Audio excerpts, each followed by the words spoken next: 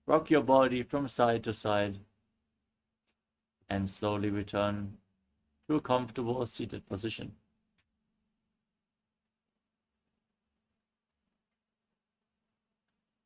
Congratulations! You completed the Pratama Vinyasa Krama 108 asanas. With this, we are going to conclude the session for the Paramashivoham Level 1 participants. The next Acharya is going to join soon and start the next session. For the Level 2 and 3 participants, we are going to continue the yoga practice with the remainder of the Dvitiya Vinyasa Krama. Thank you all for joining. Nithyananda. Let us now enter into the next asana of the sequence, which is Yathasana Ishtasana. Now sit in a comfortable posture, a posture that brings ease to your physical or mental space. Any posture is fine, as long as you keep your hands on top of the knees in Bindu Mudra and visualize Swamiji in your inner space. Breathe in Samana Kumbhaka. Inhale deeply into your stomach and visualize a flame rising up your spine. As you perform the Mula Bandha, internally chant Om Nithyananda Paramashivoham in Yathasana Ishtasana. पर्यङ्कं तत्समाख्यातं यथसंस्थं यथा स्थितिः. Next up is Samasana. Now sit in a cross-legged posture with your hands on the knees in Bindu Mudra and breathe deeply. Inhale and exhale deeply again and again as you visualize Swamiji in your inner space.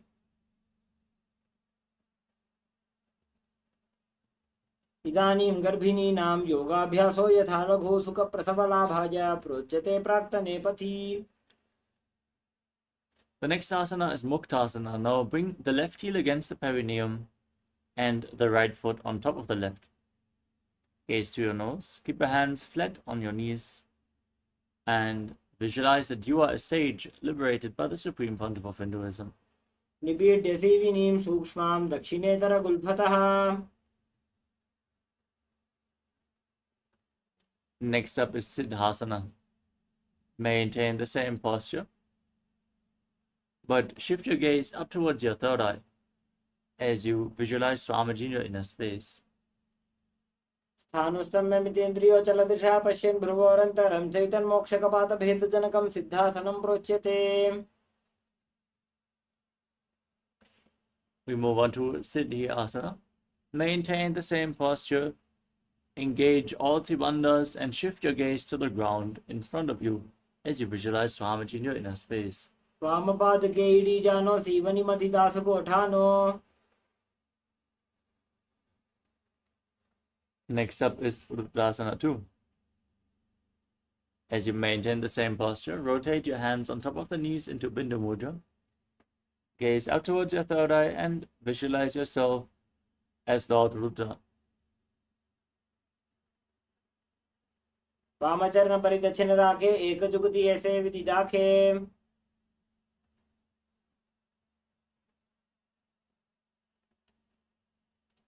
Next up is Santadhunasana.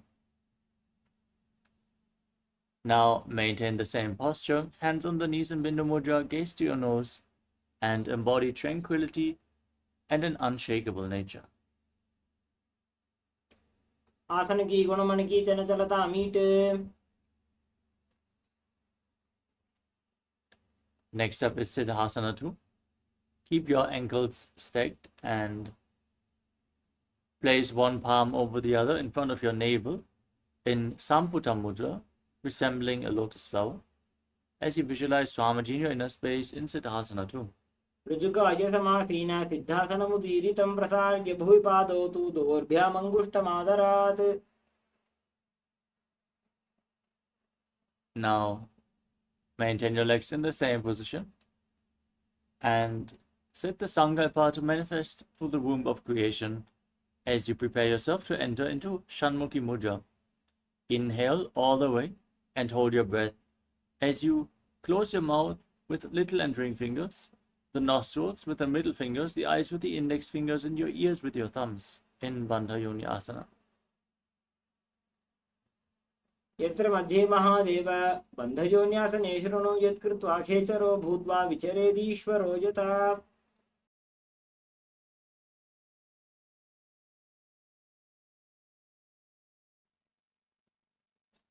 Next up is Virasana.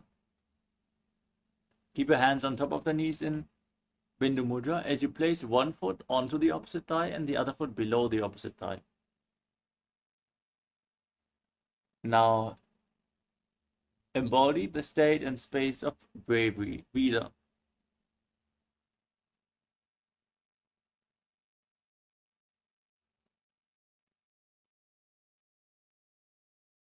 एकं पादमथैकस्मिन् विन्यस्योरुणि संस्थितः. The next asana is Valmikasana. Maintain the same posture. Keep your hands on the knees in Bindu Mudra as you gaze to your third eye and visualize Sage Valmiki, the poet and author of Ramayana. दावा पगगी पगतली पुनिएड़ी है जोज. Next up is Joni Mudrasana. Now keep your hands flat on the knees. Maintain your legs in the same position. Gaze to your nose and visualize the Yoni Mandala, the visual representation of Devi Paramashiva Shakti.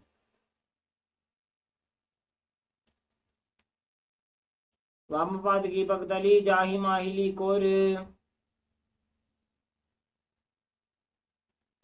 Now shift your gaze to your third eye. Hold the visualization, maintain the posture in Yoni Asana. योन्यासनं पर्वतेन योगं योगफले नीलं तत्कालफलं तावत् खेचरो यावदेव हि. Next up is Padurasana 2. Padurasana 3. Keep the soles of the feet together, heels close to your perineum. Push your knees down as you hold onto your feet with your hands. Gaze to your nose and engage Uddiyana Bandha and Mula Bandha while visualizing yourself as Lord Veerabhadra. गुल्भौ च वृषणस्यादः सीवन्त्याः पार्श्वयोः क्षिपेत् सव्यगुल्फं तथा सव्ये दक्षगुल्फं तु दक्षिणे.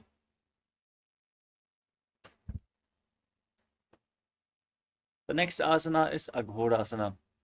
Keep your heels close to the perineum, the soles together, as you place the right hand over your mouth and close the left nostril with your index finger. Inhale through the right nostril.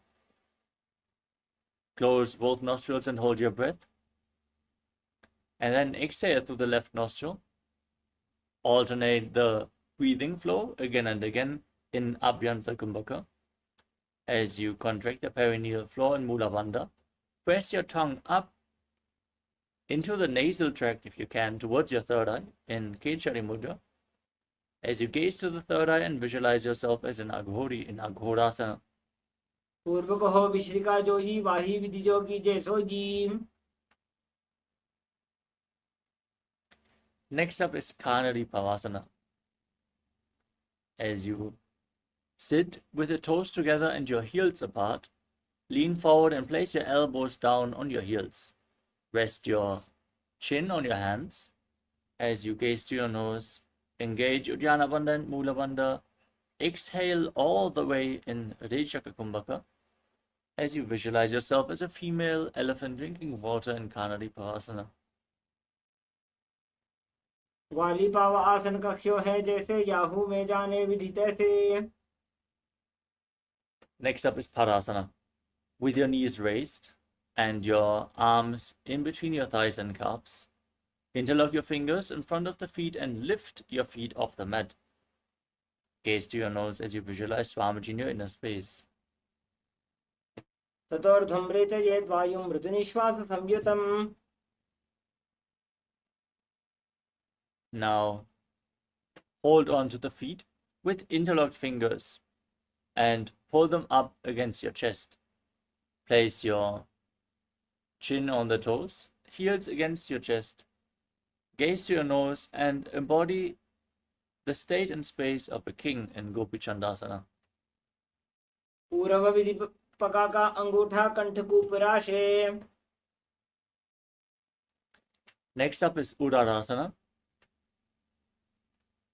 Now bring your arms underneath the legs and interlock your fingers around the big toes as you lift your feet against your chest. Place your chin onto the soles of the feet. Gaze to the nose and visualize your body free from any defects. ततोर्ध्वम्रेचयेत् वायुं मृदुनिश्वाससंयुतम्. From this posture, now raise your feet even higher in front of your face in Vishishtasana. Keep your interlocked fingers in front of your forehead as you visualize yourself excelling in everything. ततोर्ध्वम्रेचयेत् वायुं मृदुनिश्वाससंयुतम्. Next up is Bhujasana. As you sit with your legs raised, bring your hands underneath the knees and turn your arms upwards, interlocking the fingers around your neck. Now visualize yourself as a cobra as you do so. शिरासनं तु विज्ञेयं कक्षासनमतः परं ग्रीवासनं च परमं भुजासनमिहोच्यते. Next up is Kalyanasana. With your knees raised over top of your shoulder, bring your arms behind. Try to interlock your fingers behind your back as you gaze to your nose and visualize yourself as a beautiful, auspicious goddess. दो हाथ पगों नीचे आने तिनको घोड़ा नीचे ठाने. Next up is Sankatasana. Now place the top of the left foot flat on the mat and sit on the left heel as you cross the right leg over top. Stack your knees. Keep your hands on opposite knees as you gaze without focusing on any external object in Vaishnavi Mudra. Visualize yourself as an elegant swan and breathe in Ujjayi Pranayama. Make an ocean-like sound with your mouth as you inhale. Perform the Mula Bandha in Sankatasana. वामपादं चितेर्मूलं संजितसिद्धिर्नीतले पाददण्डेन जाम्येन वेष्टयेत् वामपादकम्.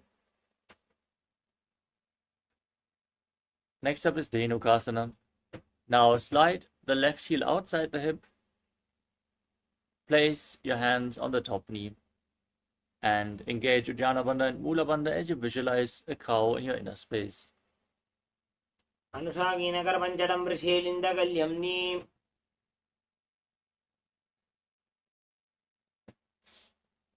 We move on to Machandadasana. Now, place the right foot onto the left thigh and the left foot onto the right knee. Bring your left arm behind your back and reach for the right thigh. Hold onto opposite thighs with your hands and twist your body. Gaze to your third eye. Keep your spine straight as you visualize Swamiji in your inner space. वामजङ्घभरतचिरटाने वामहस्तपिष्ठीदिशाने. Next up is Machandadasana 2. Now untwist your spine, hold onto the big toes and lean forward and down, placing your forehead down on the ground as you visualize Swamiji in your inner space. प्रथमजी मनो चरणजोजी वामजङ्घबली राखे sooji. Now rise up, interlock your fingers in Padasha Mudra and place them on the top knee. Engage all three bandhas as you visualize Swamiji, your Guru, in your inner space in Guru Asana. ऊर्मूले इतरपादस्य कनिष्ठिका प्रदेशगुल्फं संस्थाप्य.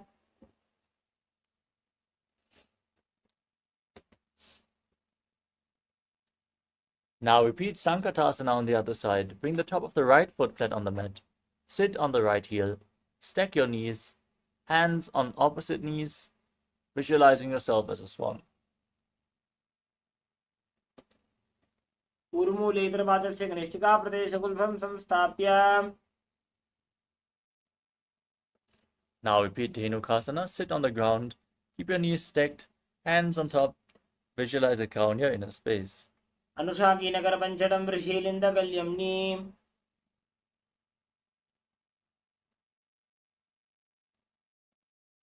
Now bring the left foot onto the right thigh and the right foot onto the left knee.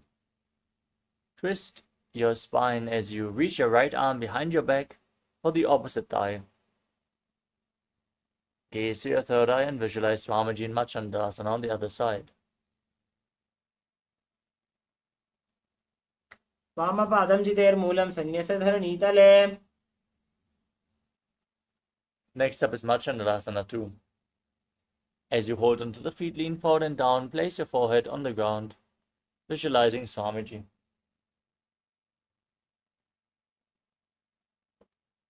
प्रथमजी मनोचरण जोई वामचंग परि राखे सोई.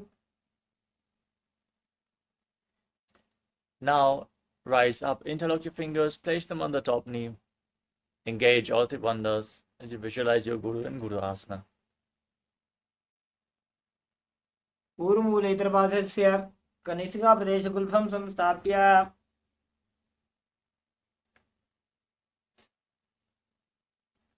Next up is Pashasana. Now, place your feet flat on the ground, raise your knees, and hold onto opposite knees with your hands as you pull them close towards your chest. Press your tongue up in Kechari Mudra as you gaze to your third eye. Visualize Swamiji in your inner space and perform the Mudra Bandha.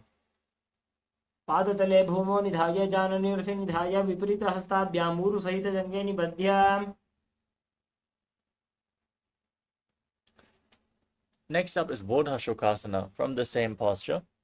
Now hold your wrists with opposite hands and place your chin on the knees. As you gaze to your nose, visualize Swamiji in your inner space. दो भक्तली भूपरिधरे कोरमाहिली ऐसे करे.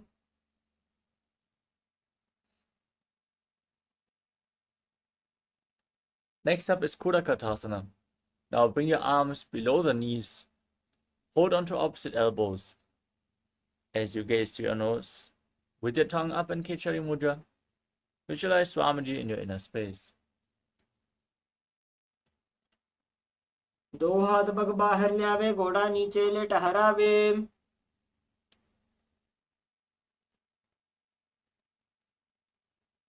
Maintain the same hold beneath your knees and cross the right ankle over the left with the toes pointing upwards. Gaze to your nose, keep your tongue up in Kechari Mudra, and visualize the great sage Maharishi Sumati in Sumati Asana. मूलद्वारी धरती परि ठाने डावा पग परित जपत आने.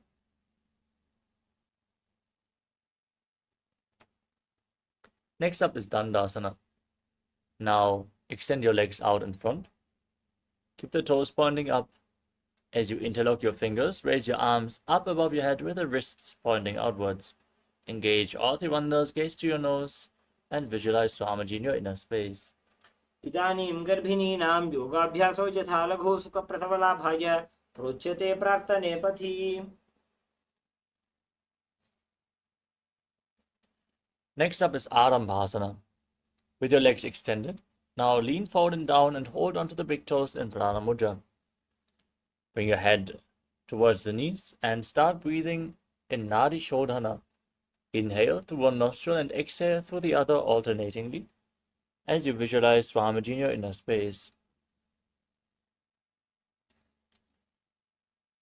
दो पग मिलिवा पसारी पगा का अंगूठा पकड़ी लाट गोड़ा लगावे. Next up is Bidokasana. Now bring a gap between your heels and raise your knees off the ground. As you bring your arms underneath the shins and hold onto the soles of your feet from the outside. Now lean down as low as you can as you gaze to your third eye and visualize Swamiji in your inner space. प्रथम बेसी दो पाव पसारी कुछ को ऊर्ध को कोरडो डारे.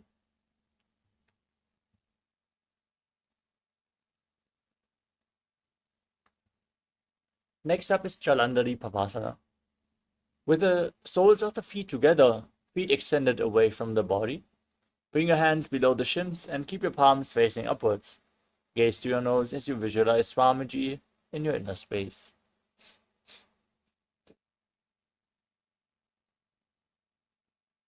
दो एड़ी मेली के जीजे हाथ पसारी.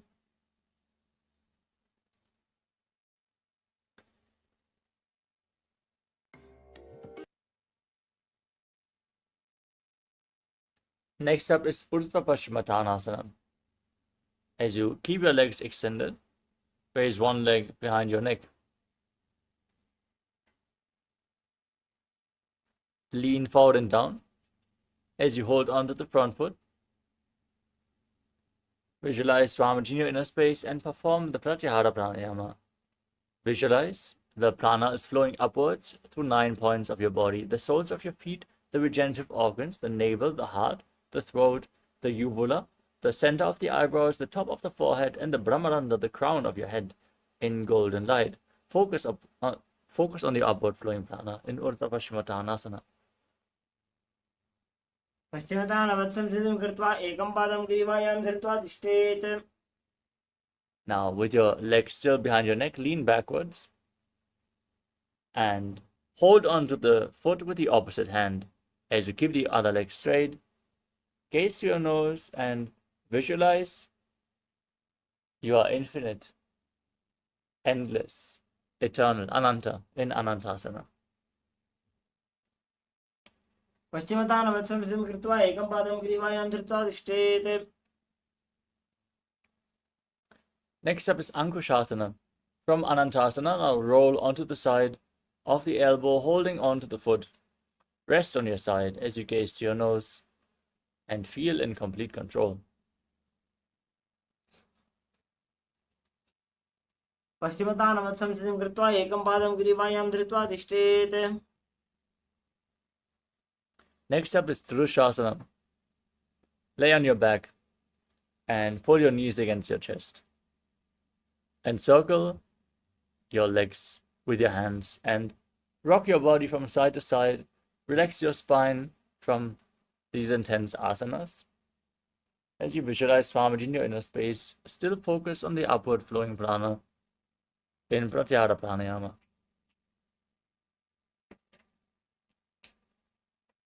उत्तानशयने एकैकं Pai ग्रीवायां विन्यस्य.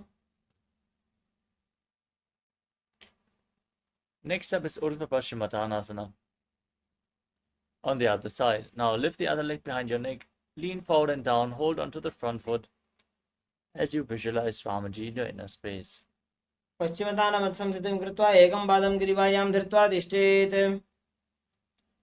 Now lean back, hold on to the foot behind your neck with the opposite hand as you repeat Anantasana on the other side. उत्तानशयने एकैकं Pai ग्रीवायां विन्यस्य. Now repeat Ankushasana, roll onto the side as you gaze to your nose and feel in complete control. उत्तानशयित एकैकं पादं ग्रीवायां कुर्वन्. Next up is Yoga Nidra. Now lay on your back and one by one lift your feet behind your neck as you gaze towards your nose. Visualize Swamiji in your inner space. पादाभ्यां प्रेषयेत् कण्ठं हस्ताभ्यां पृष्ठबन्धनम्.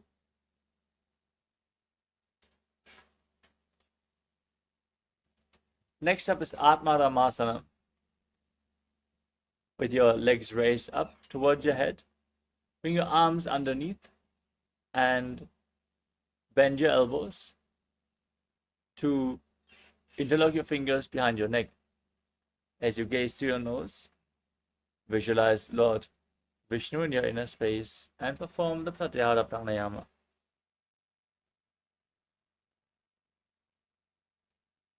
Atmaram आसन प्रथम सुधोसो वे. Next up is Kochikasana.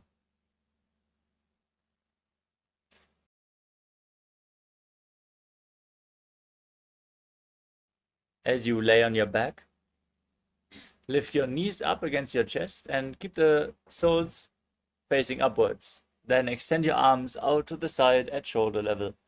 Gaze to your third eye and visualize Swamiji in your inner space. दो हाथ जीता सा करे दिन सो ube Sapa करे.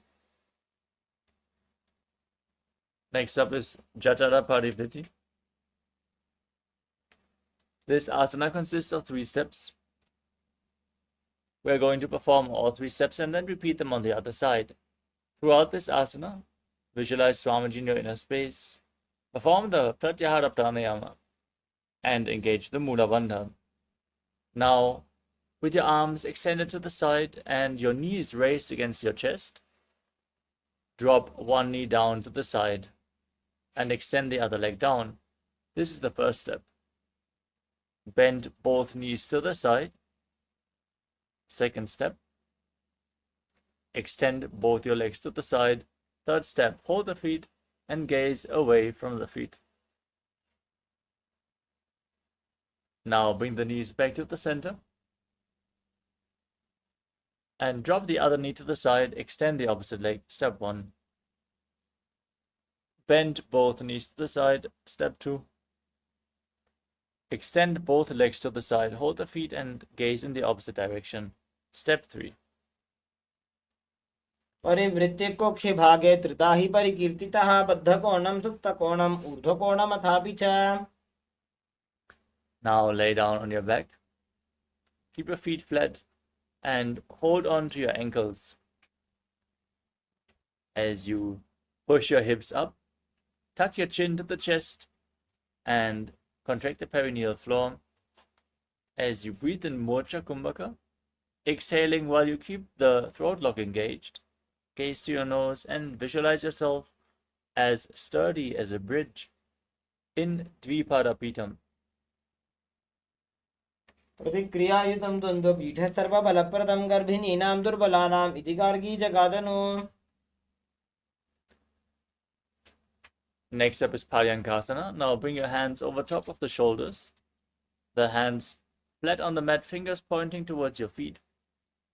As you push your entire body off the ground, push your hips up high and visualize yourself as sturdy as stone furniture. As you breathe calmly through your nose in Paryankasana. उत्तानशयनमस्तुतलाभ्यां भूमिं वष्टभ्याम्. Next up is Shvottanasana. Laying on your back with your knees pulled against your chest. Place your hands on the respective shoulders and move your hips in a circular motion. Visualize yourself as a dog playfully rolling around on its back. शरीरं संस्थाप्य जानुनी सम्मील्य नाभुवानिजा. Next up is the Viparita Karani. Laying on your back, place your arms flat and then raise your legs up. Point your toes upwards. As you then move your legs in a circular motion, visualizing Swamiji in your inner space in Viparita Karani. भूतले सशिरो दत्त्वा खेनजे चरणद्वयं विपरीतकृतिश्चैषा सर्वतन्त्रेषु गोपिता. Now stop the movement of the legs. Perform Viparita Karani to intensely awakening your digestive fire. करणी विपरीताख्या सर्वाधिव्याधिनाशिनी नित्यम् अभ्यासयुक्तस्य जाठराग्नि विवर्धनी. Lower your legs down and then keep your arms flat. Push your feet over top of your head. Interlock your fingers behind your back. Keep your arms on the mat behind you. As you visualize yourself as a plow in Langalasana. नरकासने स्थित्वा नासिकाप्रदेशे भूमौ पादपृष्ठे स्थाप्य. Next up is Shahita Paschimottanasana. From the same posture, now bring your hands above your head, hold onto the feet. This is one of the 84 asanas directly revealed by Lord Paramashiva himself. Visualize Paramashiva in your inner space and internally chant the Mahavakya Om Nithyananda Paramashivoham. तानं शयित्वात् कुर्वीत शयितपश्चिमतानकम्. Next up is Supta Konasana. Still holding onto the feet, now bring your hips above the shoulder level and then open your legs wide. Visualize Swamiji as you do so.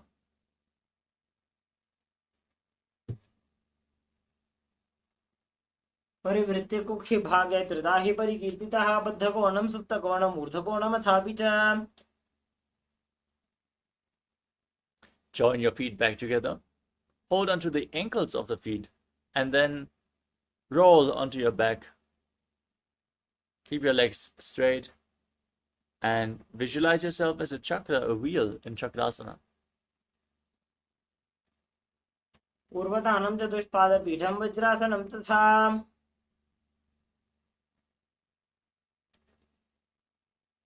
Next up is Supta Prasarita Padangushtasana. As you lay on your back, raise your legs vertically. Hold onto the big toes in Prana Mudra. And then open your legs wide to the side as you visualize Swamiji in your inner space and breathe in Ujjayi Pranayama. उत्तानपादं क्रौञ्चं च मरीचिं वीरभद्रकं नटराजं त्रिकोणं च सुप्ताङ्गुष्ठप्रसारणे. Now join your feet back together above your body. Fingers around the big toes in Prana Mudra as you visualize Swamiji in Supta Padangushtasana. उत्तानपादं क्रौञ्चं च मरीचिं वीरभद्रकं नटराजं त्रिकोणं च सुप्ताङ्गुष्ठप्रसारणे. Next up is Matsyasana. As you lay on your back, cross your legs into Padmasana. Place them flat on the ground. As you bring your arms above your head, hold on to opposite shoulders and gaze to your nose, visualizing Matsya, the fish avatar of Lord Vishnu. मुक्तपद्मासनं कृत्वा उत्तानशयनं चरेत् कूर्पराभ्यां शिरो वेष्ट्या मत्स्यासनं तु रोगः. From this posture, now place the backside of the right palm onto the left palm. Keep your palms facing upwards as you gaze to your nose and visualize Lord Rama in your inner space.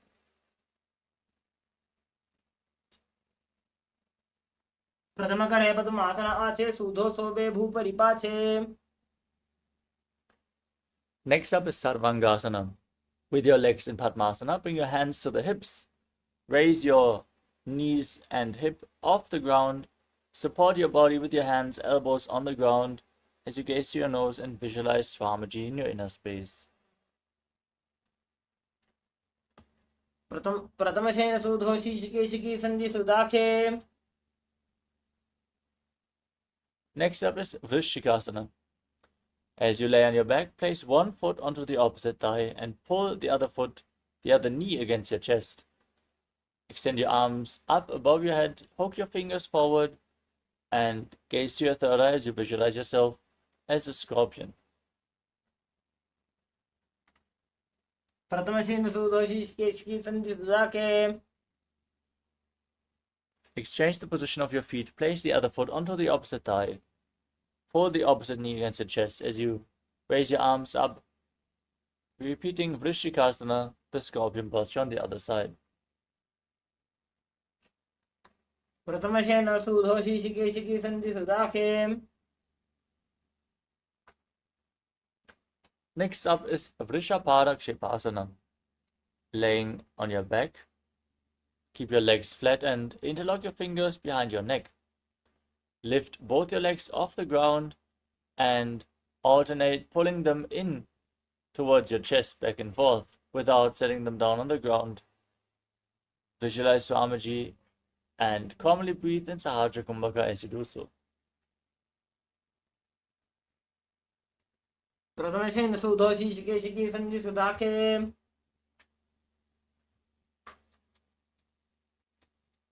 Next up is Maruttanasana.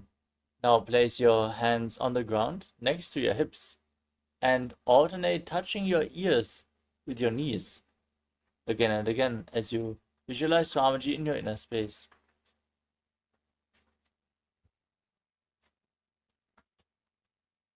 उत्तानशयनं कृत्वा पादतलाभ्यां भूमिं धृत्वा.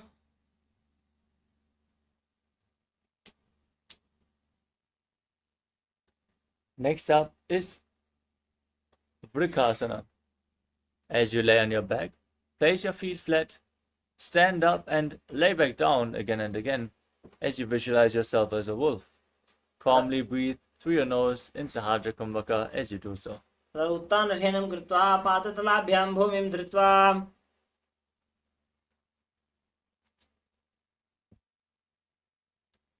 Next up is Lutasana. As you lay on your back, kick your legs up above your head and roll over completely again and again.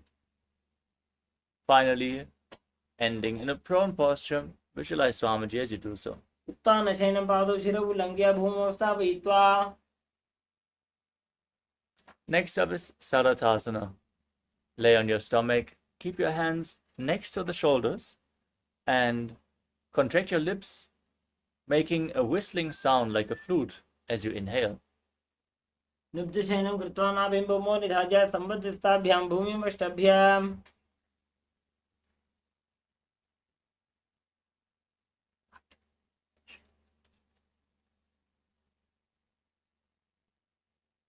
From Saratasana, now push your body up into a plank position. Jump your feet in between the two hands, back and forth again and again, as you visualize yourself transcend body and mind. अस्तित्वं बद्ध्वा तन्मध्ये चरणद्वयम् उड्डानैव बहिरानीयाम्. Now rise up, bend forward and down, and place your hands flat on the mat. As you start walking around on the mat on hands and feet, visualizing yourself as a wise 60-year-old elephant. अथ च अत्यासनं वक्षे वायुपाणाय केवलम्. Next up is Lolitika Karana. Stand in Arimandi posture. Heels together, toes pointing outwards and your knees bent. Raise your arms, bend your elbows, and rotate your arms around the chest as you lean back, open up your chest, and move your head in all directions.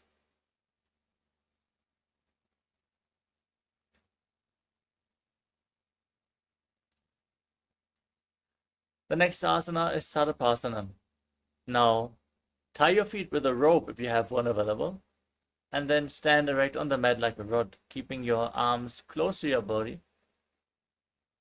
Visualize your Kundalini Devi raising and curling around and upwards around your body as you perform the Mula Bandha.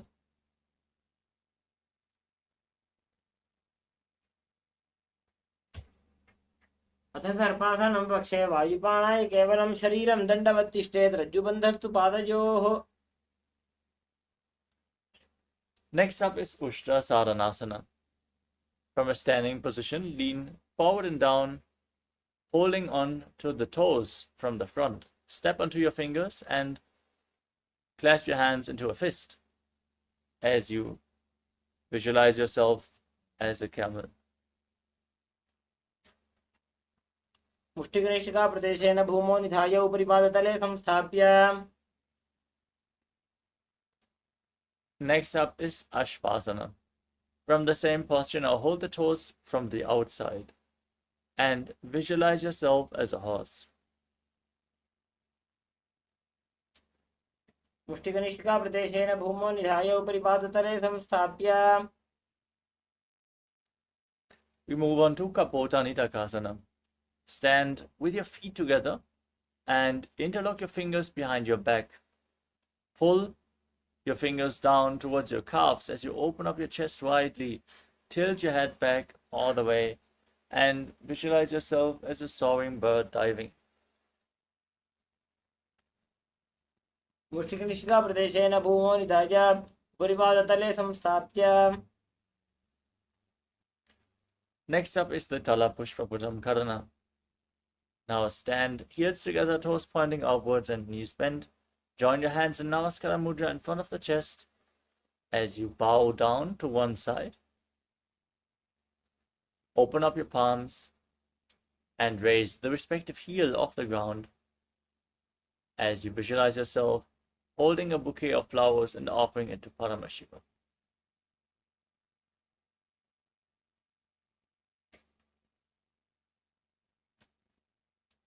पादतले भूमौ निधाय जाननि उर्सि निधाय.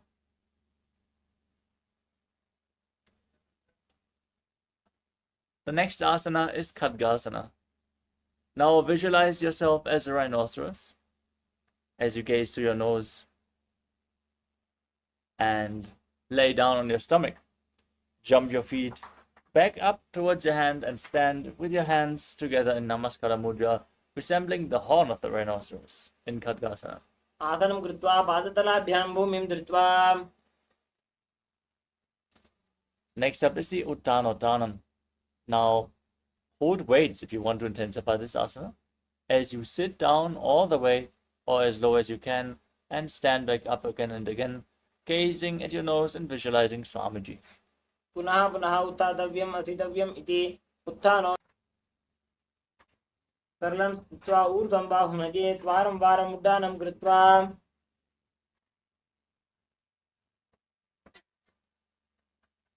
Next up is Utshirshakasana.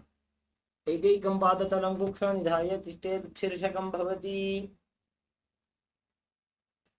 Next up is the Parshvajanukarana. Now keep the toes of one foot pointing outwards and the knee slightly bent as you raise the other knee up against your chest. Encircle the raised knee with your hand, inner fist, and place the other hand on the respective inner thigh with the fingers pointing inwards.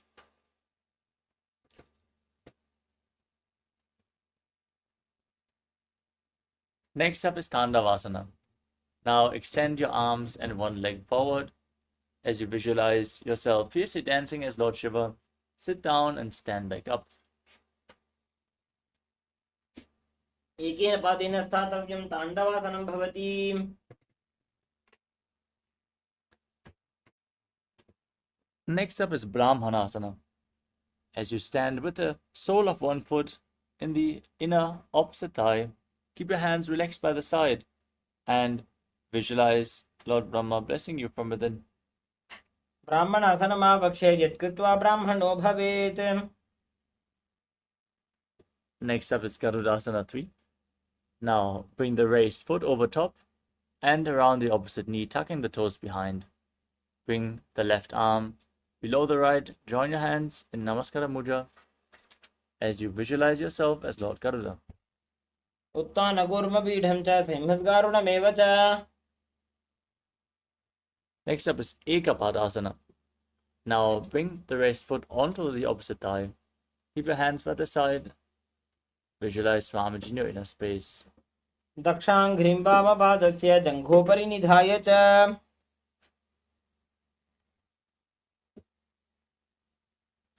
The next asana is Dhruvasana, the pole star posture. Now hold on to the left big toe as you extend the leg out to the side and start rotating on the standing leg, visualizing yourself as the North Pole Star. एकेन हस्तेन दण्डरूपस्य एकस्य पादस्य अग्रं धृत्वा.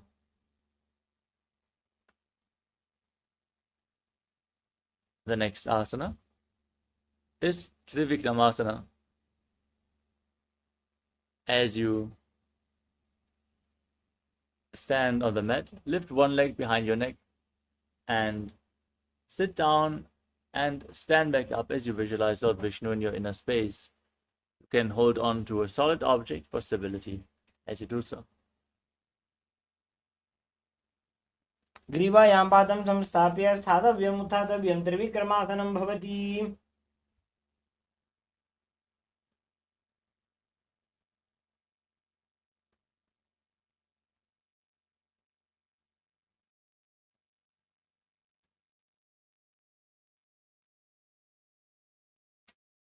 Next up is the Parshvajanukarana on the other side.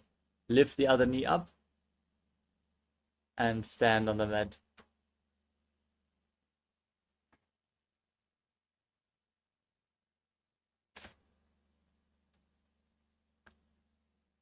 Now repeat Tandavasana on the other side as you fiercely visualize yourself fiercely dancing as Lord Shiva. Sit down and stand back up on one leg. एकेन पादेन स्थातव्यं ताण्डवासनं भवति. Now repeat Brahmanasana. Raise the other foot towards the inner thigh as you visualize Lord Brahma blessing you from within. ब्राह्मणासनमावक्षे यत् कृत्वा ब्राह्मणो भवेत्. Now repeat Garudasana 3 on the other side. Bring the leg around and behind and intertwine your arms as well as you visualize yourself as Lord Garuda. उत्तानकूर्मपीठं च सिंहस्गारुडमेव च. Now repeat Ekapadasana. Place the rest foot onto the opposite thigh. Keep your hands by the side. Visualize Swamiji in your inner space.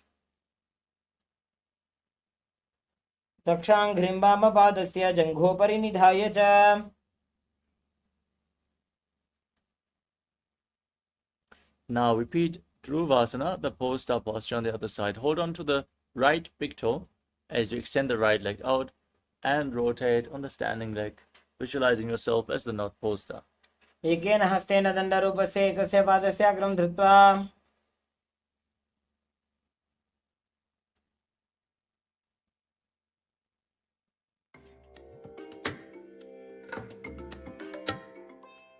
Now repeat Trivikramasana on the other side as you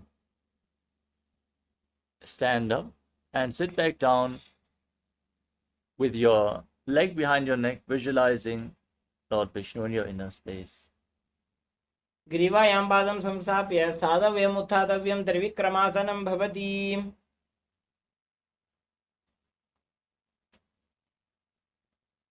Next up is Samanaka Karana.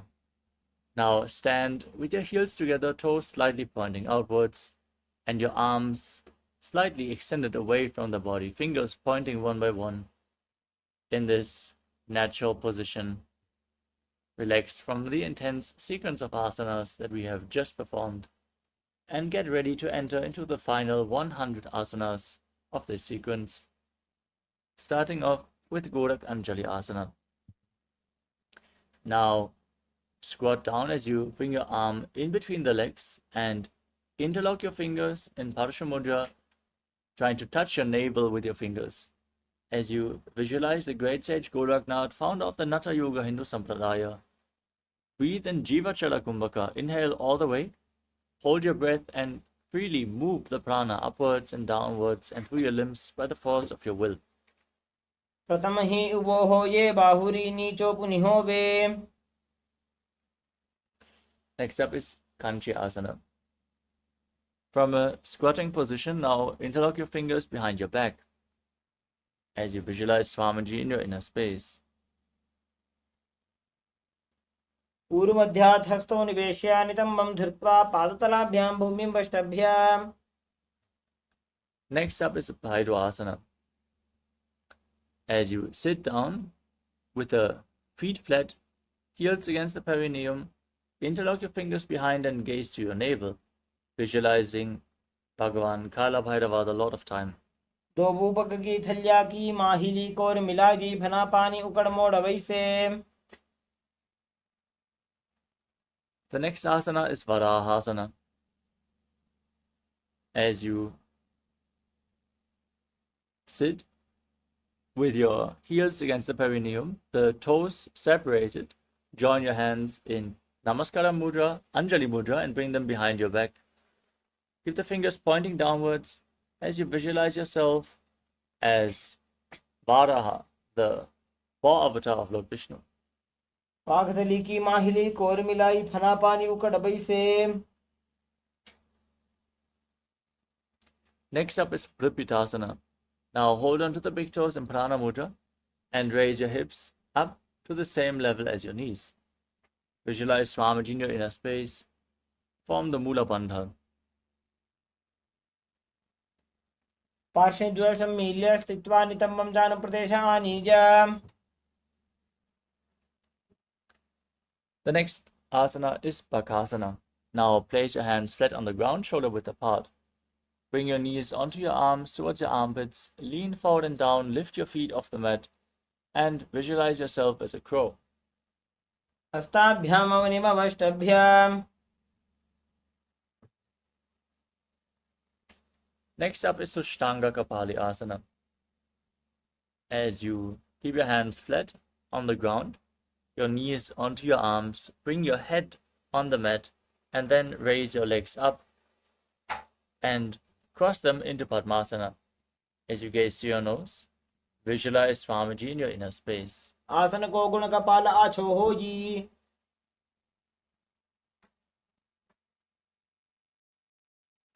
Next up is Guptasana. As you sit in a kneeling posture, with your feet flat, the heels outside the hips, toes touching behind. Gaze to your nose and visualize that you are sitting in the secret seat with Paramashiva and Guru. As you internally chant Om Nithyananda Paramashivoham in Guptasana. जानूर्वोरन्तरे पादौ कृत्वा पादौ च गोपयेत्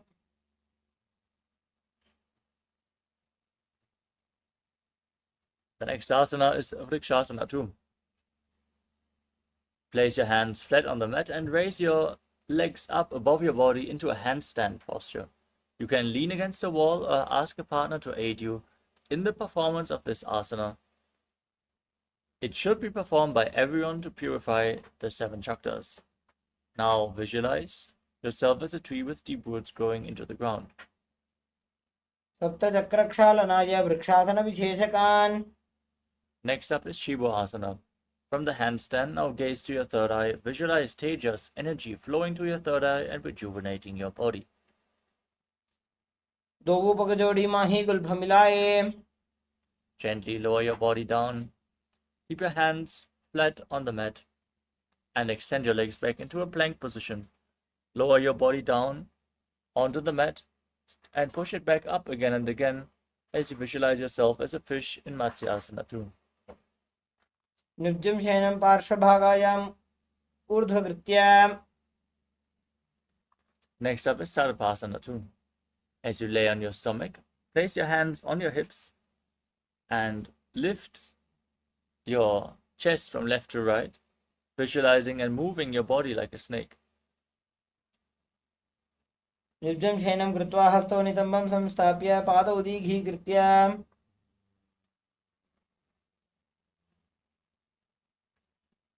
Next up is Niralambanasana.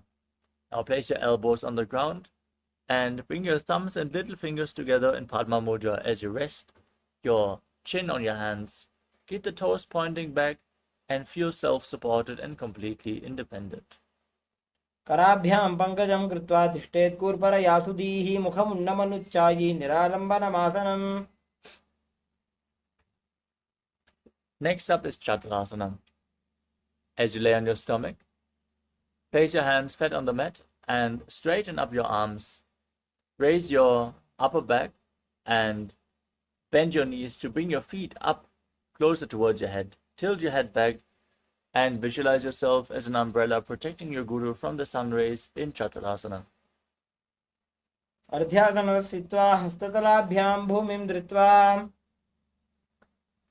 Now come to a kneeling posture. Keep your feet flat and sit on your heels. As you extend your arms out in front, place your palms flat on the mat and your forehead on the ground. Gaze to your nose as you visualize yourself as Vajra, the weapon of Indra, in Vajrasana.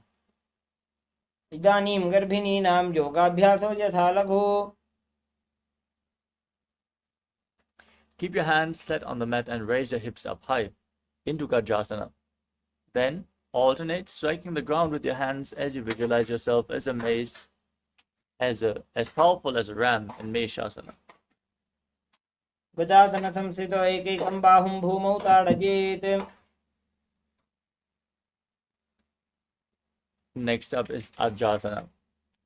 With your hands flat on the mat, from Gajasana, raise your legs up above your body and slowly lower your forehead down towards the ground as you visualize yourself as unborn, existing for all eternity. गजासन संस्थितो पादद्वयमन्तराळे कृत्य Next up is Dhanantalasana. Now sit in a kneeling posture and interlock your fingers around the big toe, pulling them towards your perineum. Then place your hands on your thighs, gaze to your nose, and visualize Swamiji in your inner space as you breathe in Ujjayi Pranayama. पूर्व विधि परिहाता की काकसीस्यो फणा शरा मोड़ी Next up is the Angamuttanam. Now, interlock your fingers in front and extend your arms out Move them up, down, left, right, in all directions. Give massage to various different joints and muscles of your body. And then repeat the movement behind your back as well, as you visualize Swamiji in your inner space. हस्तयोः अङ्गुलिर्भद्वा हस्तयोर्मध्यात् सर्वमङ्गं निष्कासयित्वा. Next up is Garudasana form. As you sit in Vajrasana on your heels, turn your feet so the toes are pointing outwards. Place your hands on your knees and visualize yourself as Lord Garuda carrying Lord Vishnu and Lakshmi on his back. जङ्घोरुभ्यां धरां पीड्य स्थिरकायो द्विजानुना. Next up is Ananda Mandirasana. Now sit on your heels with the toes pointing backwards. Keep your knees open wide. Hold onto your ankles and bring the front of your buttocks on the ground if you can. Gaze up towards your third eye and visualize yourself residing in the blissful space of a temple. अथ पक्षे वीरनाथ आनन्दमन्दिरासनम्. Next up is Mandukasana 2. Now cross your feet and sit on your heels as you keep the knees on the ground, your tongue up flat against the palate of your mouth in Manduki Mudra. Visualize yourself as a frog and place your hands underneath the knees as you engage Uddiyana Bandha and Mula Bandha in Mandukasana 2. पृष्ठं सम्पीड्य गुल्फाभ्यां जान्वङ्गे सबलयाकृतिः हस्तौ पादतले क्षिप्तौ मण्डूकं पाददोषहृत्.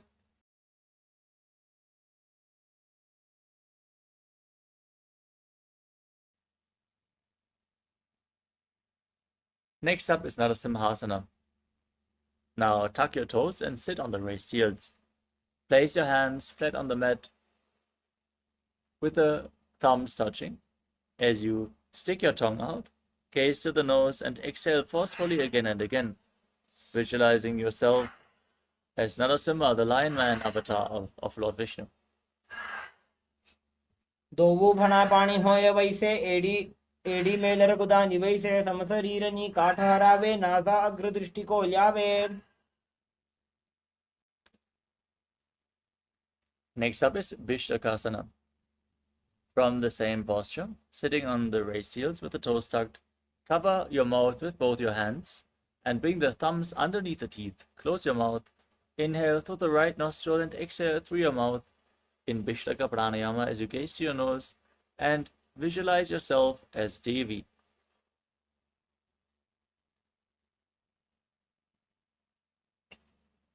दो बगा की AD Joji घोड़ा फनोबान पुनि होई.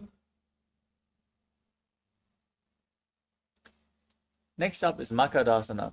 Now bring the top of the feet flat on the mat and sit on your heels with the toes pointing back.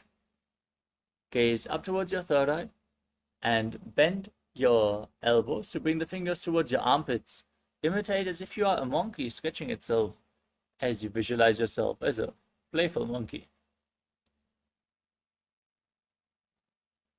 दोबू पगतली संपुट आने तिनिकी विष्टि भूमि परिठाने. Next up is Vajrasangarasana. Now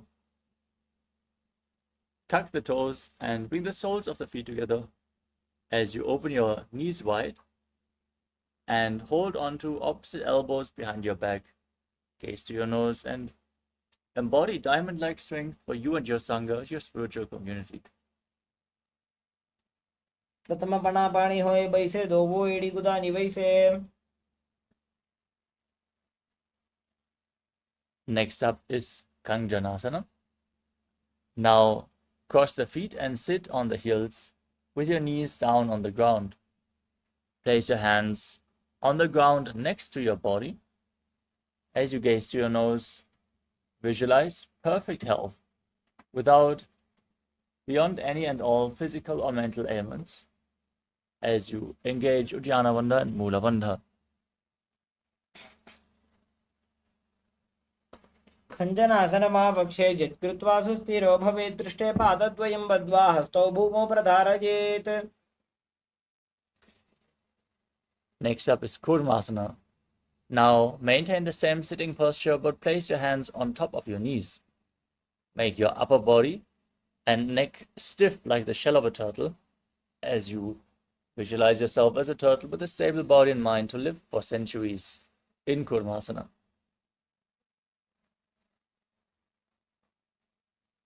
गुल्भौ च वृषणस्याधो व्युत्क्रमेण समाहितौ ऋजुकाय शिरो ग्रीवं कूर्मासनमितीरितम्. Next up is Yogasana. Maintain the same posture, but relax your upper back and neck. Gaze to your nose and visualize Swamiji in your inner space. उदं नियम्य गुल्फाभ्यां व्युत्क्रमेण समाहितः योगासनं भवेदेतदिति योगविदो विदुः. Next up is Vijogasana. Now stand on your knees and cross your legs behind. Bring the feet near the opposite knees. Hold your calves with the fingers inside and the thumbs outside as you gaze up towards your third eye and visualize a space of eternal oneness Advaita with your Guru, Swamiji.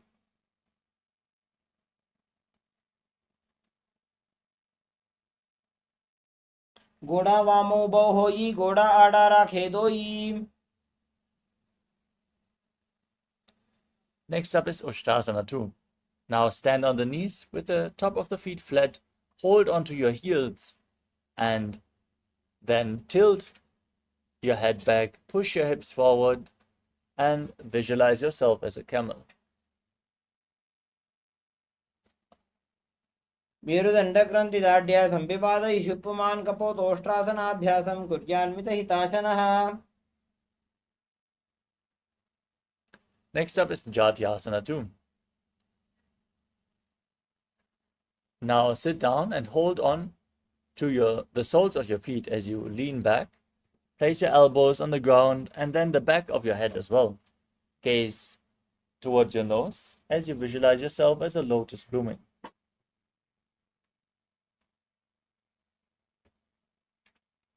दोवु एड़ी संपुट करे सोले मूल द्वारित रिधरे फणा पाणी उकड़ होए बैसे बहुरी पृष्ठ दिशि करे जो ऐसे.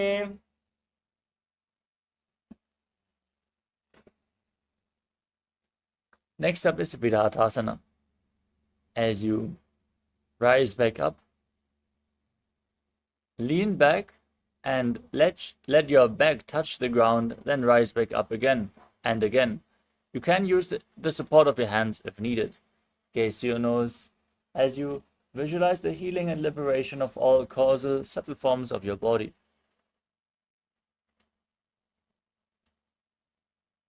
लिंगा पृष्ठभूमो निधाय जंगोदरयोः ऊरुनि संस्थाप्य. Next up is Kapotasana. As you sit on your heels in a kneeling posture, lean back, bring your arms over top of your shoulders and try to bring your forearms on the ground, holding onto your feet and bringing your head in between the feet as you visualize yourself as a beautiful dove. मेरुदण्डग्रन्थिदाढ्य सम्पिपादयिषुप्पुमान्.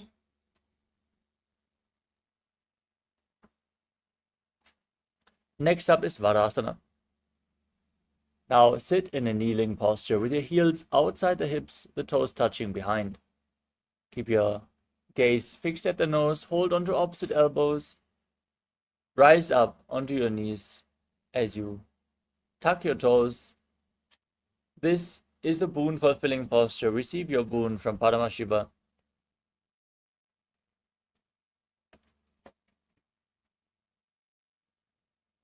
जानुनि भूमौ संस्थाप्य हस्ताभ्यां बाहु परस्परं धृत्वा.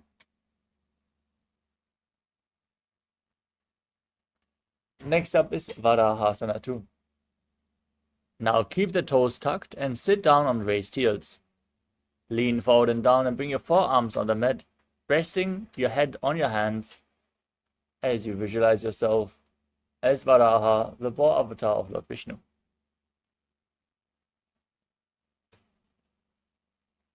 सूर्यं चन्द्रं भेदनानि आसनानि निकथ्यते. Next up is Mundasana.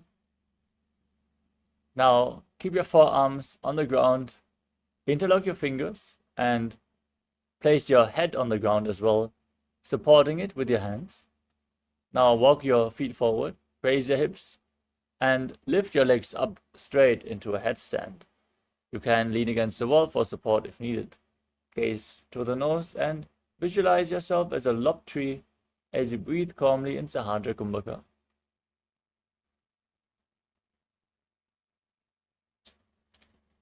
अधो मुण्डासनं वक्षे सर्वेषां प्राणिनां सुखम्.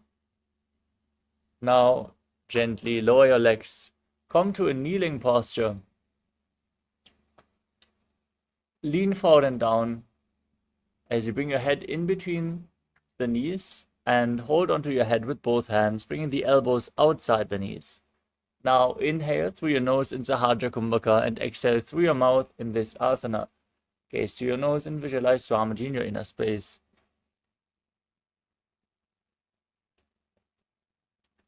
पूर्वपरपर्यन्तौ हस्तौ धरामवष्टभ्याम्.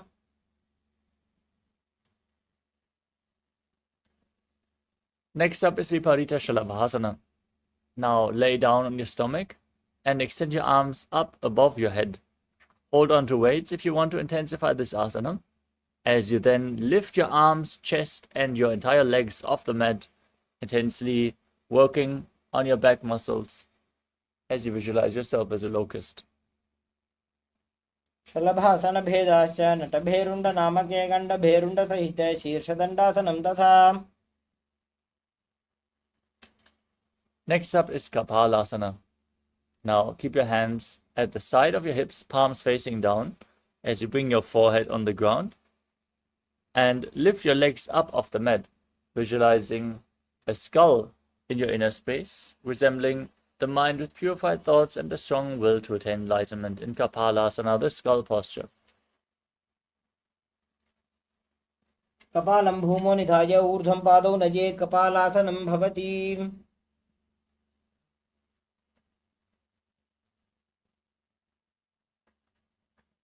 Next up is Akasha Kapotasana. As you keep your hands by your hips, push your hands into the mat and lift your legs up.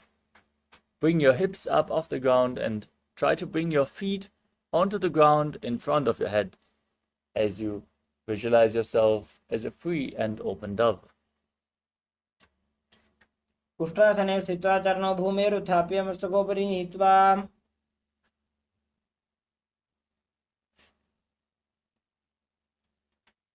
Next up is Chatakasana.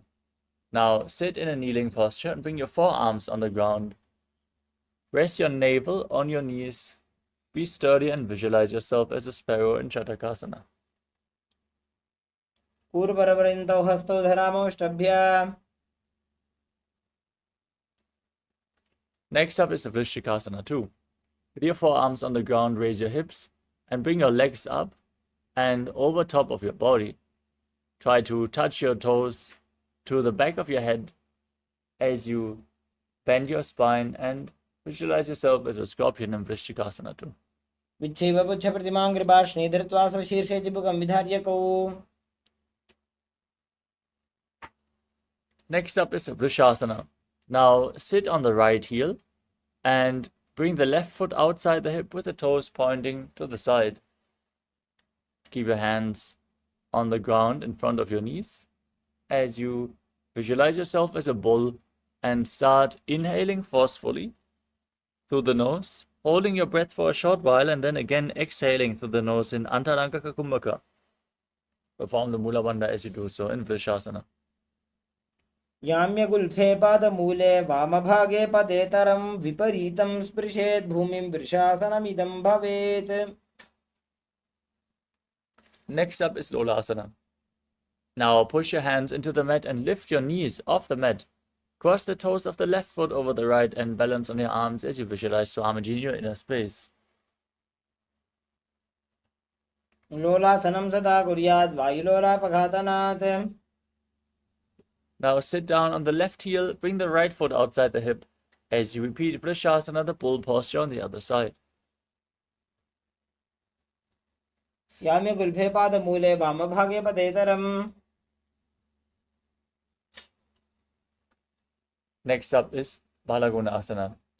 Now tuck the toes of the left foot and sit on the raised left heel. Keep the right foot flat and raised against your chest.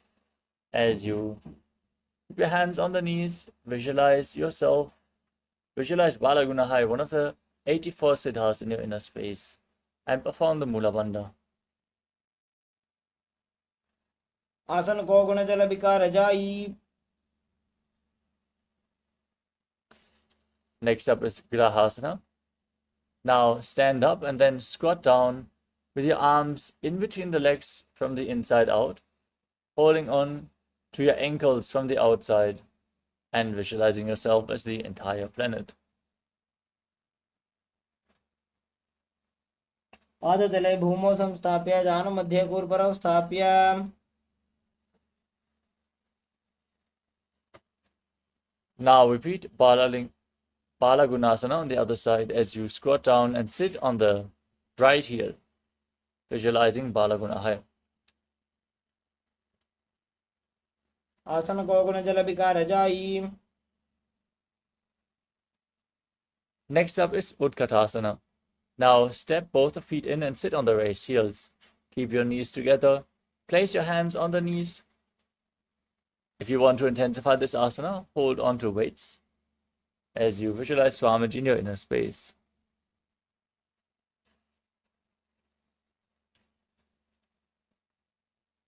युजास् पिजस् ऊर्वजानु यत्रासने पादतलद्वयो परि.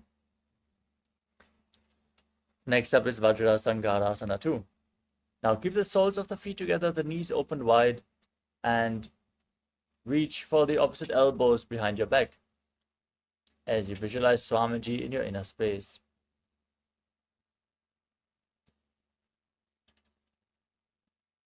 प्रथम बना पाणी होय वैसे AD दो गुदानी वैसे. Next up is Anilasana. From a squatting posture, place your palms flat on the ground. Step your heels onto the back of your hands and keep your arms straight as you squat down all the way. Gaze to your nose and visualize that you are able to live off of air alone. दो हाथ भूमि पर ठाने कहनी जाड़ी ना भिलग आने. Next up is Padukasana. From a standing position, place the backside of your hands on the ground in front of your feet. Step your feet onto your hands and wrap your hands around the feet like shoes. As you start walking around on the mat, visualize that you are wearing padukas and walking all across India. हस्ततलयोः पादतले कृत्वा तिष्ठेत् गच्छेत् पादुकासनं भवति. Next up is Kukkutodhanasana. Place your hands flat on the ground, shoulder width apart, and kick your legs up and let them fall back down again and again, visualizing yourself as a rooster. हस्ततले भूमौ कृत्वा पादतले च ऊर्ध्वमुड्डानं कृत्वा. Next up is Viparita Nrityasana. Now place your hands on the ground and lift your legs up into a handstand, moving around on two hands, dancing as you feel yourself become free of all inhibition. भूमिं वष्टभ्य ऊर्ध्वपादाग्रे कुर्वन्.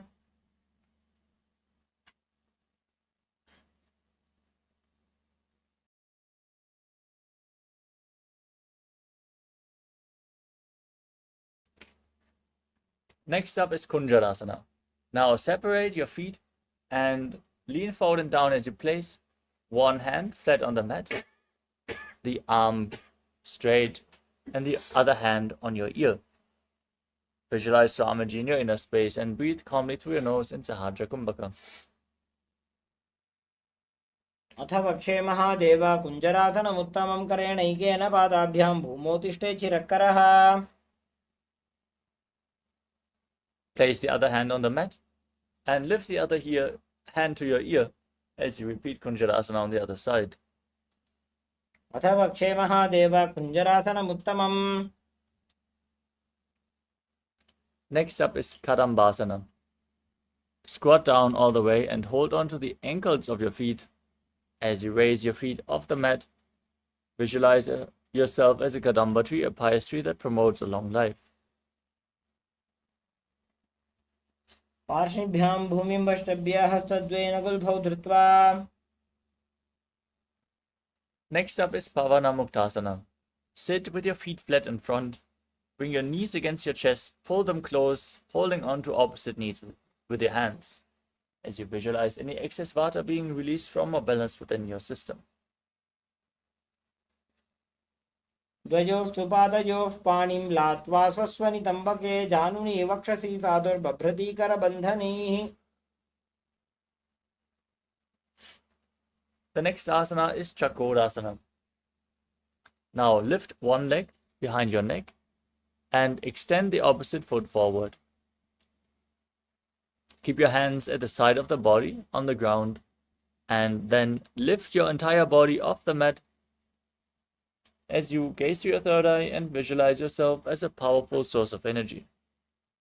पूर्वदानं चतुष्पादपीठं वज्रासनं तथा. Next up is Dhanurasana 2. Now keep one leg extended and the other one bent. As you hold on to the respective big toes in Prana Mudra, pull the foot of the bent leg towards your ear as you visualize yourself as a bow. पादाङ्गुष्ठौ पाणिभ्यां गृहीत्वा श्रवणावधि धनुराकर्षकाकृष्टं धनुरासनमीदितम्. Next up is Ashtavakrasana. As you bring one leg over top of the shoulder, hook the other foot over top, and extend the legs out to the side, balancing on your arms. As you lean forward, visualize yourself as a flying crane.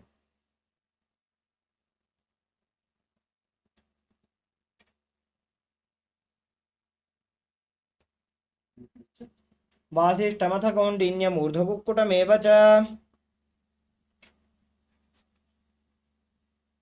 Next up is Pranasana. Now, place one foot onto the opposite thigh. Keep the other foot flat on the ground, knee raised. Bring the respective shoulder underneath the raised knee. As you gaze to your third eye and visualize you are immortal and able to exist solely on prana in Pranasana. एतत् प्रभेदं वक्ष्यामि करोति यस्य चामरः. Next up is Parshvamatsyendrasana.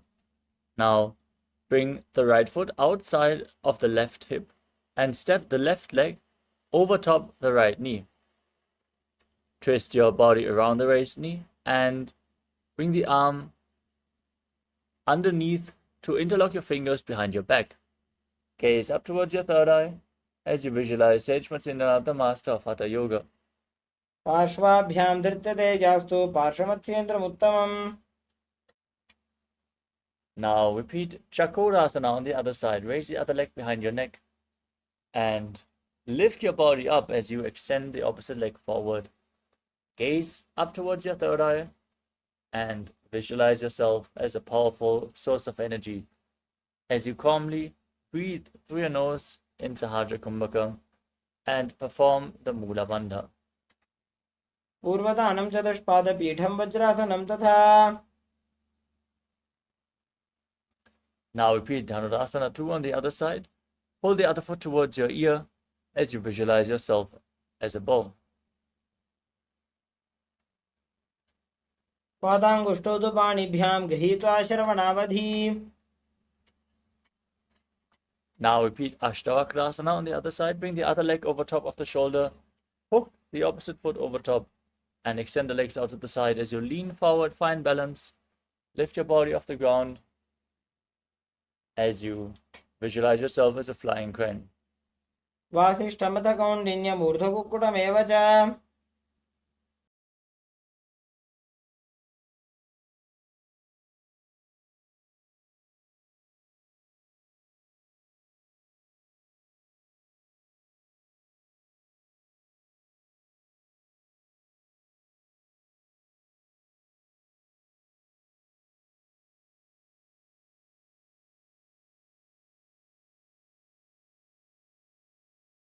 Now repeat Pranasana on the other side. Place the other foot onto the opposite thigh. Raise the knee. Bring your shoulder underneath the raised knee. And visualize that you are immortal and able to exist only on plana. वासिष्ठमसकौण्डिन्यम् ऊर्ध्वकुक्कुटमेव च. Now repeat Parshvamatsyendrasana on the other side. Keep the other foot outside the opposite hip and step the opposite knee over top. Twist your body around the raised knee and bring your arm below. Hold on to your fingers behind your back as you gaze up to your third eye and visualize the great sage Matsyendana, the master of Hatha Yoga and Parshvamatyendrasana. पार्श्वाभ्यां धृत्यते यास्तु पार्श्वमत्स्येन्द्रमुत्तमम्. Next up is Ardha Paschimottanasana. With one heel pressed against your perineum, the opposite leg extended forward, lean forward and down, hold onto the front foot.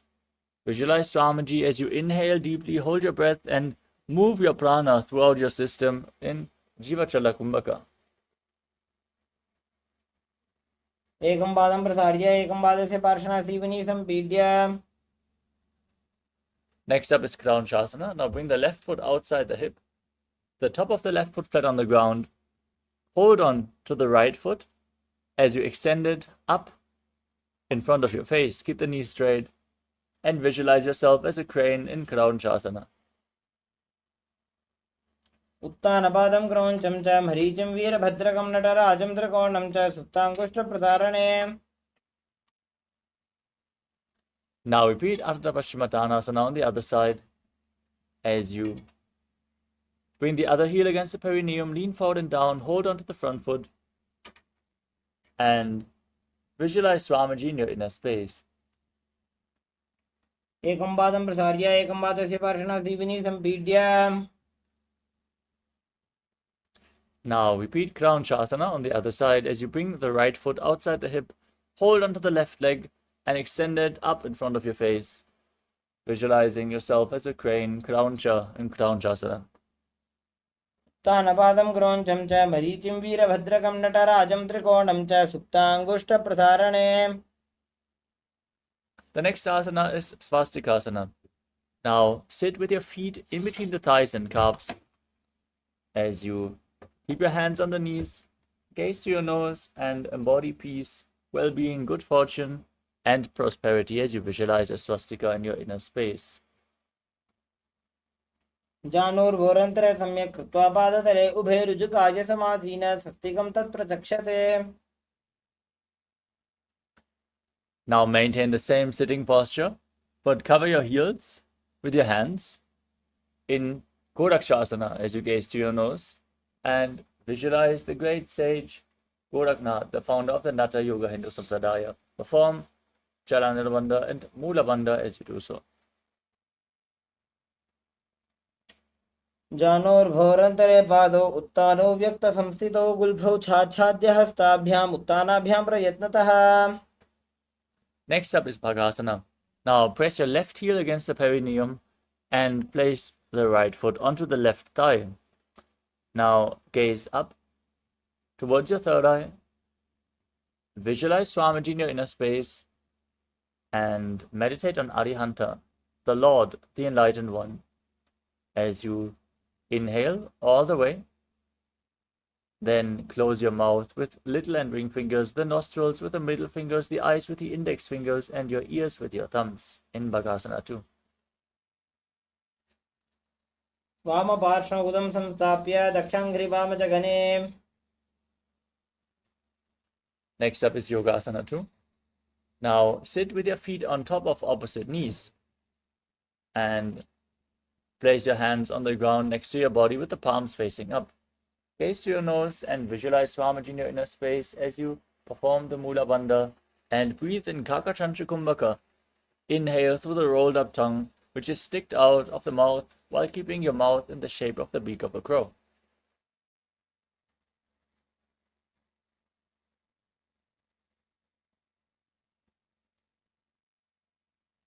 उत्तानौ चरणौ कृत्वा संस्थाप्योपरि जानुनोः. Next up is Urdhva Kukkutasana. From Padmasana, now bring your hands in between the legs. No, rotate your hands outside the legs. Place your hands on the ground next to your body and lift your body up in Padmasana. Visualize yourself as a rooster as you perform the Mula Bandha. वासिष्ठमतकौण्डिन्यमूर्धकुक्कुटमेव च. Next up is Siddharatali Asana. Now bring your hands in between the legs and place them flat on the mat. Don't lift your body up, stay seated on the mat in this asana as you gaze to your nose and visualize Swamiji in your inner space. प्रथम पद्मासन को करे, हस्त दो भूकोड़ासन धीधरे. Next up is Hamsasana. Now push your hands into the mat and lift your body off the ground. As you visualize yourself as an elegant swan, gaze to your nose, perform the Mula Bandha. Kukkutasana स्थित्वा स्कन्धपर्यन्तं मूरुनि नीत्वा. Next up is Karmukasana. From Padmasana, bring your hands in between the legs and push them behind your body, interlocking the fingers behind your back as you visualize yourself as Pinaka, Lord Shiva's bow. Place your forehead on the ground in Karmukasana. कुक्कुटासन बन्धस्तं कराभ्यां धृतकन्धरम्. Next up is Kurmasana 2. As you sit in Padmasana, bring your hands in between the legs, bend your elbows to bring your arms up, and hold onto the respective shoulders with your hands. Now, visualize yourself as a turtle with a stable body and mind to live for hundreds of years in Kurmasana 2. By जंग पर दक्षिण पावा, दाई जंग पर by लिया बा. From the same posture, now tuck your chin to the chest and gaze to your nose, and rejoice, knowing you're sitting in Shiva's secret knot posture, Granthi Vedasana. अथ वक्षे नीलकण्ठ ग्रन्थिभेदासनं शुभम्. Now roll onto your back and keep holding onto your shoulders as you embody a turtle laying on its back. Gaze to your nose in Uttana Kurmasana. Kukkutasana बन्धस्तं कराभ्यां धृतकन्धरम्. Now sit back up into Padmasana and bring your hands in between the legs. Place the palm of one hand on the ground and hold its wrist. As you then push your hands into the mat and lift your body up, balance on one arm as you visualize yourself as a rooster in Bhangu Kukkutasana. Kukkutasana स्थित्वा एकेन हस्तेन अन्यस्य मणिबन्धं धृत्वा. Now place the other palm on the ground, lift your body up, repeat Bhangu Kukkutasana on the other side.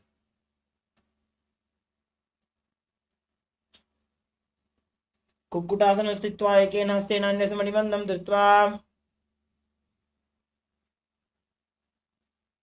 The next asana is Gridrasana. Sitting in Padmasana, place your elbows on your toes and interlock your fingers in Parasha Mudra as you rest your chin on your hands, press your thumbs against your throat. Visualize you have gone beyond all greed and covetous. जानूर्वोरन्तरे पादौ उत्तानो व्यक्तसंस्थितौ. Next up is Padmasana 3. Sit in Padmasana and place the backside of one hand onto the other. Keep your palms facing upwards in your lap. As you gaze to your nose, engage all the wonders and visualize Swamiji in your inner space. उत्तानो चरणो विधाय विधिवत् शक्तिस्थितो योगिरात्.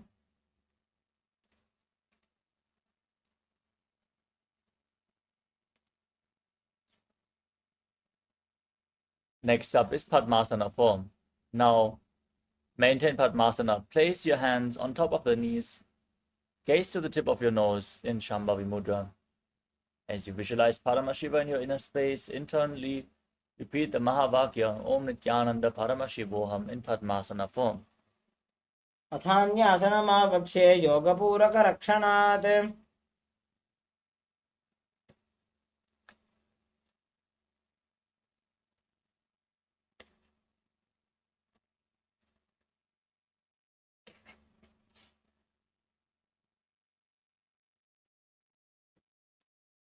Next up is Karmakasana 2.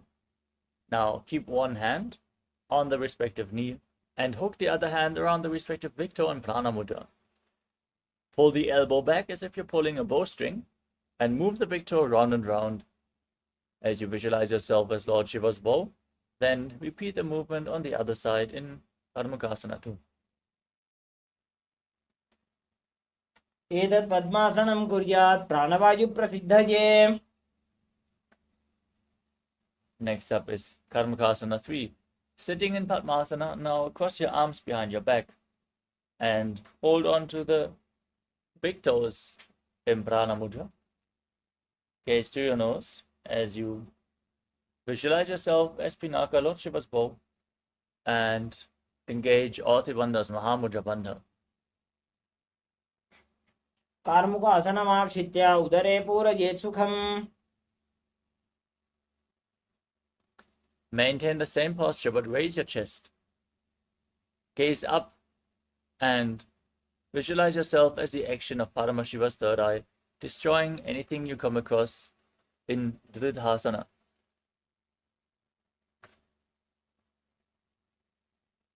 पूर्वभ्यामुपरि स्थाप्य पादयुग्मं प्रयत्नतः. Now lay down on your back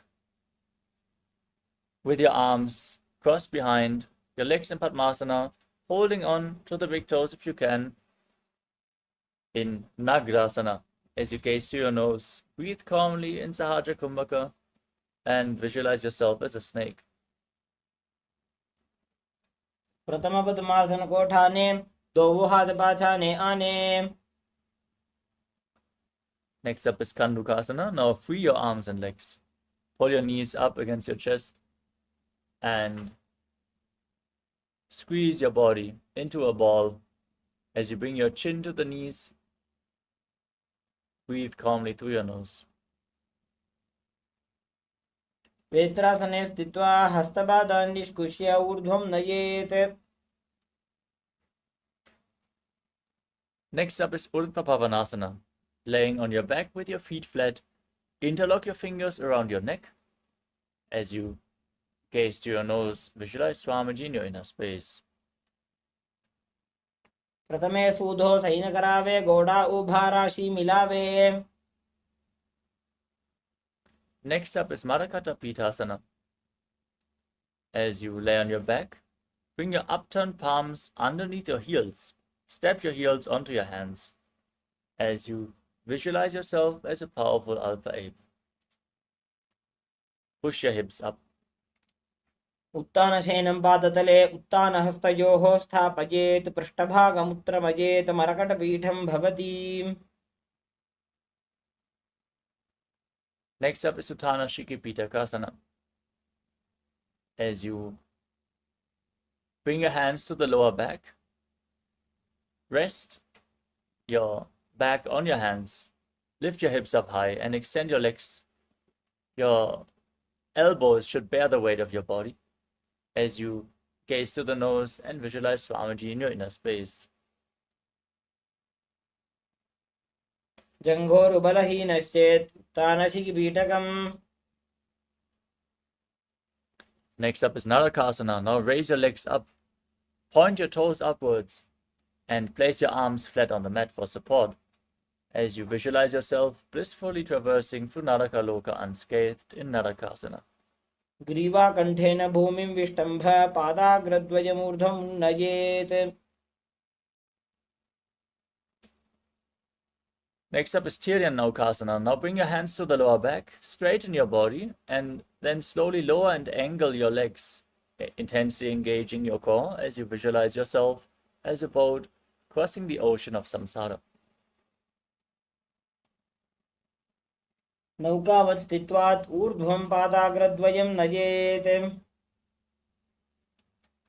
Next up is Dvajasana. Now keep your arms flat, your legs raised.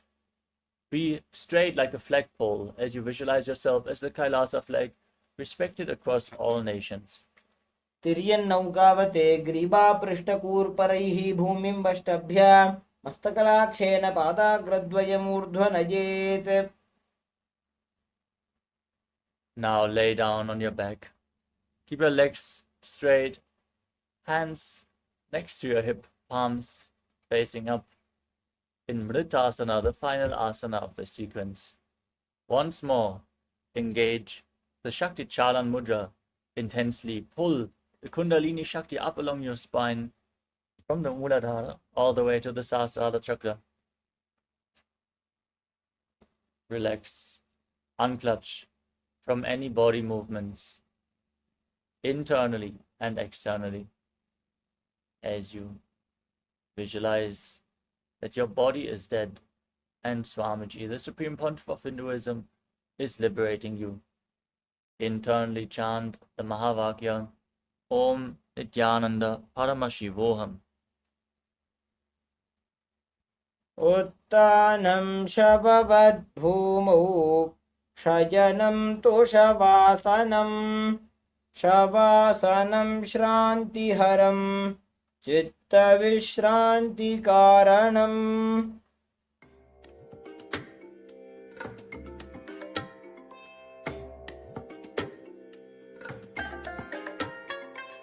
I bless you all. Let you all open all your three eyes.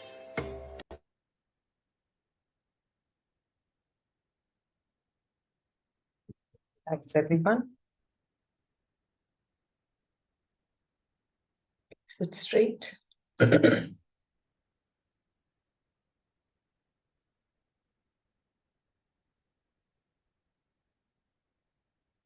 All the Nithyananda yogis,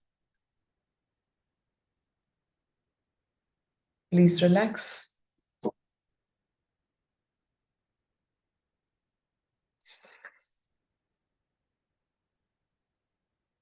How are you all feeling after the yoga session? Chinmay, Sri Nitya Guru Prasadani, yes, good experience, lovely. Okay, continue to be in that blissful, unclutched space. Nithyananda Yoga is how you connect to the state, space of Paramashiva so that you can start expressing his very powers also.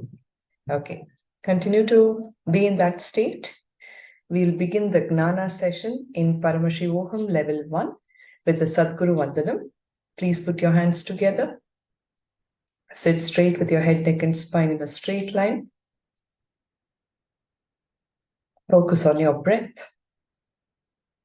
Take a few long, deep breaths. Let us consolidate the energy generated in us through this very beautiful practice of Nithyananda Yoga, revived by none other than the Avatar. Take a few long, deep breaths.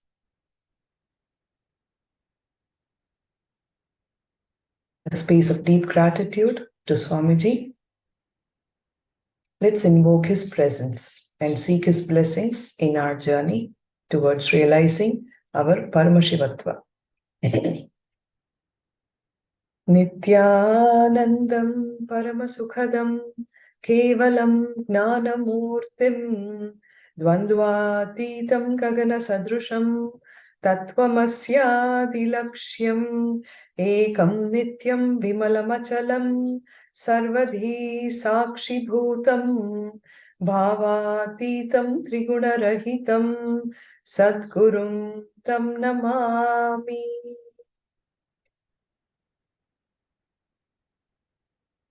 Yes. Welcoming all of you to day 5 of Paramashivoham Level 1. Over the last few days, we have been introduced to the 4 powers. And the whole of yesterday, we spoke about the power of responsibility. Responsibility, now we understand, is not a burden, it is a power that Paramashiva is endowing us with. Awakening to this power will give you the space of Paramashiva himself in the form of Ishwaratva, making you a leader. Depending on for what you take responsibility for. You can be either the head of your own family, you can be the head of the state, head of the country, or you can choose to become the head or the leader of the whole cosmos, which is actually enlightenment itself. We looked into various aspects of our life where we chose not to feel responsible. We didn't take responsibility and only ended up with celebrating victimhood, right? So now that we know responsibility is a power, let us start living that power, unlock that power inside us so that Paramashiva radiates through each one of us. Today, in Paramashivoham, we are getting into the fourth power, Apyayana, as we call it in Sanskrit, the power of enriching. From the teachings of the Avatar, the Supreme Pontiff of Hinduism, Jagadguru Mahasannidhanam, His Divine Holiness, Bhagavan Nithyananda Paramashivam. What is enriching? Bhagavan defines, enriching is expanding yourself and life in and around you with the powerful cognition that life around you is simply an extension of you. Take a moment to internalize this truth. Can I also check with the Chinese delegates who are here on the Zoom call? Is the translator there doing the translation? I don't see Mihri today. Can someone please confirm if the translator is here on the call? Let me just check once before we can continue further so that nobody is left out.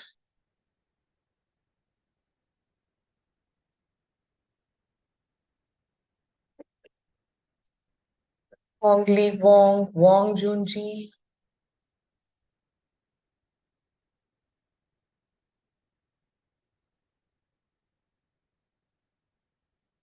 Nithya Guru Prasadini.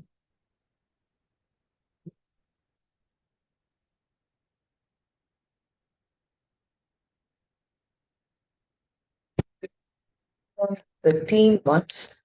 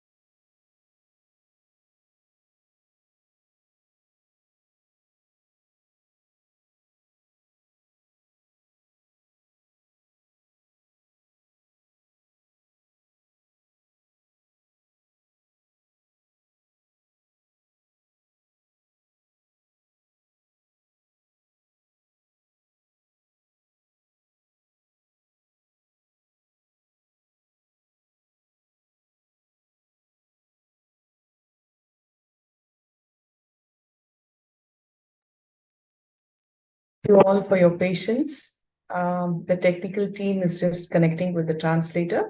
Please give us a few minutes.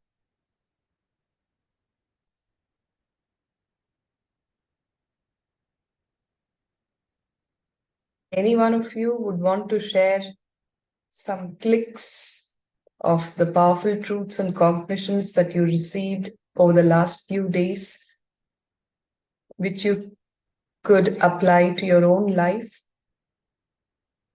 and experienced a wow moment, some change, some transformation, you can please go ahead and share it with us right now.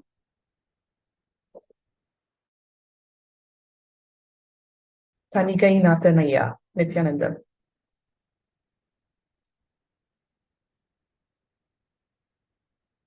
Is there anything that you would like to share? Singara Velu, Chinmay.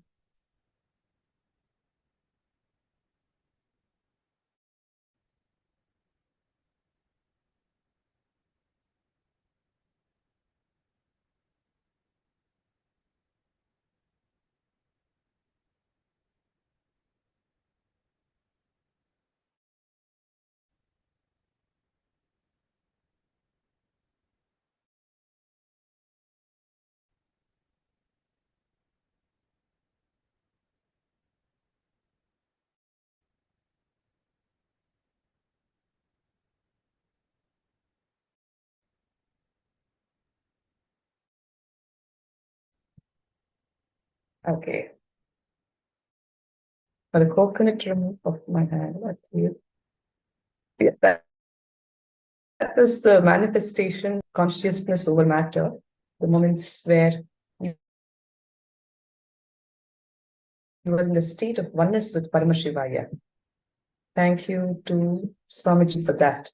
Any powerful cognitions and truths that you received, which has clicked with you and you started using in your life over the last few days?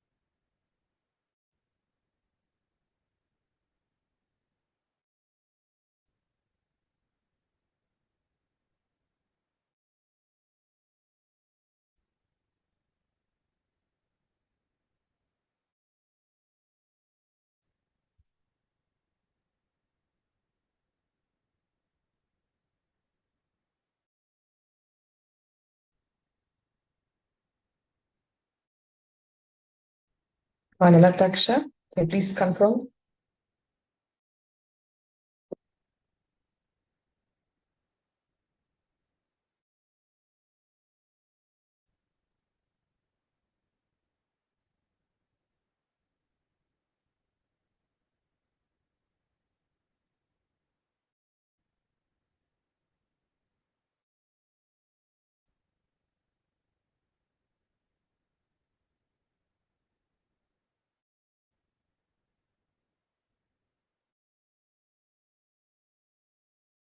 Okay, we joined today, yeah.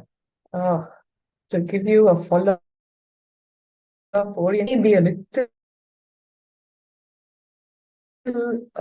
difficult because these are sessions that are extending over almost 16 hours.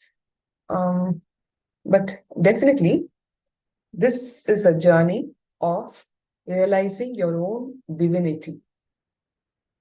All right.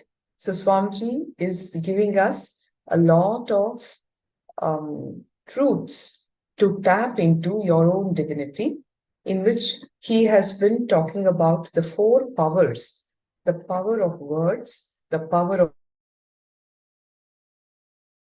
of thoughts, the power of feel, and the power of living.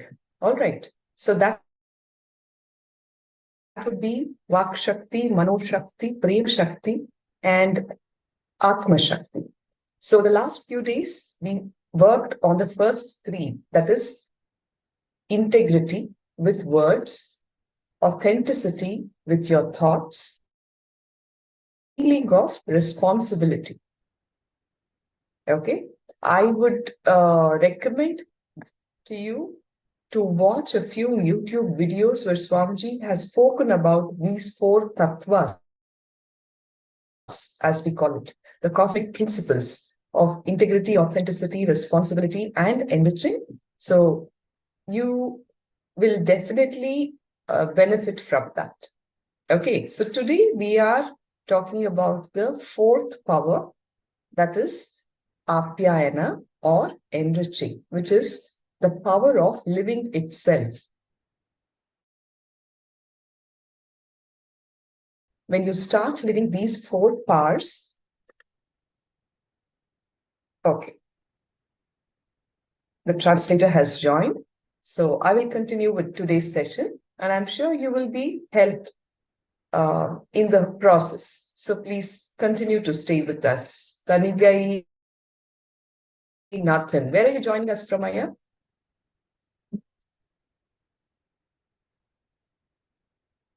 All right, thank you. Okay.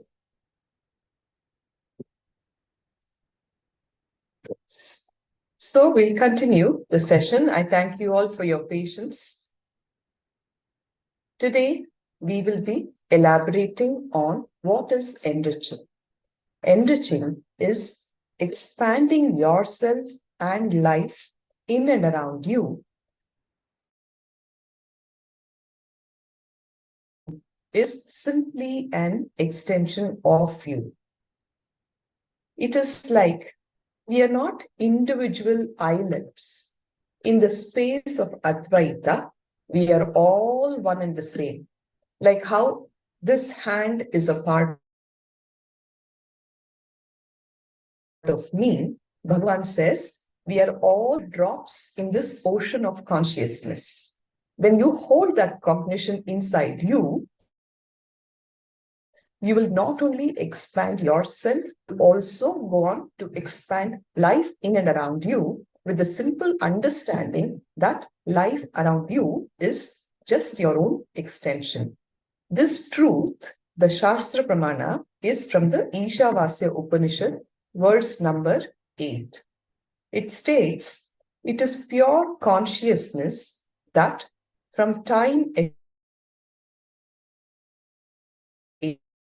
ages and each being by ordaining desirable as per their nature and space and their actions and results thereof. I repeat, it is pure consciousness that from time eternal has enriched the ages and each being by ordaining desirable responsibilities onto them as per their nature and space and their actions and results thereof. In simple words, with statement, the truth is Ishavasyam idam sarvam. Everything that exists is consciousness. We are all a part of that consciousness, which has been ordained different responsibilities based on each one's nature and space, and thereby their actions and results as well. A beautiful story from the life of Sri Ramanuja, which goes on to talk about the power of enriching. Ramanuja goes to his guru and asks him to give one method to achieve the ultimate. In Vaishnavism, ultimate is the space in Vaikunta, which means the space of Vishnu, right?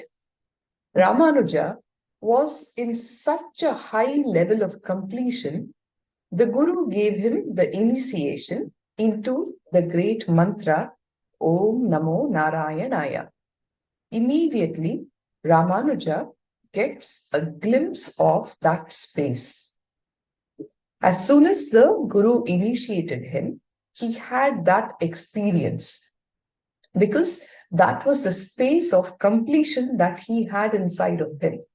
Because he was in the right context when the initiation was given, immediately he gets that space. But the Guru says, don't go out and give this mantra to anyone and everyone. Otherwise, you will go to hell and they will go to Vaikuntha. Okay? This is what the Guru who initiated him tells Ramanuja. When once he had that experience of that space, he says, don't go and share it with others. If you do that, you will go to hell, the others will reach Vaikuntha. Okay? Whenever you experience, you will be possessed by the spirit of enriching, isn't it? See, if you go and watch a good movie, what is the first thing you will do? You will call all your family and friends and say, hey, you know what? This movie is so good. Why don't you go and watch it? If you're tasting some good food, the first thing you will think of is, oh, I wish my child was here and I fed her. Because whenever you experience something good in life, you definitely want to share it with the others, isn't it? Similarly, Ramanuja, a great master who is he's a Dvaita philosophy where God is God and I am a great devotee. But still, he had that experience of oneness with Narayana when his Guru initiated him. And he was so possessed by that spirit of enriching that he runs into the temple tower, stands on the roof, and calls everyone and says, come on, come on, come on. I have a secret technique to achieve Vaikuntha. If I teach you all this, I may go to hell, but you will all go to Vaikuntha. Please learn. Immediately, he initiates everyone into that great principle and the Maha Mantra, Aksharatara, Om Namo Narayanaya. So let's listen to Bhagavan.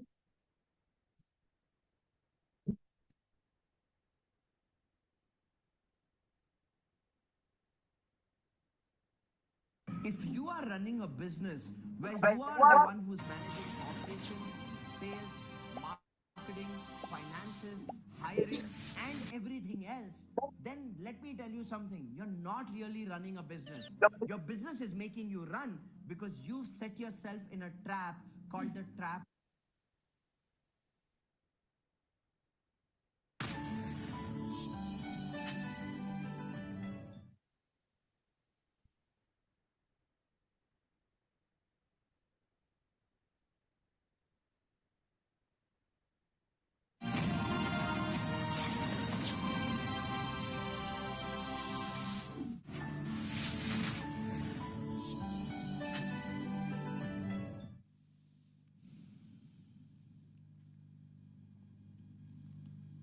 Let us start.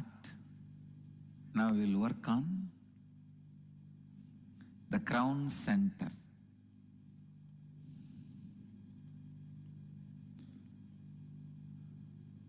The thought current of discontentment, frustration.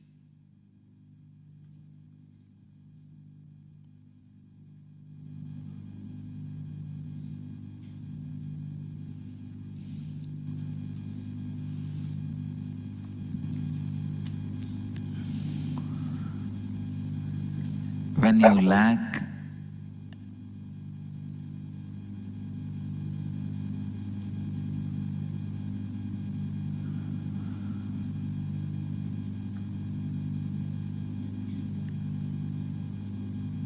involving with others' life, the crown center collapses. Please understand.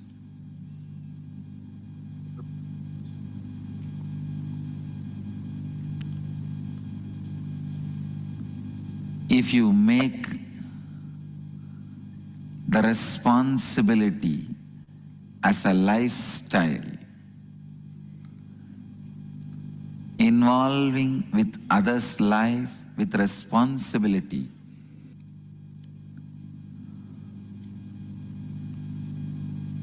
The only way you can awaken the crown center, once your crown center is awakened, you live like a god. The only way your crown center is awakened is by living the fourth fundamental truth about living enlightenment, enriching. Enriching yourself and others continuously. What I mean by the word enriching is you taking responsibility with integrity and authenticity that you are committed to continuously enriching, making difference to yourself and to others.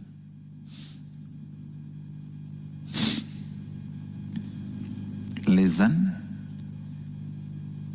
You taking responsibility with integrity and authenticity that you are committed to continuously enriching, making a difference to yourself and to others. Enriching is your commitment to the possibility of living yourself and life around you in a space of expansion and completion. Enriching is your commitment to the possibility of living a life of enlightenment. See, when you learn to enrich yourself and others, you live a life of solution, not of problems. A Chandala lives only with problems. A Brahmana lives only with solutions.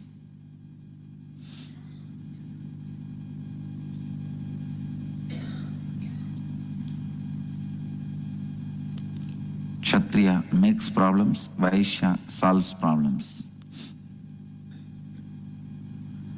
But even Vaishya and Kshatriya does not have solution. They take it only from Brahmana.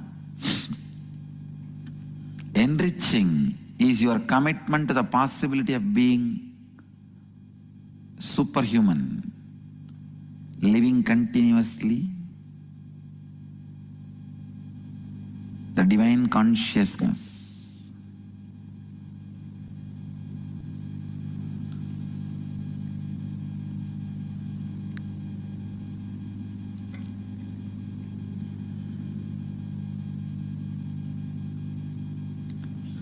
Do not give up on yourself and give up on others.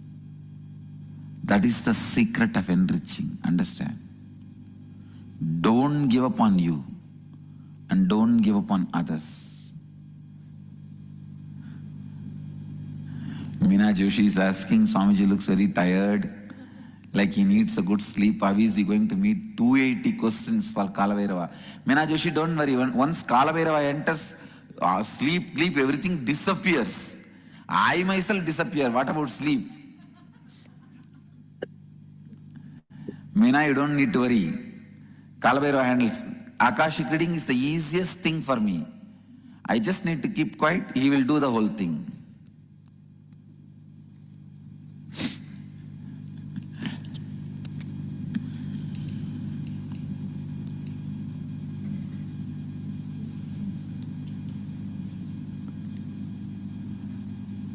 The master key to practice enriching you and others is don't give up on yourself.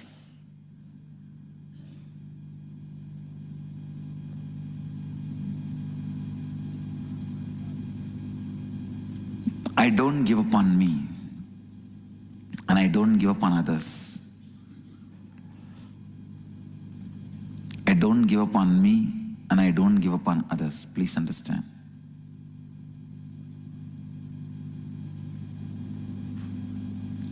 How strongly you are going to remind yourself not to give up on you and others. That is going to make the success of your life, and that is going to keep your crown center alive, Sahasrara alive.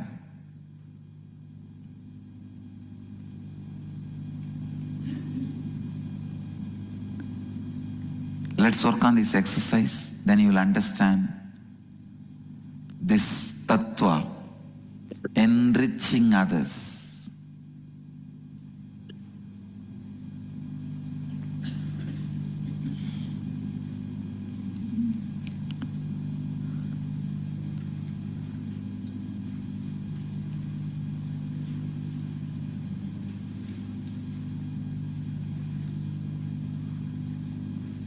Make a list of all aspects of your life that you are not satisfied or happy about it.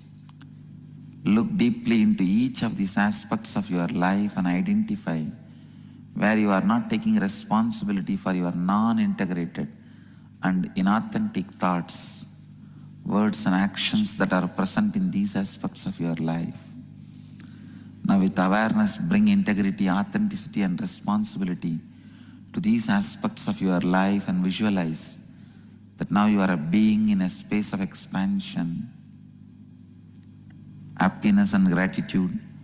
Write down what are the new thoughts, words and actions you will take in the same aspects of your life now. Inside this new space of being in expansion, happiness and gratitude, write down in what ways you will now enrich yourself and others in your life, in all other aspects of your life. Go ahead.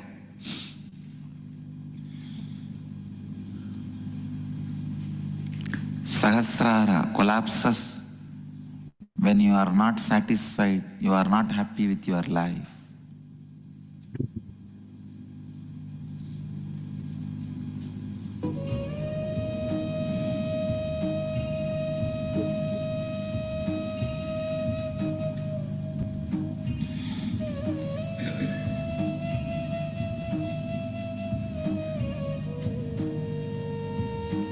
See very clearly,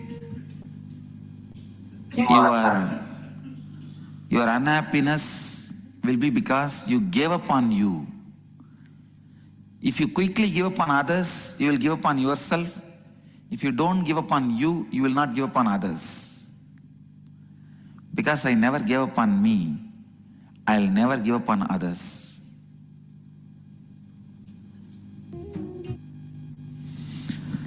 Three more minutes. Still how many are writing? You have 3 minutes, finish.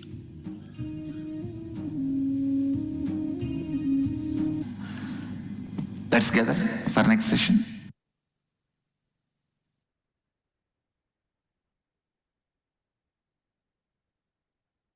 All right.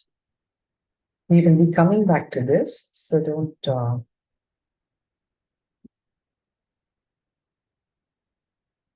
we'll continue with the learnings. Some basic idea about what enriching is all about and how it happens. Not giving up on yourself, not giving up on others is the mantra, said Swamiji. See, Bhagavan Krishna says, Gahano Karmano Gatihi. Life is all about expansion. The universe itself is in a constant space of expansion. You are a part of the universe, the Pindanda in the Brahmanda. The natural law of life is one of expansion. So you cannot get stagnant. You need to expand wherever you are. And when we say you, it is not just you as in the small you that you believe to be a part in that boundary of your skin. Life around you is also you. Expansion has to be happening at all ends. If that is failing to happen, just be very clear that you have given up. It's very easy to give up. Look into any aspect of your life which you are not happy about. It could be your health, it could be your finances, it could be your career, it could be your family relationships, it could be your friends, your relatives, any one aspect which you are not happy about. When you analyze the whole situation, you will see that it is because you gave up, right? Whenever you think others are separate and you are separate, this is the basic flaw of life. What you have about you, that same only you will have for others. When it is like you will see the world with that frame only. What you use for yourself, you will be seeing everybody else with that same frame. Swamiji says, if you give up on you, I guarantee that you will give up on others. If you don't give up on others, you will not give up on you. The moment you convince your heart that life is for others, all the suffering in your heart leaves you. Life is for others is the technique to be free from suffering. Look in and see those moments of your life where you felt so happy about yourself, your existence. Just rewind, go back into your life's moments and see the happiness that you celebrated always comes when you are adding value to other people's life. Yes or no? When you're caught in your own selfishness, how much ever you think you are achieving, it starts stinking after a point of time. Let me tell you, from my own life, I am a doctor by profession. I have my own journey. I have a family. I have my in-laws who are sick.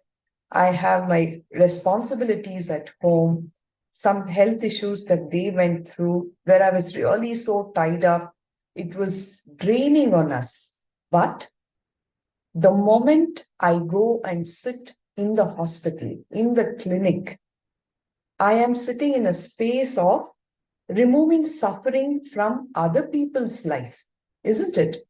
The kind of energy that would just gush through me. It is simply unbelievable.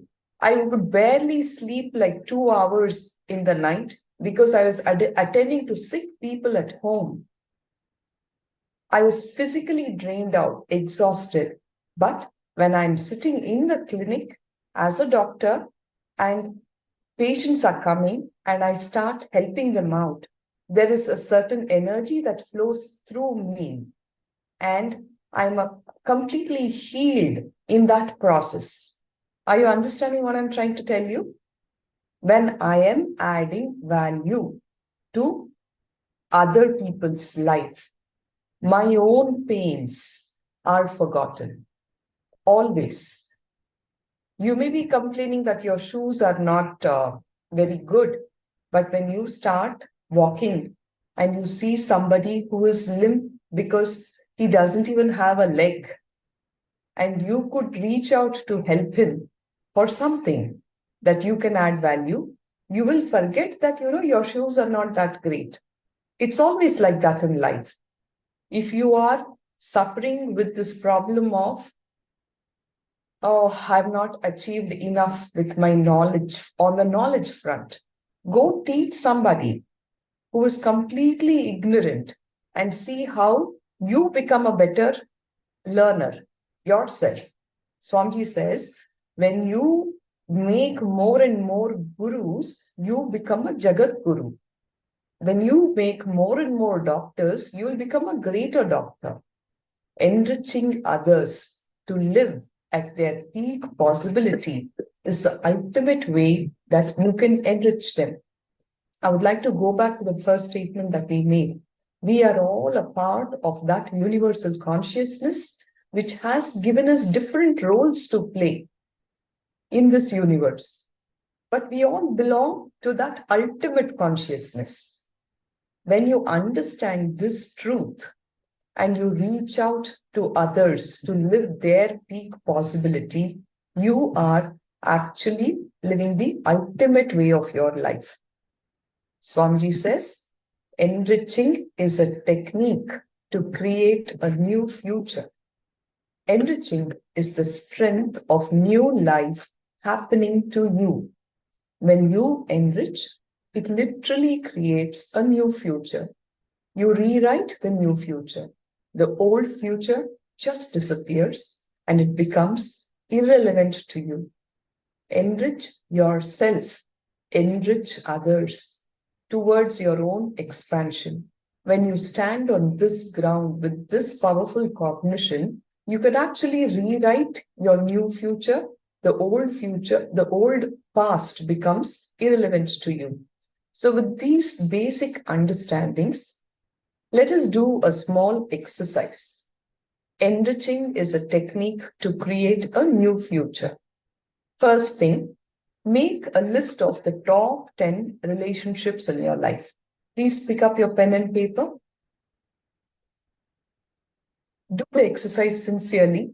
See, whatever words that you are listening to, unless it becomes an experience for you, it's of no use. So the exercise has been designed such that these truths become your own personal experience. So please follow the steps very sincerely. Make a list of the top 10 relationships in your life. Start writing. Don't think it in your head and sit and stare at the slide. Don't do that. Please write.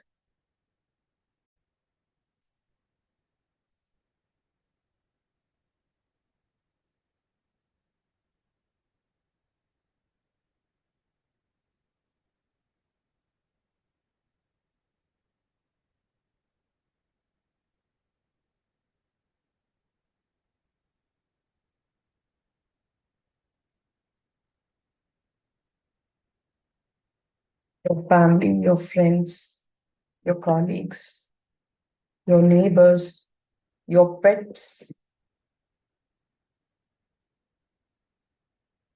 Just choose the top 10 relationships of your life. It could be your guru, it could be your student, whoever.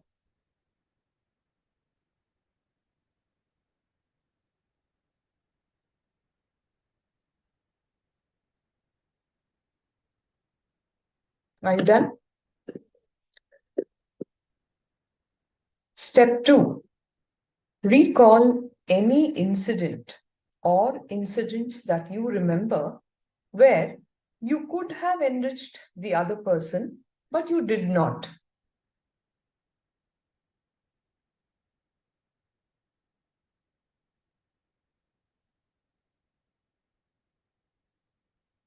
You could have helped out to make it better for that person. But for whatever reason, you didn't feel motivated enough to do it.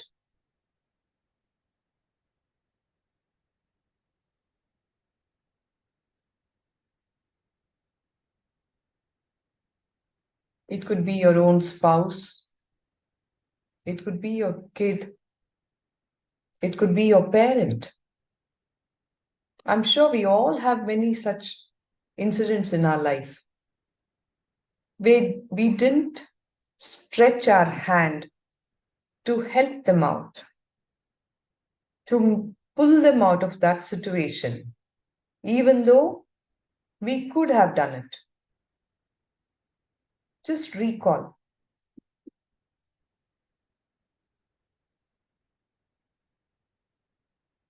We're not doing this exercise for ourselves to feel guilty. No. On the base of this, we will build a better future for ourselves. But we should know, and that is why we exercise. Don't say, oh God, my wife, I could have done this for her and I didn't. I'm a bad husband. No, we're not doing that.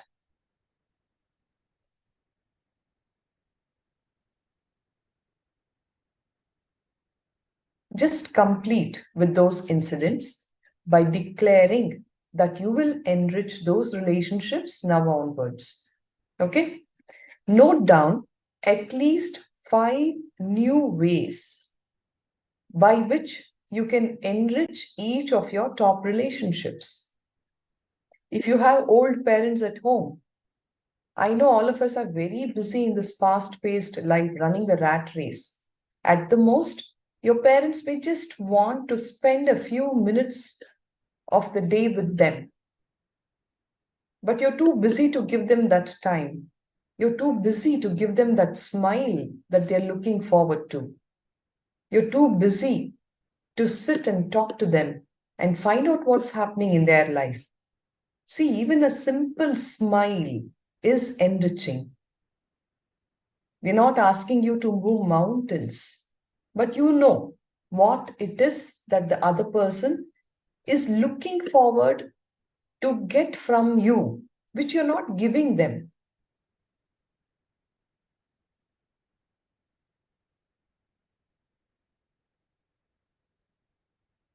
So, in each of your top relationships that you have written down, it could be your junior at your workplace who's struggling to deliver.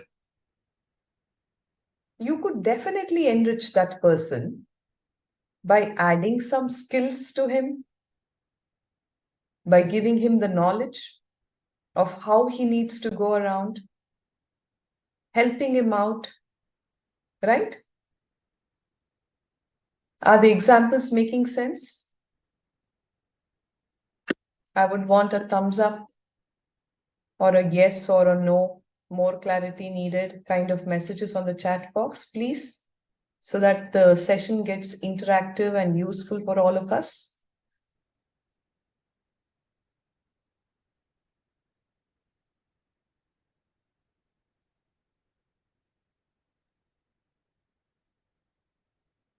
Yes, thank you, Steffi, Guru Prasadini.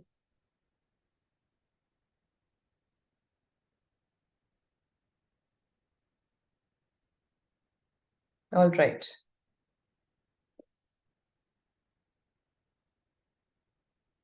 So these could be new thoughts, words, or actions that you're now going to engage in to enrich and expand these people and relationships. Please do the exercise sincerely, at least for 2 or 3 of the relationships that you have listed, so that you can use this template for all your other relationships. Thank you.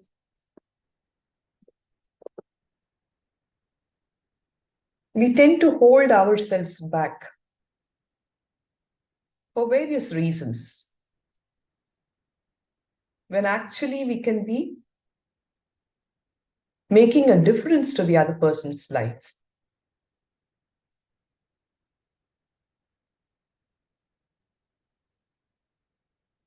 Trust me, when you do this, you will start falling in love with yourself. You will celebrate the person that you are. Not in an egoistic way, but knowing that the divine is using you as an instrument.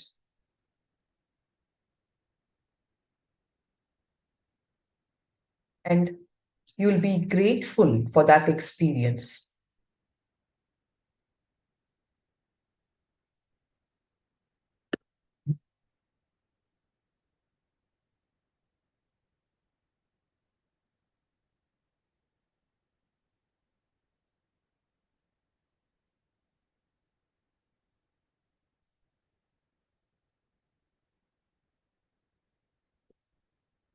Any truth will become your cognition only if you allow the process of Shravana, Manana, and Nididhyasana to happen. Listening, internalizing, and living the truth. So, these exercises that have been designed by the avatar will help you make it your very cognition. So, please request all of you to do the exercise sincerely.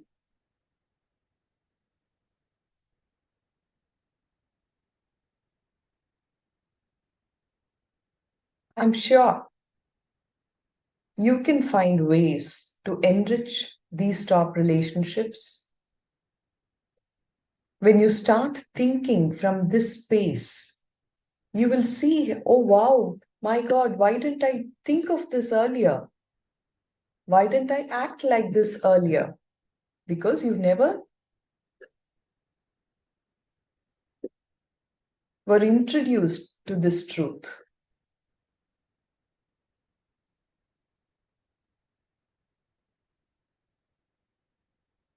Everything that exists is my own extension. So how am I going to make it better?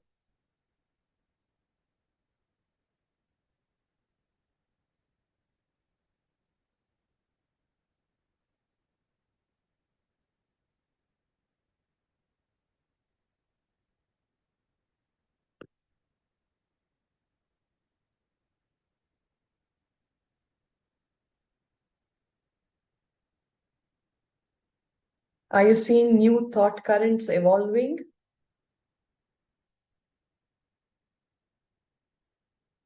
Do you think you can act differently?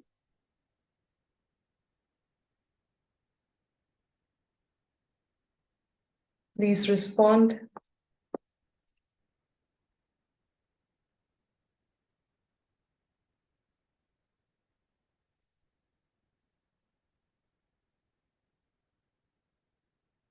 Yes, thank you, Tanigainathan, Sri Nitya Guru Prasadini. All right. So let's continue.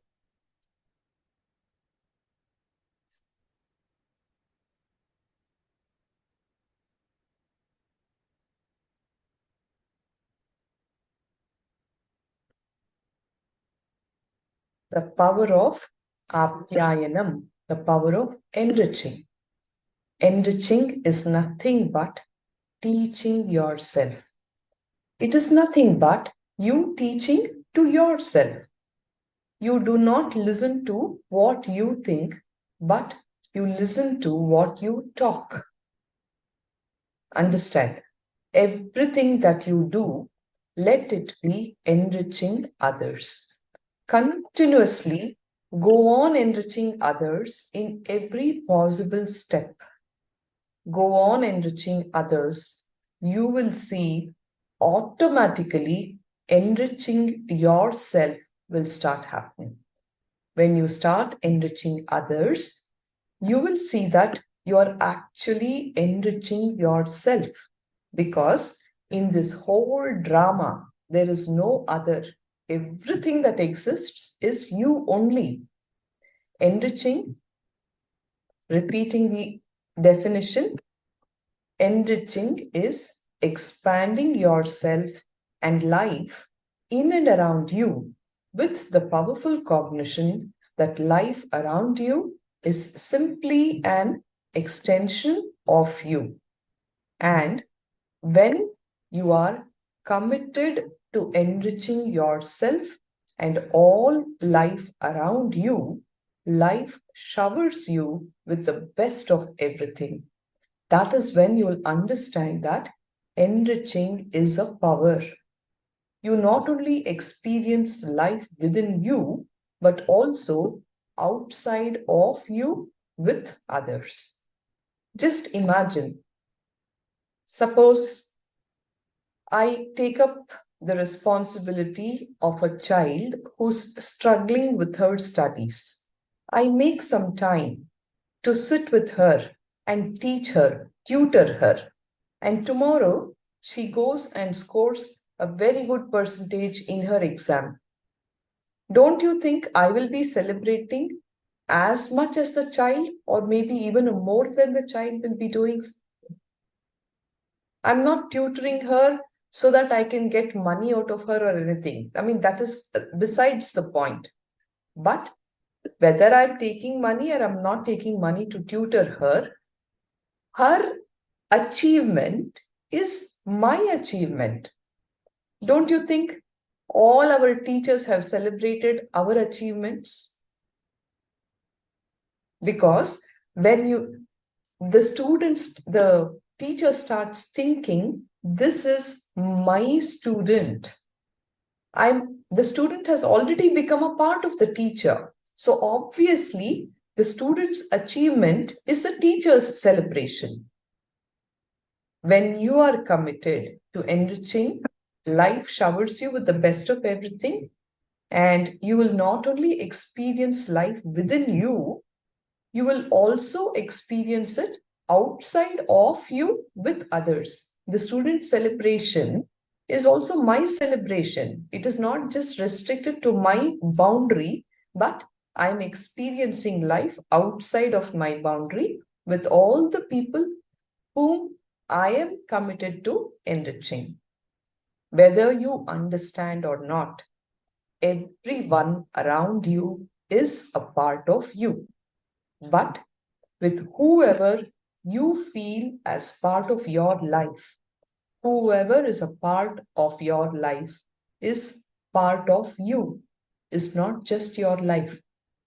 All of them, your wife with whom you may be fighting, your children, your neighbors, your colleagues, your friends, they are not just a part of your life. They are a part of you. Be very clear about this. Contemplate on this truth for the next few minutes. I'm sure a lot of questions will also come up, but please do internalize this truth. If this hand is hurting, am I going to cut it off because I don't want to experience the pain? No, I'm going to heal it because it is a part of me. Similarly, all the people in your life, whether you are fighting with them, whether you're in love with them, they are all a part of you. When you understand that the other person is a part of me, even if the other person is causing me pain, I'm not going to cut them off from my life, because I will not cut this finger because it is hurting me. You understand this? Everything that exists is a part of me. So I am going to work towards integrating all parts of myself into me. I'm going to work towards integrating life around me into the space of completion and celebrate. Swamiji says, Paramashiva manifested all of us in his sea. One became many to celebrate himself. He became each one of us so that he celebrates himself through each one of us. When you understand this truth and you integrate everyone around you into yourself in the space of completion, you are just going to expand and celebrate life. Celebrate much beyond what you can celebrate in this single frame. Making sense? Yes? Contemplate. You may not understand it, but everyone is a part of you. And that is the ultimate truth. Everyone who's in your life is a part of you. They are not just a part of your life.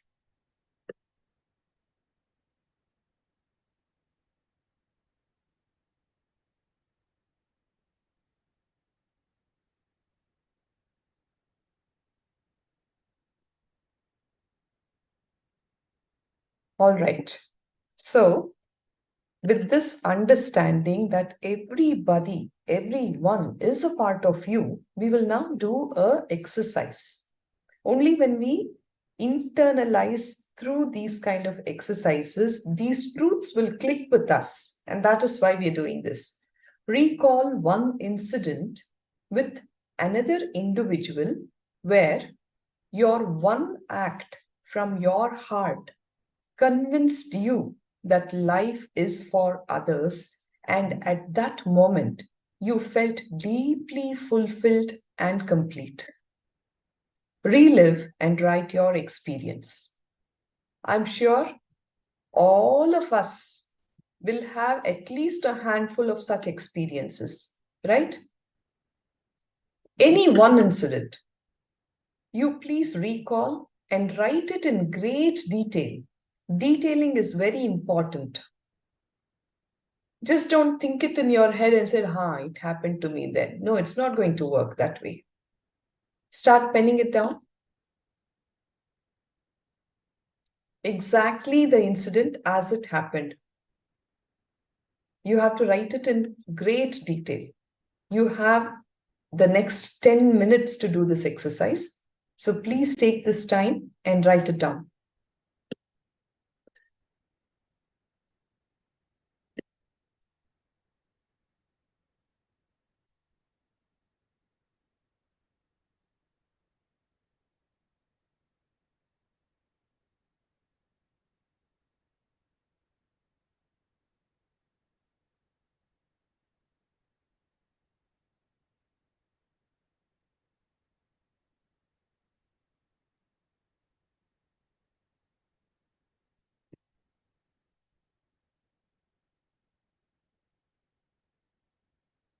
An incident where one act of yours, which came from your heart towards another individual, convinced you that life is for others, and at that moment you felt a very deep fulfillment and completion. You have to relive that experience and write it. Please do it sincerely.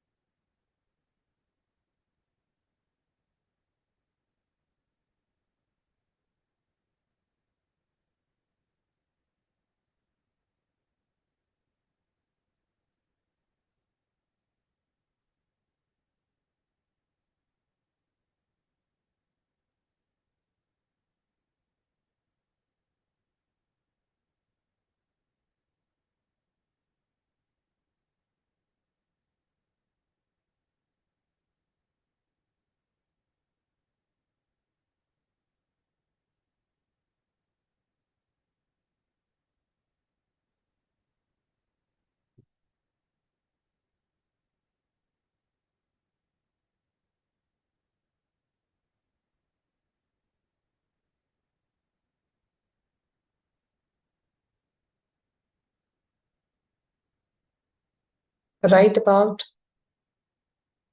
the incident elaborately, in detail.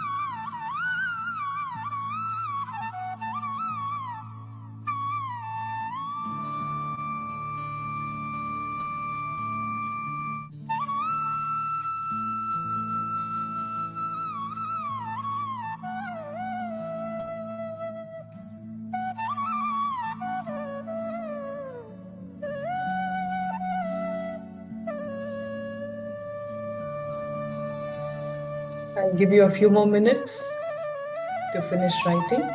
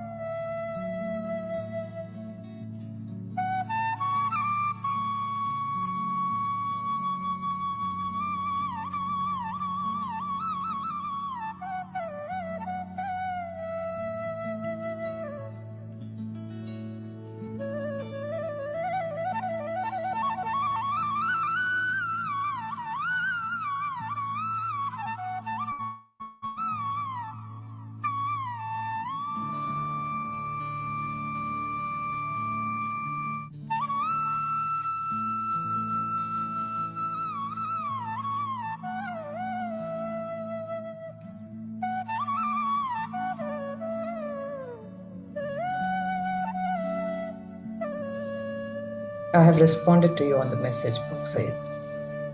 Nithyananda.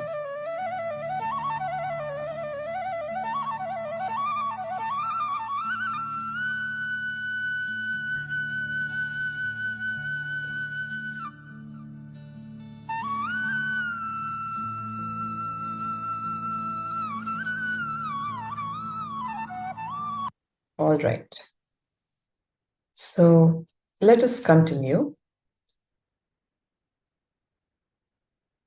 Enriching is not only a power, it is a way of enlightenment. Enriching others to live at their peak possibility is the ultimate way that you can enrich them. Understand, it is impossible to achieve enlightenment on your own by disconnecting from society or human life around you. You can't say, I'm fed up, so I'm going away to the Himalayas and I'll sit and meditate and become enlightened. It does not happen. Enlightenment itself happens only when you are involved in enriching others with the right reason and the right context. So understand, enlightenment can be achieved only by enriching. Okay. So let's listen to Bhagavan.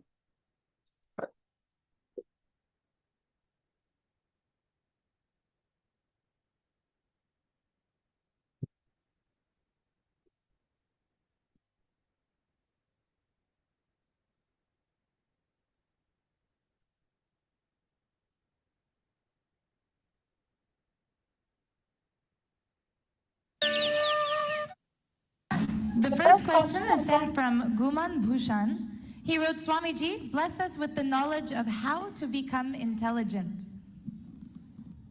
Understand this fundamental question, how to become intelligent. Anything self-centered is pain. Body stings, mind sinks. body stinks, mind sinks. Anything, any thought current you develop around the body and mind will always be stinking and sinking. Start developing your thought currents around the cosmos, around the humanity, the larger aspects of life. See, body and mind is one aspect of your life. Not that itself is not your whole life. Yes, you use the restroom for 15 minutes of your day. That is also one room of your life. But that alone cannot be room of your life, your house. Just like restroom is used for 15 minutes, bedroom is used for 7-8 hours, body and mind is used for a few minutes in your life, but that cannot occupy the larger portion of your life. I tell you, this is fundamentally the definition of intelligence. Thought currents developed with the larger aspects of life, like humanity, universe, cosmos, existence, reality, how consciousness works. The larger aspects of life becomes intelligence. Thought currents developed around your body and around your mind, a very small, narrow vision aspects of your life becomes stinking and sinking. That's all. That's all is the whole thing. What kind of a thought currents you are developing, encouraging in your life? Is it all about your body mind, or is it all about the universe, existence and reality? That's it.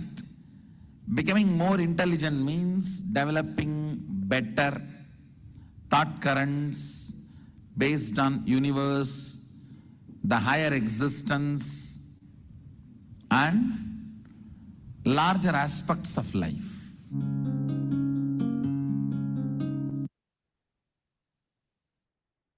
What a beautiful way of defining intelligence. Not being stuck with your own body and mind and its issues all the time, but developing thought currents about the universe, about humanity, consciousness, the larger picture of life is how you become intelligent. Understand, at the end of the day, when it is only about me, you will only fall into depression, irrespective of what you achieve in your life. Such a brilliant definition. Yes, so enriching is a way of enlightenment, the decision to enrich and cause others' reality. You know what? When you move into this space of enriching life around you, you will start expanding and you will walk out of the clutches of your mind that will continue to pull you down, put you into deeper and deeper zones of depression, and continues to limit your possibilities. You'll only be celebrating your pains, your suffering, your depression. Just not the way to be living life, right? So take a few minutes to come into this cognition. When you keep the small me, I, mine to the side, you will see how beautifully you will flower and you'll become a beautiful, fragrant flower that life will start celebrating. So many people will get attracted to you in your life because you have decided to enrich and cause their reality. And in the process, you're actually enriching your own self. Take a few minutes and come to this cognition.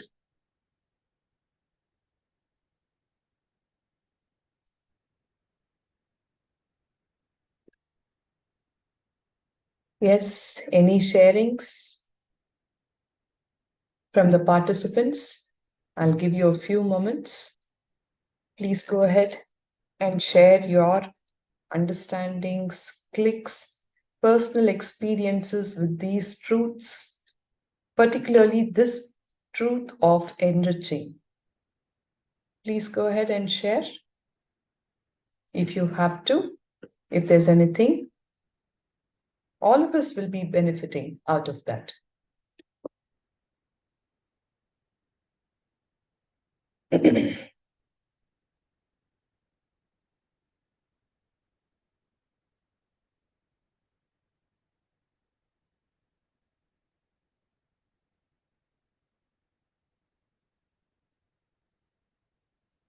If you need more clarity, any confusion, also, you can ask.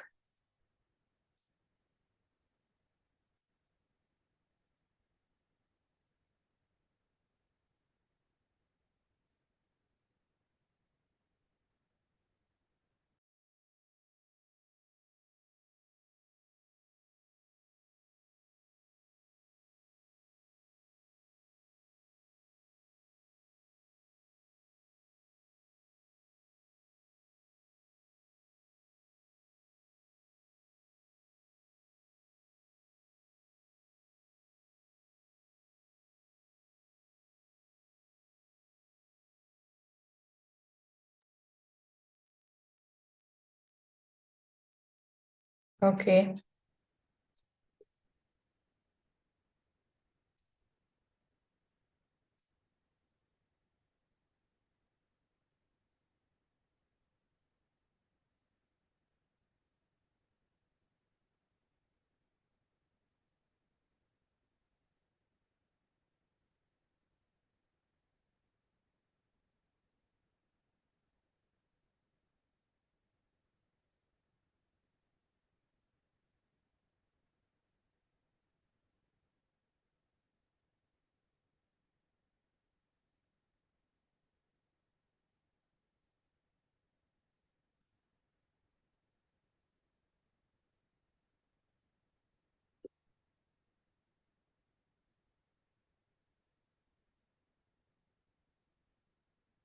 Any questions?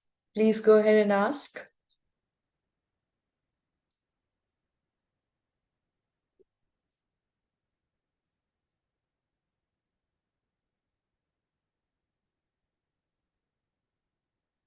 So even if there are toxic relationships in our life, Swamiji says, everything in front of you is a mirror to your own consciousness. That person is actually, when I am pointing one finger at you, Aya, 4 fingers are pointing towards me. When I am saying that that person is arrogant, he is reflecting my own arrogance. If I'm saying that the other person is very angry, irritable all the time, he is a reflection of my own anger and my own irritability, my own irritation. So, if we could take a few moments to look in and see, identify that incomplete part inside us and complete with it, you will see that the enmity, the anger, the arrogance, the irritation in the people around you will also settle down. And I am not telling this out of my hat. I have experienced it myself. And that is the authenticity with which I can share and vouch for this truth that the Master has given us. When you become complete, even your enemies will start approaching you with friendship. And I have seen that happening in my own life. So, we need to practice these truths, and I would suggest that you could watch a few videos on YouTube which are freely available, where Swamiji speaks in depth, in great detail about completion, okay? So that you'll have the basic understandings. And I'm sure in the course of your journey with us in Paramashivoham, you will also be handheld with that exercise, as well as Bhagavan will shower you with that experience of completion. Is that fine?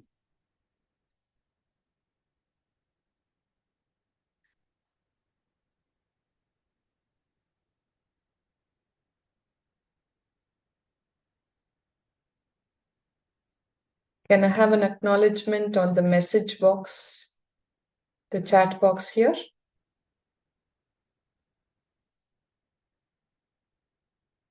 All right. Thank you.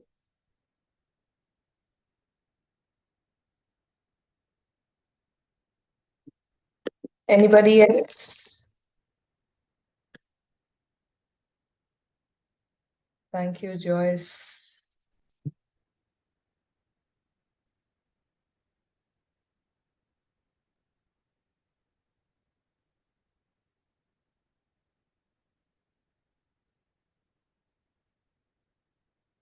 It may be a little difficult for us to come into agreement with it on the face of it when I say what I am seeing outside of me, which I am not okay about, is actually my own reflection.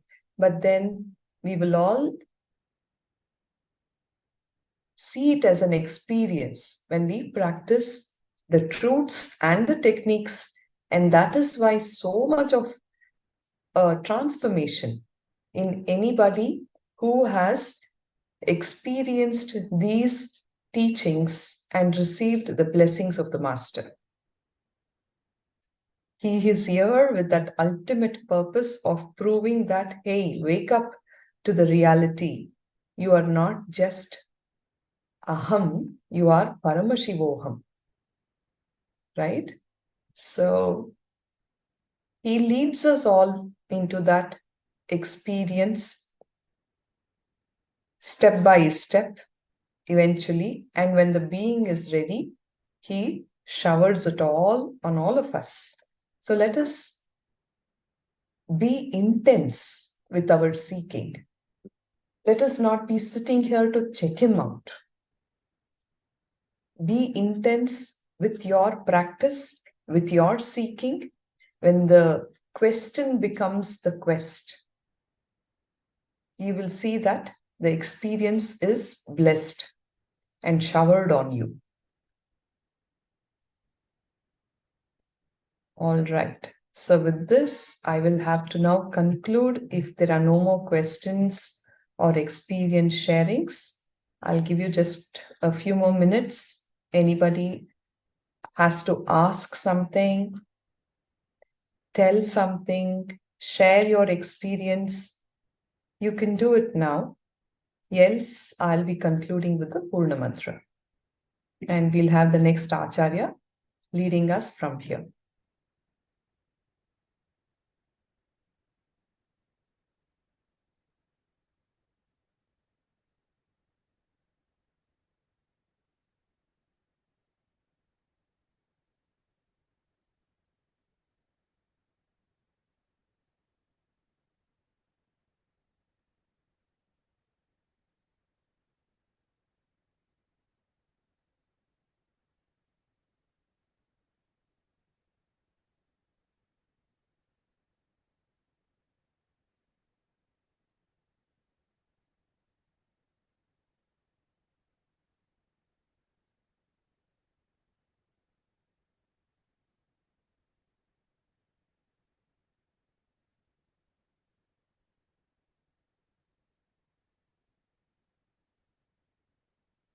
All right. So there are no more questions. So I'll now conclude with the Purna Mantra. Please put your hands together. Om Purnamada Purnamidam Purnat Purnamudachyate Purnasya Purnamadaya Purnameva Vashishyate. Om Shanti Shanti Shanti Harihi Om Tat Sat Sarvam Bhagavat Shri Nithyananda Paramashiva Padukarpanamastu. Om Nithyanandam. Thank you. Thank you, everybody. Yes, Madhaimai Swami is here. She will be leading the session from now on. Nithyanandam, thank you very much, ma. Nithyanandam, everyone. Ultimate intelligence, God. I am progressing towards it. I can see right things happening. Talk 10 things about this. 10 days. And see what happens to your inner space. And then take next 10 days. Go around and say, I think I am depressed. There is no God. There is no Guru. Nothing. Everything is useless. These are all just bogus. Be like atheist. Typical Tamil Nadu atheist. And see what happens.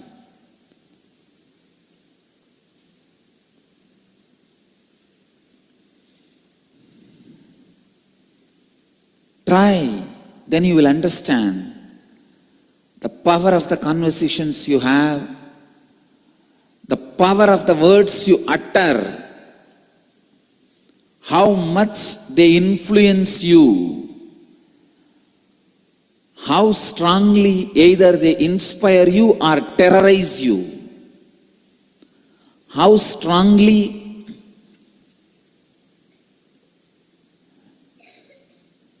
they move you, how strongly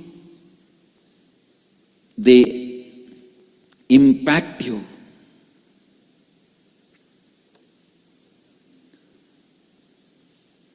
Understand, you are nothing but the words you utter. You are nothing but the words you listen. You are nothing but the words you echo inside. Please listen. You are totality of the words you hear, words you echo, and words you utter. The words you hear, the words you echo means the words you cognize. Sometimes, for example, if you hear about love, immediately you cognize that is very difficult for me.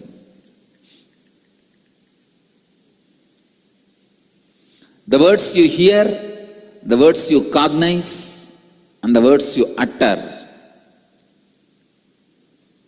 plays a major role in your life.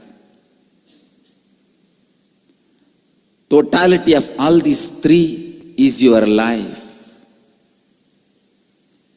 All these put together is your life.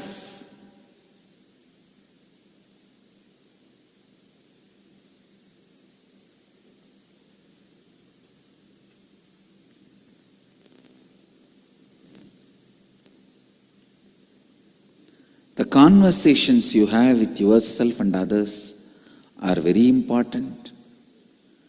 The conversations you have, the conversations in which you actively participate is very important. Sometimes one active conversation, one right conversation can just completely transform your life. Same way, one conversation can destroy your life.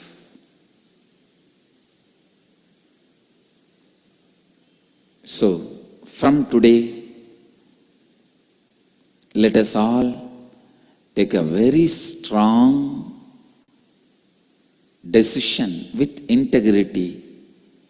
We will have only enriching conversation this whole season, which enriches us and others with integrity, authenticity, responsibility,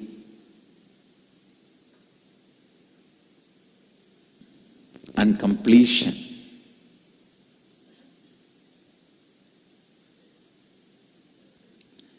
Till October 13th, Navaratri, till Vijayadashami,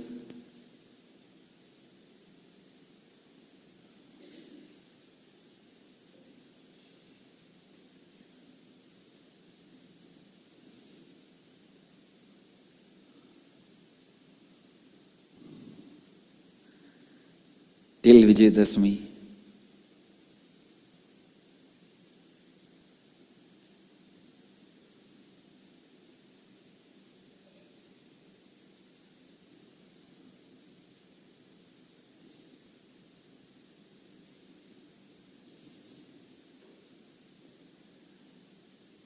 We will decide with integrity and authenticity. We will take the responsibility of enriching ourselves and others. You need to know, if you are enriching with a vested interest, you will give upon people. Don't have any vested interest. Enrich just for the sake of enriching. Enrich just as a being of enriching. Listen. Enrich just for the sake of enriching. Enrich just as the being of enriching.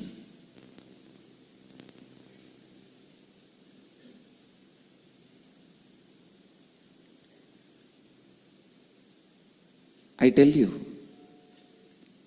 enrich just for the excitement you feel while enriching.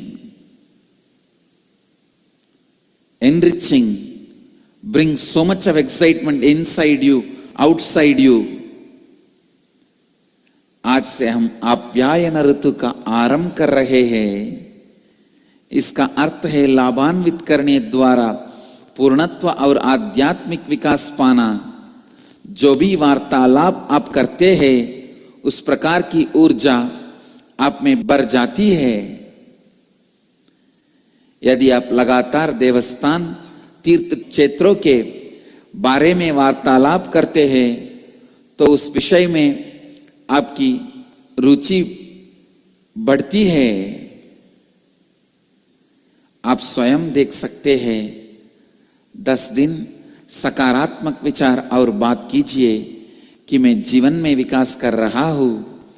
अगले 10 दिन नकारात्मक विचार और बात कीजिए कि मैं दुखी हूं, भगवान नहीं है, इत्यादि. आप देखेंगे कि आपके शब्द कितनी शक्तिशाली है और वास्तविकता में परिवर्तित होते हैं. आपके शब्द आपको प्रेरित या भयभीत करते हैं, आपको प्रभावित करते हैं. आप और कुछ नहीं बल्कि आपके शब्द है जो आप दूसरों से कहते हैं, सुनते हैं और स्वयं को बोलते हैं. जिन वार्तालाप में आप भाग लेते हैं वो बहुत ही महत्वपूर्ण है. केवल एक वार्तालाप आपके जीवन को परिवर्तित कर सकता है या आपका विनाश कर सकता है.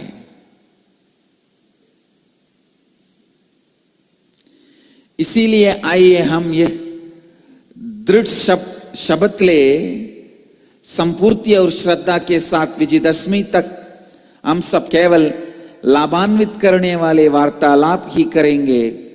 हम स्वयं और दूसरों को लाभान्वित करेंगे. दूसरों को लाभान्वित यूं ही कीजिए बिना किसी निजी कारण के, क्योंकि आपका स्वभाव ही लाभान्वित करना है, केवल उस उत्साह के लिए जो लाभान्वित करना लाता है. One of the biggest disease Hinduism is suffering is selfishness. Hinduism has all the great values, vast ocean of spiritual knowledge, mystical strength. Just the one disease, non-enriching attitude, selfishness, and the ideas which God developed supporting this selfishness. That's the biggest cancer with which Hinduism is suffered, I can say. The cancer has almost killed Hinduism. If we have to save the oldest, greatest spiritual tradition of the planet Earth, we need a strong, powerful chemotherapy and surgery. Remove all the selfish ideas. Remove all the ideas self-centered. Through surgery, throw all the ideas out and infuse the great truths of enriching. Infuse the great truths of enriching.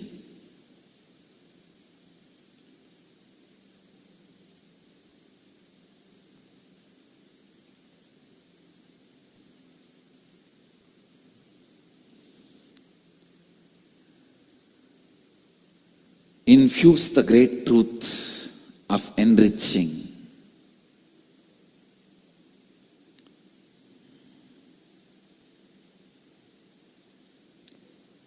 We have a very wrong idea. First let me experience, then I'll enrich.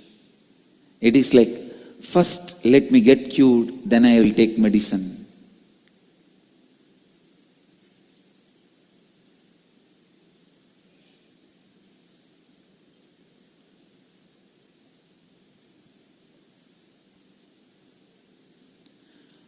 Understand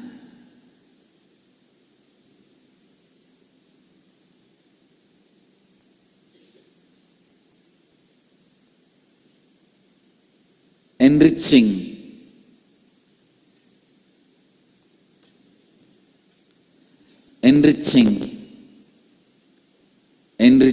Enriching is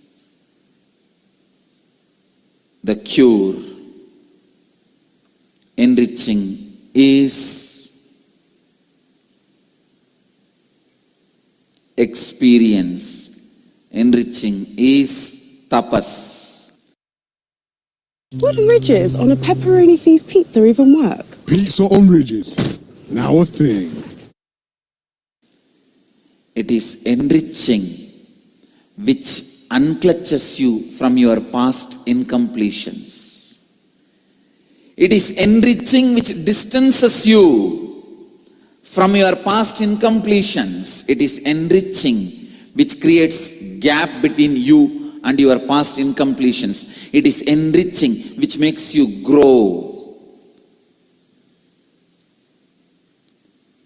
A child, if a child tries to unclutch from a toy car, he will be struggling. But if he just grows, the toy will automatically drop him. Enriching makes you just grow. Having this enriching conversation makes you just grow to the next level of you.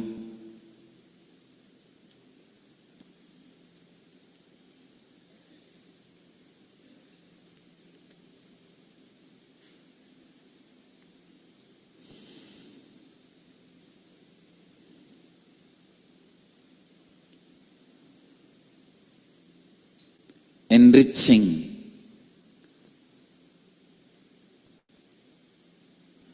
makes automatically many of your incompletions to drop you. Please understand.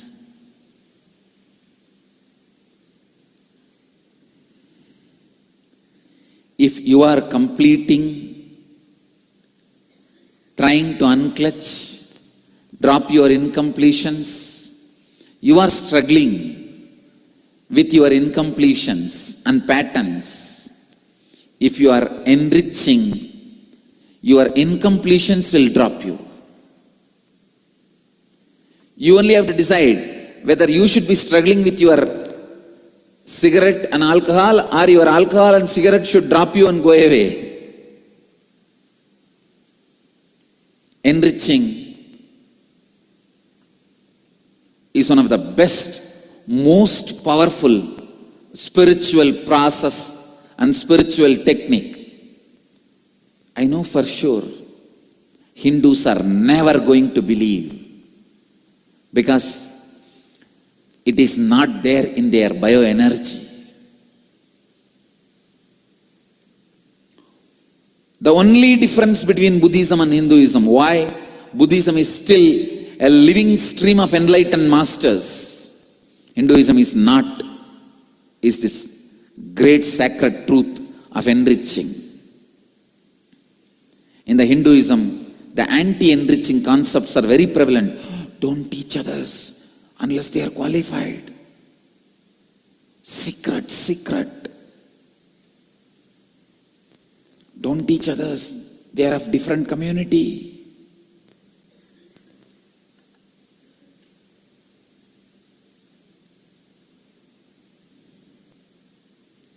In the name of community, caste, we have hidden the knowledge from others without enriching.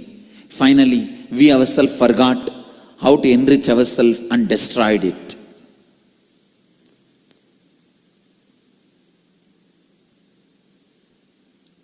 That is exactly the way the whole Vedic tradition was destroyed.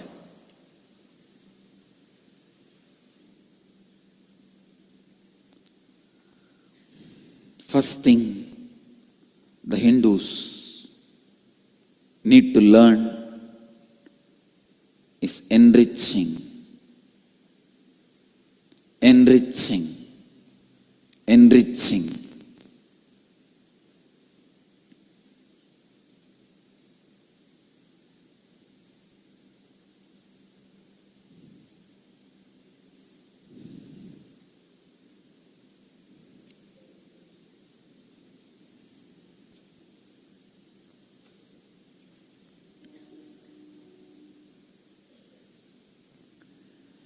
Let enriching be our religion. Let enriching be our lifestyle. Sometimes I am surprised, shocked by the power of enriching.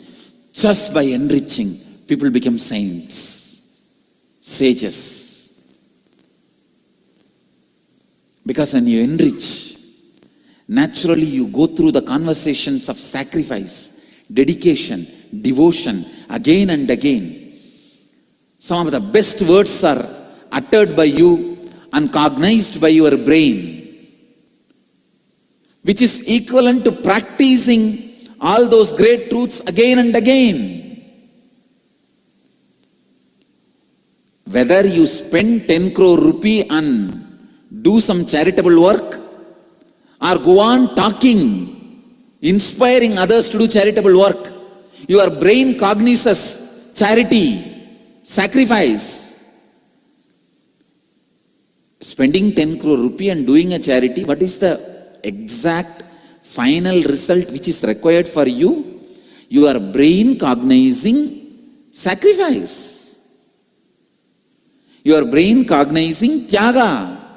Basavanna very beautifully says, the Veerashaiva Lingayat Sampradaya of Karnataka, the thread which is kept with certain color absorbs the thread, absorbs that color. The brain which is kept with certain words absorbs that words. If a thread is kept with certain color, a white thread is kept with red color, what will happen to the white thread? It will become red. If your brain is left with the words charity, sacrifice, dedication, devotion, integrity, authenticity again and again, it will just absorb that words. End of the day, the result required is those great truths are absorbed by your brain. So spending 10 crore and doing a charity, what is the end result? Your brain getting developed by absorbing the great words like dedication, sacrifice, integrity, authenticity. Same thing will simply happen in you when you enrich others with these great words. The same result exactly happens.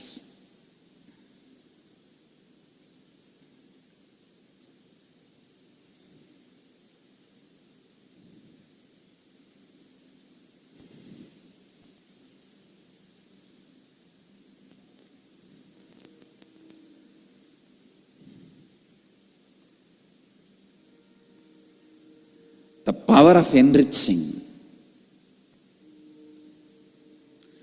continuously inspires you. I tell you,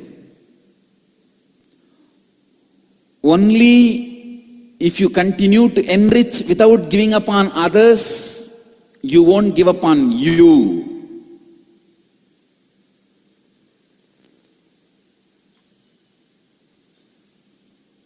Hindu धर्म एक बहुत बड़े रोग से पीड़ित है और वो है स्वार्थ। यही सबसे बड़ा कैंसर है जिसे हिंदू धर्म पीड़ित था और अभी भी पीड़ित है। हिंदू धर्म को एक शक्तिशाली कीमोथेरेपी की आवश्यकता है और वो है लाभान्वित करने का महान सत्य।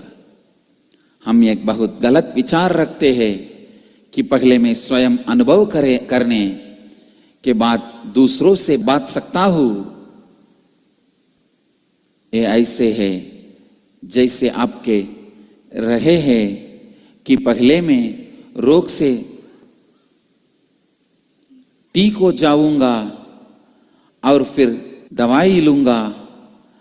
लाभान्वित करना ही आप और आपके अतीत की अपूर्णताओं के बीच अंदर लाता है, आपका सीधे विकास करता है। लाभान्वित करने वाले वार्तालाप आपको अगले स्तर पर ले जाते हैं। लाभान्वित करना आपकी कई अपूर्णताओं को मिटा देता है। यदि आप अपनी अपूर्णताओं और पैटर्न्स के साथ, संस्कारा के साथ जूझ रहे हैं, लाभान्वित कीजिए और आप देखेंगे कि आपकी अपूर्णताएं और पैटर्न्स आपको छोड़ देंगे। क्यों हिंदू धर्म बौद्ध धर्म की तरह जीवित नहीं है। केवल इसी कारण ही हिंदू धर्म में लाभान्वित करने के महान सत्य को हमने नहीं माना। पहले बात जो हिंदू लोगों को सीखना चाहिए वो है लाभान्वित करना। लाभान्वित करना हमारा धर्म होना चाहिए, हमारी जीवन शैली होनी चाहिए। It is enriching.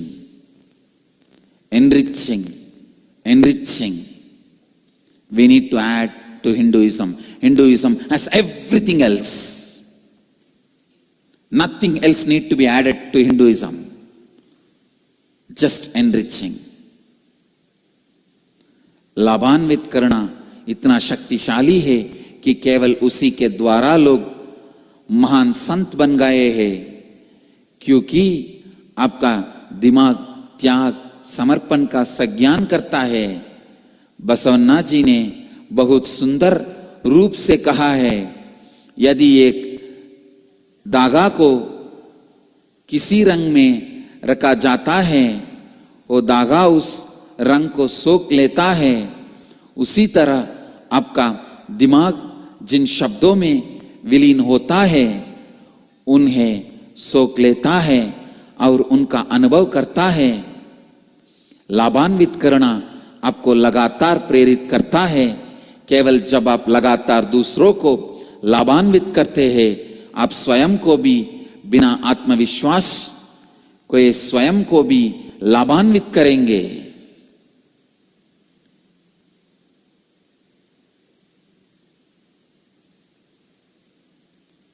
Please understand.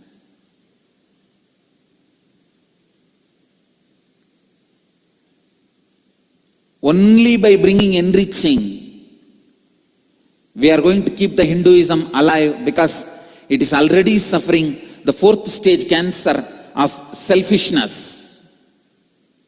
We need a powerful surgery and powerful chemotherapy. Hindu tradition can be saved only by bringing enriching as our lifestyle.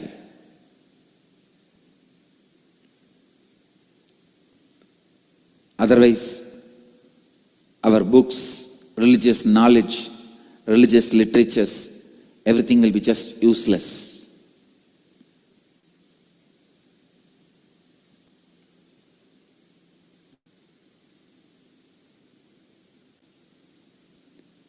A man was complaining to station master in an Indian railway station, "Sir, what is the use of having a train schedule if the trains are always late?"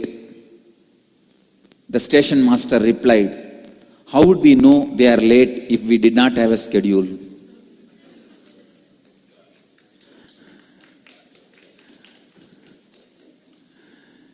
The Indian train schedule is useful only to find how much time the train is late. Only for the purpose of post-mortem it is useful.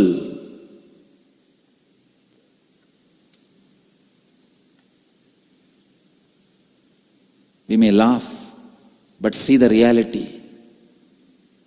It is like having a huge medical science just to know the cause of death after a person dies. Only for post-mortem. We have a huge medical library, hospital, 10,000 doctors, and 1 lakh bed hospital, machineries, chemicals, medicines, everything. Why? After a person dies, we will diagnose very precisely what all the causes of his death. That is exactly where we Hindus are standing. We can diagnose the reason for failure. The ability to diagnose the reason for failure is not going to keep us alive. O Hindus who are soaked in the pride of thinking you are a Sanatana Dharma, you are an eternal religion, nobody can destroy you. Wake up. Maybe nobody can destroy you, but you can be shrunk, which is already happening to you.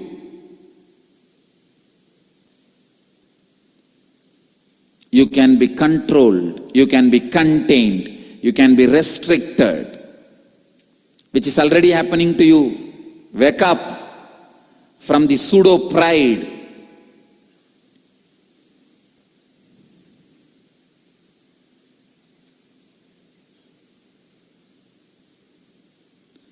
Wake up from the pseudo pride that nothing can shake you.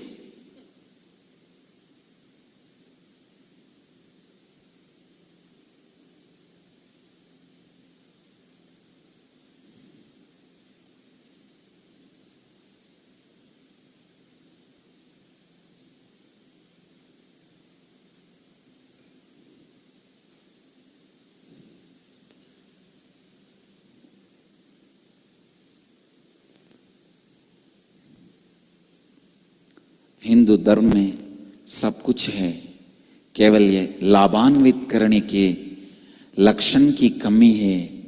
केवल इस लाभान्वित करने की तत्व से ही हिंदू धर्म की हम रक्षा कर सकते हैं, वरना हिंदू धर्म के सिद्धांत पूरे निरुपयोग हो जाएंगे। In US, we have built 900 Hindu temples, which is more than $2 billion value, but not even one Hindu chair is held by a person who is born and brought up as a Hindu in single university of US. Then understand,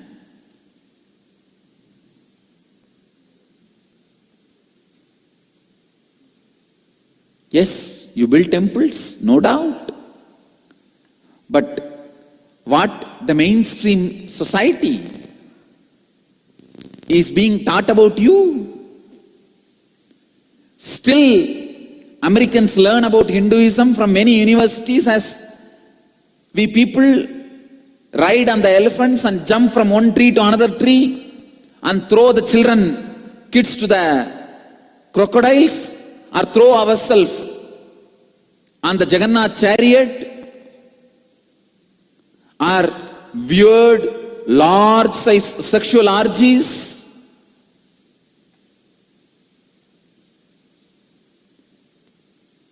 And women are burnt left and right with the husband's fire.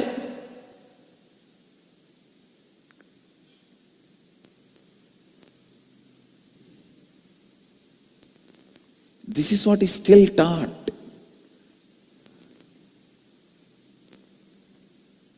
Why? Because we are too busy. We are too busy in keeping our knowledge secret.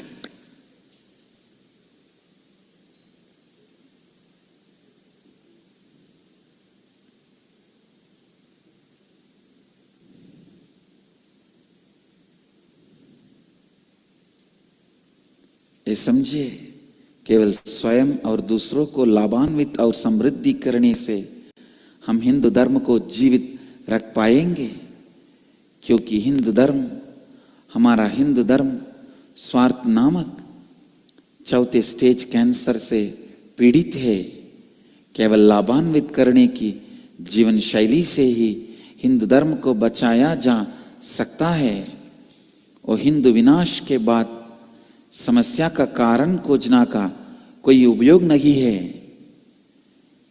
इस झूठे गर्व से जागिए कि आपको कुछ भी हिला नहीं सकता है, क्योंकि सनातन धर्म अनंत है।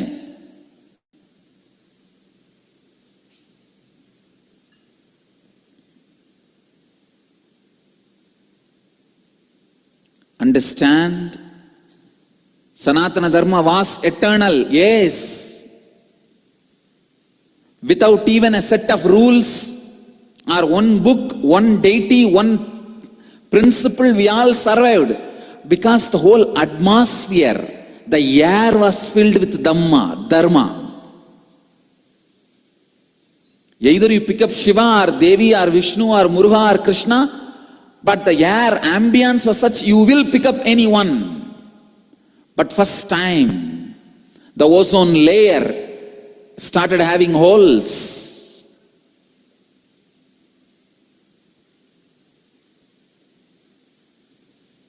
Just like ozone layer covering the planet Earth, the atmosphere of Dharma was covering our country, our minds.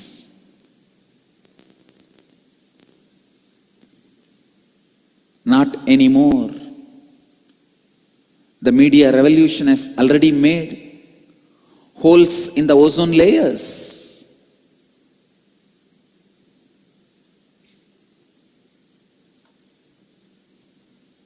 The amount of abusal attack we have to go through, a persistent, continuous, untiring attack.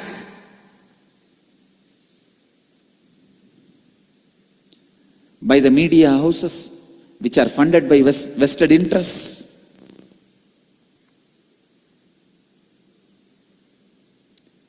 You can be alive, you can survive only by enriching.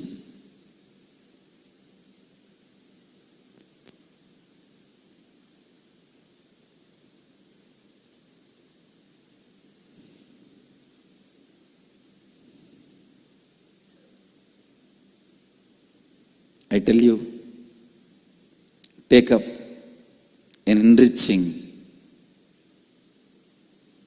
as a lifestyle. That only is going to awaken you.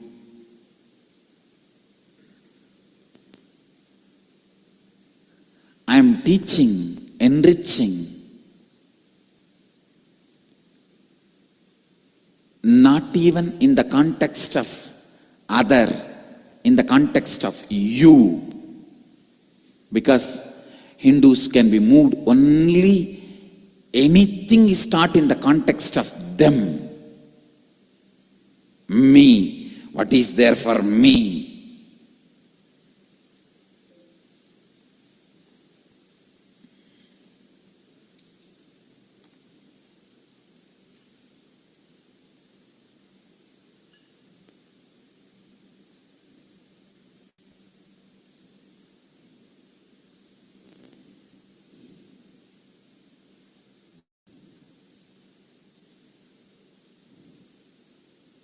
I'll continue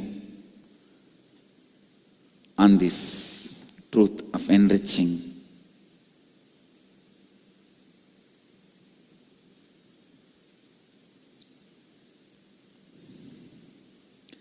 आज की सत्संग का सारांश है, अब हम केवल लाभान्वित करने से ही जीवित रह सकते हैं।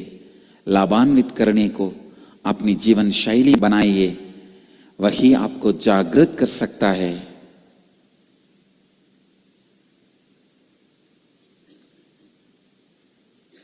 I also have an announcement today. From today, a very important reality show, first time ever in the world, hosted by me, Nithyananda, will be aired in Tandi TV, one of the Tamil channels, from tonight, 9 p.m. Indian Standard Time. The TV is also viewable online, www.tanditv.com. உலகம் முழுவதும் இப்பொழுது சத்சங்கத்தை பார்த்துக் கொண்டிருக்கும் தமிழ் அன்பர்களுக்கு ஒரு இனிமையான செய்தி. இன்று முதல் தந்தி தொலைக்காட்சியில், தந்தி டிவியில் இரவு 9 மணி முதல் 10 மணி வரை ஒவ்வொரு சனிக்கிழமையும் நித்திய தர்மம் எனும் ரியாலிட்டி ஷோ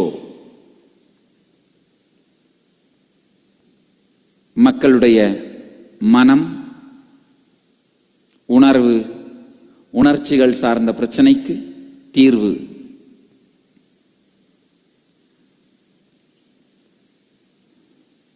அனைவரும் கண்டு ஞானமும் ஆனந்தமும் அடையலாம்.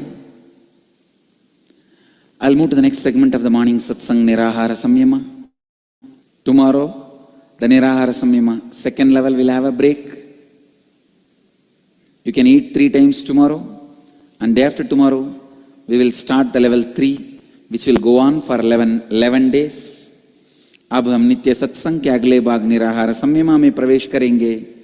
सीधी तरह से बैठ जाइए और चेतना स्थिति के साथ कल्पना कीजिए कि आप बिड़ती वटवृक्ष बन गए हैं। इस कल्पना के साथ आप अपने दोनों नासिकाओं और मुंह के द्वारा सांस अंदर लीजिए। जितनी देर सांस को आप अपने अंदर बांध कर रख सकते हैं, उतनी देर आप अपने अंदर सांस को बांध कर रखिए। जब आप सांस को और बांध कर नहीं रख पा रहे हैं, तब आप अपने मुंह बांध रखे हैं रख के सांस को अपनी दोनों नासिकाओं द्वारा धीरे से छोड़ दीजिए।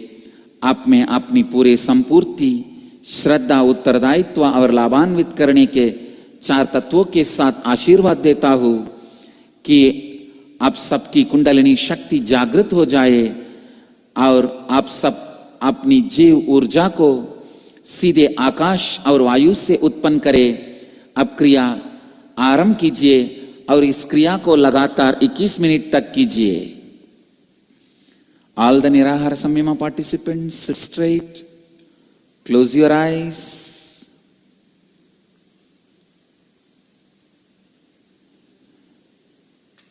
Visualize, cognize you have become Bididi Kalpa Vriksha,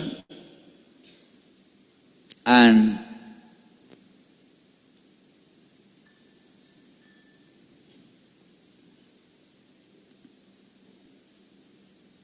inhale through both the nostrils and the mouth as deeply as possible. Hold as long as you can.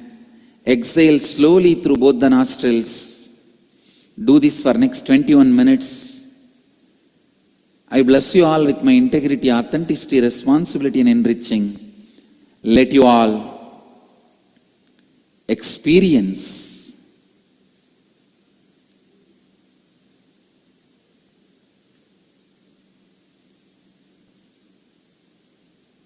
health, bliss and enlightenment by producing the energy directly from the space. Namah Shivaya. Inner awakening is stunning health recoveries.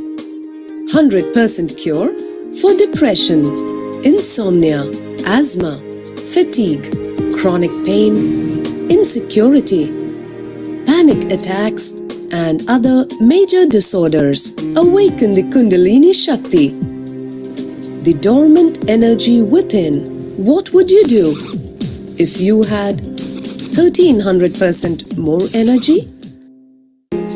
Disease-free mind and body is your first wealth. Claim it at Inner Awakening.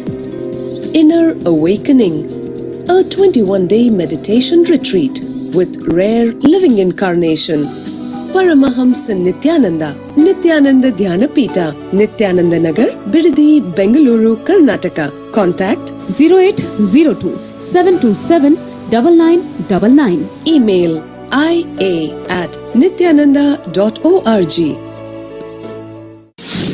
Let you all achieve, experience, live, express, radiate, share and explode in eternal bliss. Nithyananda. Nithyananda Dhyanapitham, Nithyananda Nagar, off Mysore Road, Bidadi, Bengaluru. Phone 08027279999. www.nithyananda.org. www.youtube.com/lifeblissfoundation.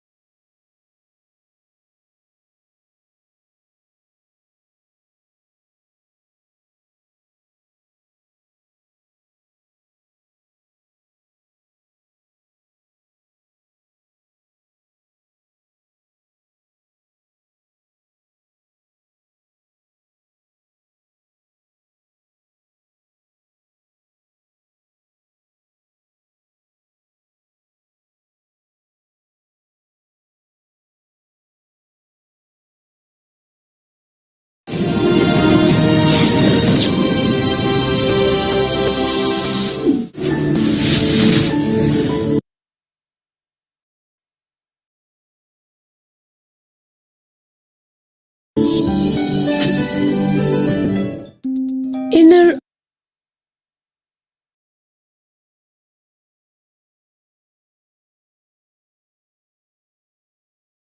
awakening is stunning health recoveries.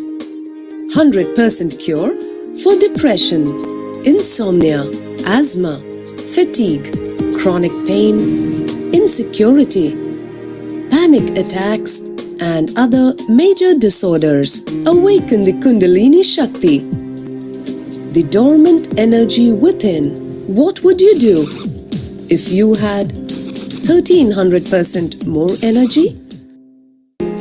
Disease-free mind and body is your first wealth. Claim it at Inner Awakening. Inner Awakening, a 21-day meditation retreat with rare living incarnation.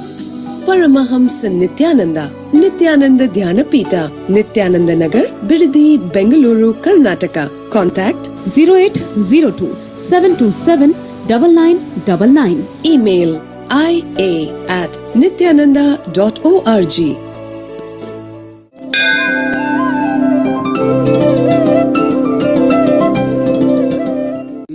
नित्यानन्देश्वर समारम्भाम् नित्यानन्देश्वरि मध्यमाम् अस्मदाचार्यपर्यन्ताम् वन्दे गुरुपरम्पराम्। इस समय हमारे साथ उपस्थित सभी दर्शकों और भक्तों का मैं प्रेम एवं आशीर्वाद सहित स्वागत करता हूँ। I welcome all of you with my love and blessings.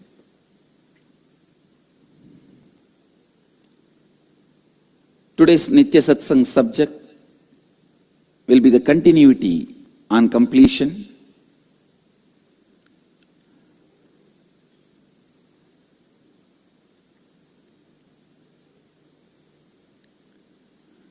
Yesterday, we had a Maheshwara Puja in the ashram and then a Sangha meeting. I'm going to give the essence of that only today as a satsang.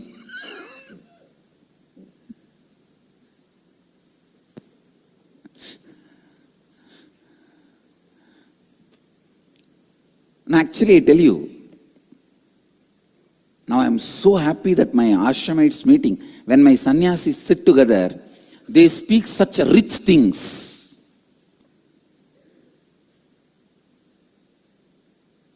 Actually, yesterday during the discussion, I could see everyone is so logical when they question others.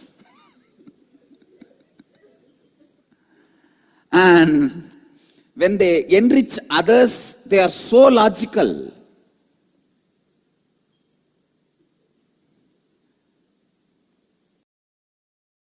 And so clear, so alive, so aware, so conscious. When the same problem comes to them, the same words does not work for them. No. This is inauthenticity. Understand? Humanity suffers with this only one disease. Please listen. Please come to the space of listening. I am throwing some of the very important sacred secrets. Humanity suffers only with one disease.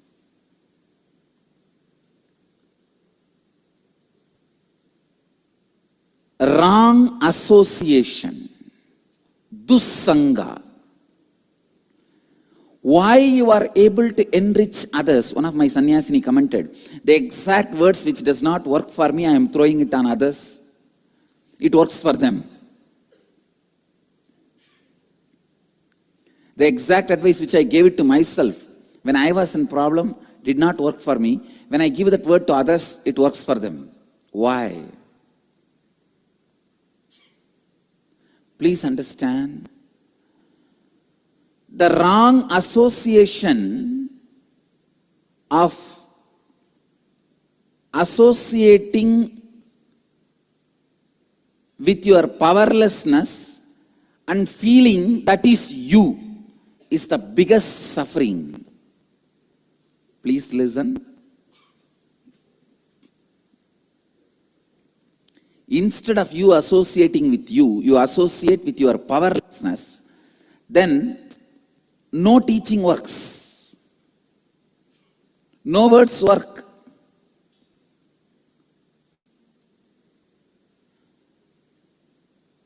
you are on the wrong side.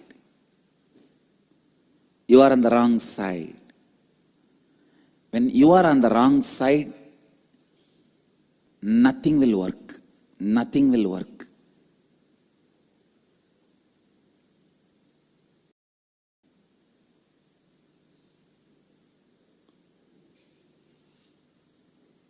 Nothing will work. Mullah Nasruddin goes to a man and says, "Give me some money." The man asked, "Why?" He said, "I am going to buy an elephant." This guy said, "If you have no money to buy elephant, you can't afford to keep an elephant, maintain elephant." That guy immediately says, "I came here to get money, not advice." Understand? No advice will work on you as long as you associate yourself with your powerlessness. Listen. Whole humanity suffers with this one disease of powerlessness. Listen intently. The next. These are the very important things.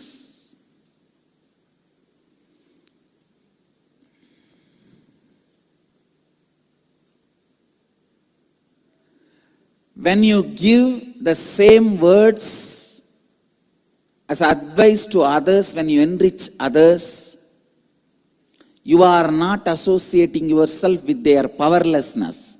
That is why you are able to handle it so beautifully, properly. But when you are enriching yourself, you associate yourself with your powerlessness. That is why you miss it. That is why you miss it.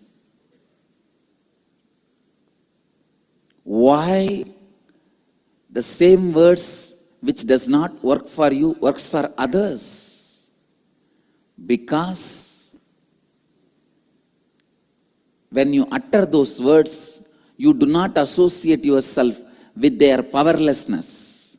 You have already created a distance. So, you will have the conscious clarity.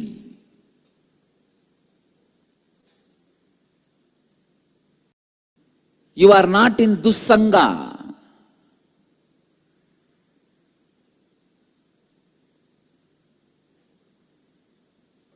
Wrong association. You are not in wrong association. But when the same problem is happening for you, you associate with that powerlessness. That is why the same words does not help you. Please listen.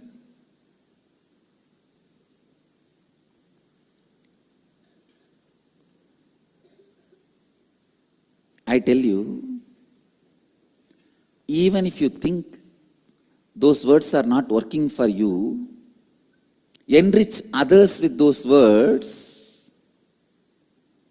You will see, first, it may not work for you. Enrich others, it will work for them. That itself will give you the strength, and next time when you use the same word, you will create a distance between you and your powerlessness. You and your powerlessness. Please understand, you can't afford to celebrate your cute powerlessness. Unfortunately, you think, what is this? So many years, so much of sacrifice I did. I was always powerful. Can't I afford to be just powerless for a few hours? No. You can't say, 100 years I lived, can't I afford to die just for 10 minutes? No. You can't. You can't.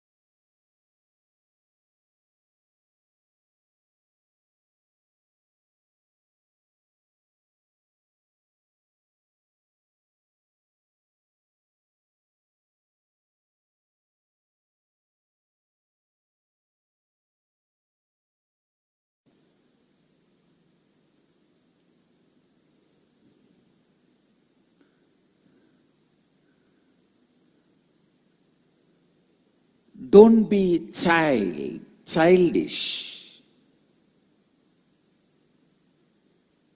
I tell you,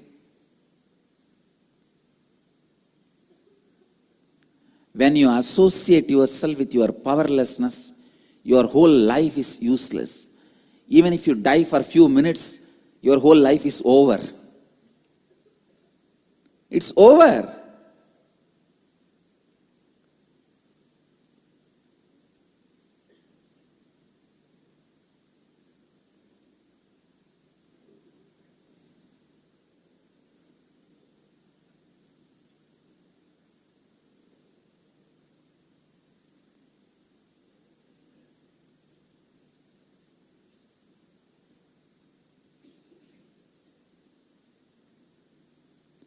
Your history will be rewritten constantly based on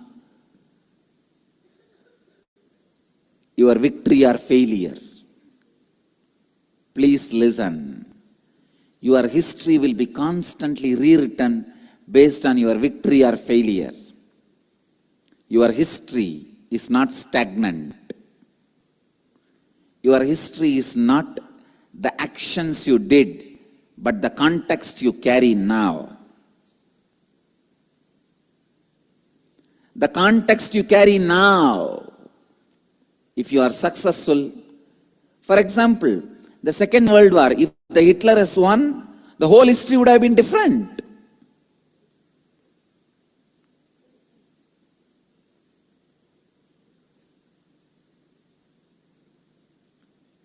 In India, if Subhash Chandra Bose was alive, the whole history would have been different.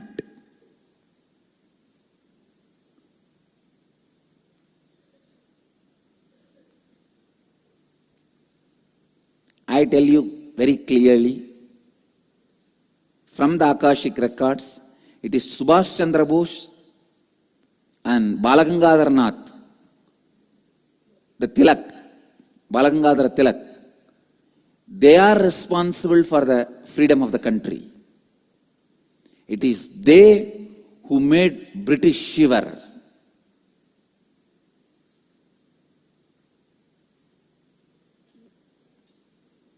If they were alive, history would have been different.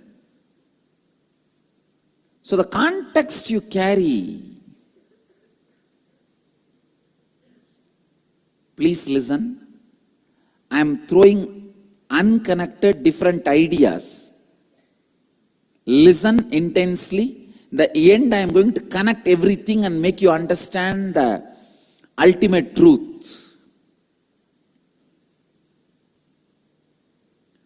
First, the words,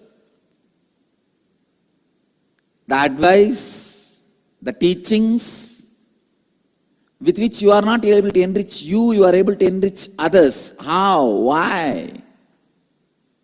Because you don't associate with others' powerlessness. Your words works for them.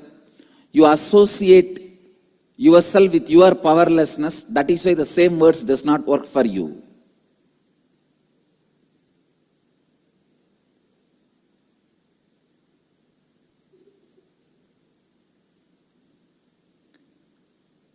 So the first thing you need to do is disconnect, disassociate. Create a distance between you and your powerlessness. Don't celebrate your powerlessness. Don't try to hide it from others. Clean your living space and throw all the dash out. Don't try to hide it inside your bedroom so that others can't smell. Others don't know. If you are hiding it in your bedroom to keep it away from others, who is going to suffer? You are going to be suffering. All the fellows who hide their powerlessness from others to save themselves and keep that powerlessness Deep inside you are the people who keep all the dash away from others and keep it in their bedroom. Maybe just under the pillow.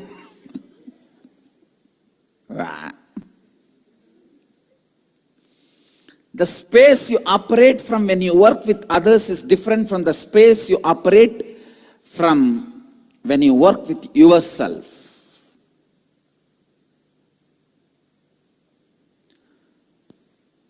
So the whole difference is when you work with yourself, you associate yourself with that powerlessness, tussanga. When you work with others, you keep distance from the powerlessness. You are associating yourself with the powerfulness, satsanga. Whether you are in satsanga or dussanga, that's all.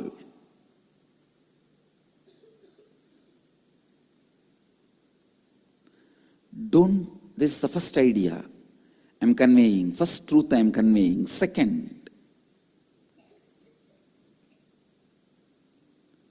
don't celebrate your powerlessness. Nobody is ready to listen or accept, entertain your powerlessness. Your powerlessness cannot be cutified, justified, and nobody is interested in it. Either you throw your powerlessness out, or people will throw you also along with your powerlessness out. Either you throw your powerlessness out, or people will throw along with your powerlessness you also out. Nobody is ready to listen to your cutified, powerless stories. You say, no, why I sacrificed so much, I did this. Can't I afford to be powerless for a few minutes? No.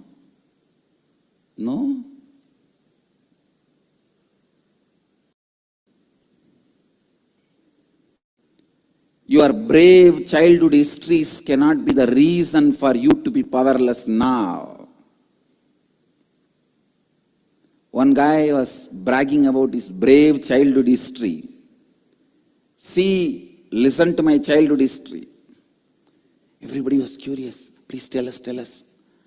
I kicked lion's face. I pulled tiger's tail. I broke cheetah's leg. I threw elephants. Then what happened? Then the toy shop owner kicked me out.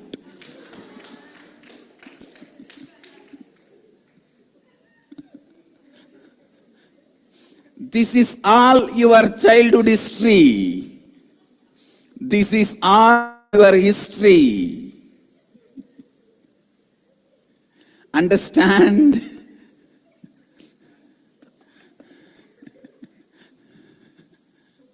Nobody is ready to listen. Your stories of you kicking the lion's face, pulling the tiger's tail, broke the cheetah's leg, threw elephants. No. Do not entertain powerlessness by justifying it or cutifying it.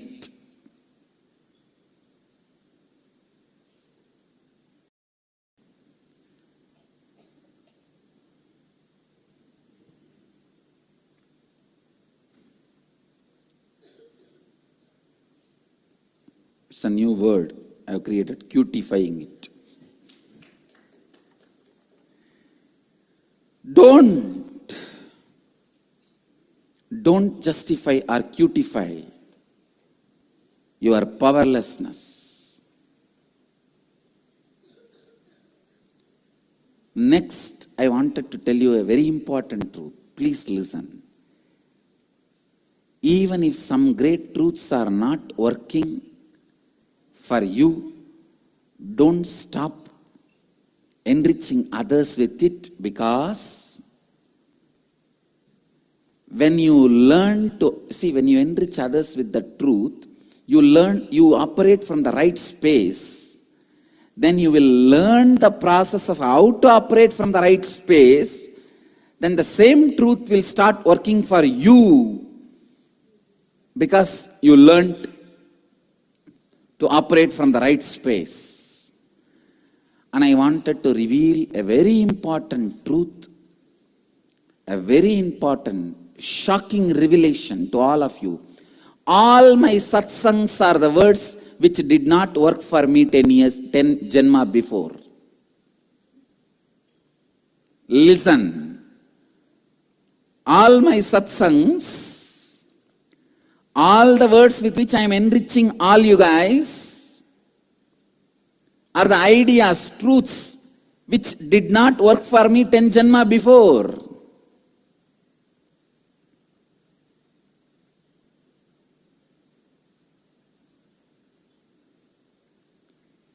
Then I learned how to operate from the right context, how not to associate with the powerlessness. Then it started working for me. That's all. That's all. When you spend more and more time in the space of completion, you are becoming matured soul. When you spend more and more time in incompletion, you become immature soul. Listen.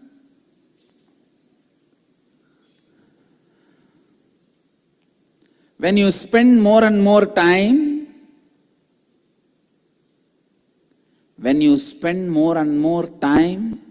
in the space of completion, you become matured soul.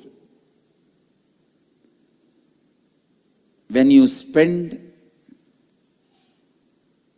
more and more time in powerlessness and incompletion, you become immature. I tell you, when you spend time in incompletion, no one can expect you will stoop so low. Sometimes my disciples are surprised. Swamiji, how can the ex-devotees who lived around you for years can stoop so low? Please understand. When you entertain powerlessness, associate yourself with the powerlessness. Powerlessness is so powerful in destroying you.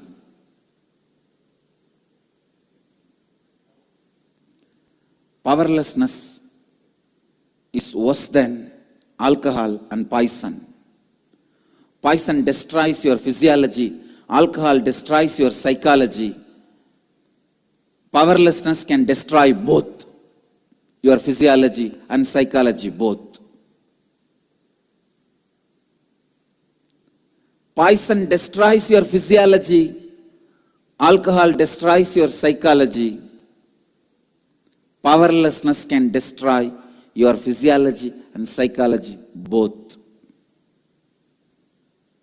Alcohol also destroys your physiology, but in slowly, gradually. It destroys your psychology first. It makes you imbalanced immediately. Powerlessness can destroy both. When you are constantly entertaining powerlessness inside without doing completion, even you can't expect you will stoop so low.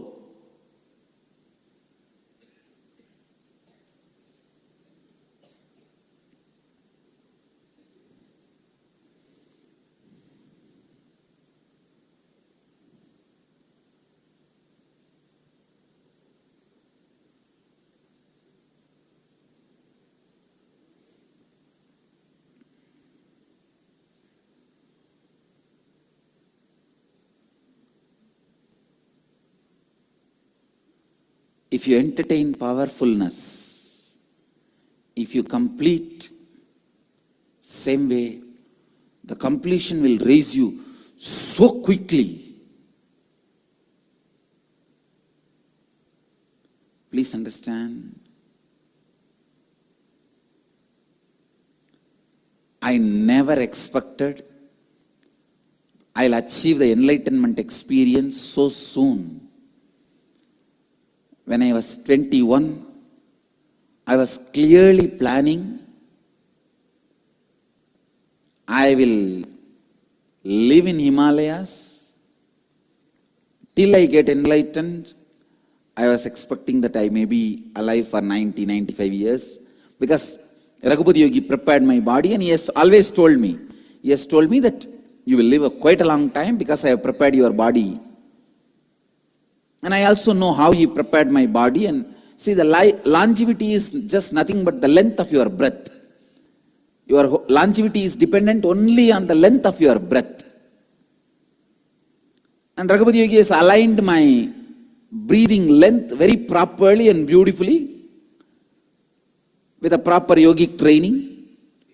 So, and he made me believe, and I also always believed I will live quite a long time.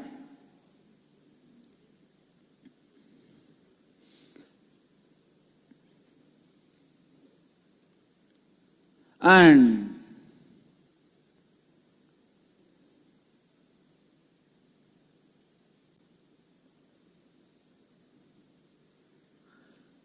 I was planning maybe some 95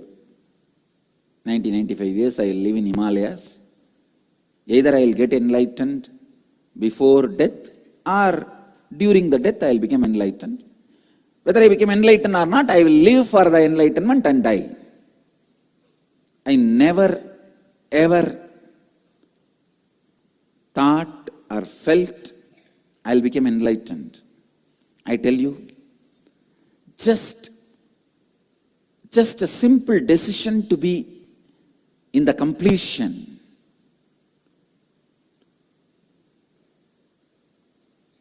has opened such ultimate experience in me.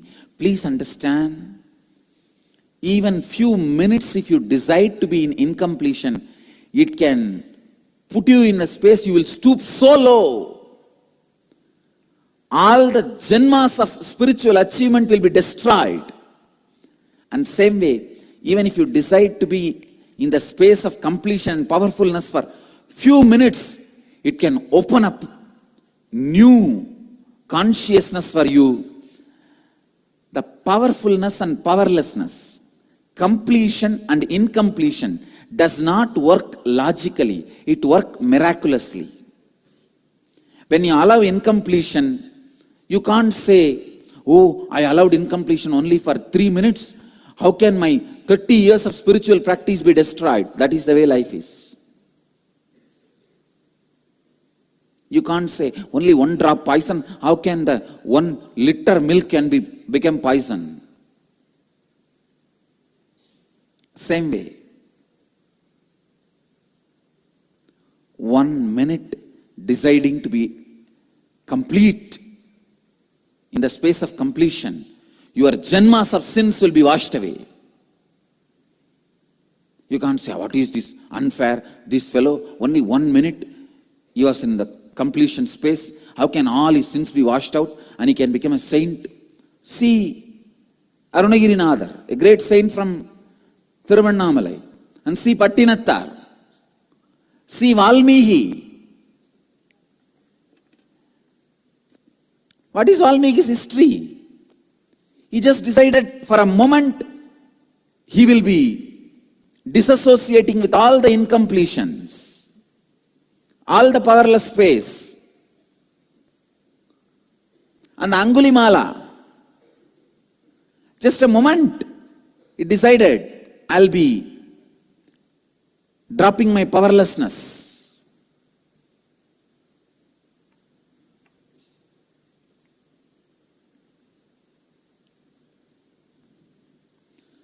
So the science of completion, please understand how completion and incompletion works. How powerfulness and powerlessness works. How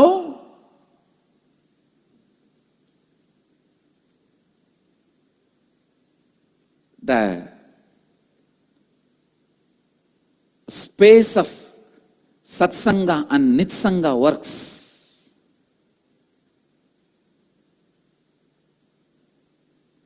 And I wanted to remind all of you,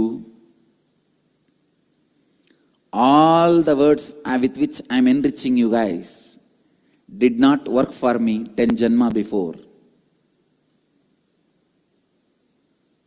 But I did not stop. I continued to create right context. Work with it, work with it, work with it. Now, of course, few janma before itself it started working for me and naturally working for others.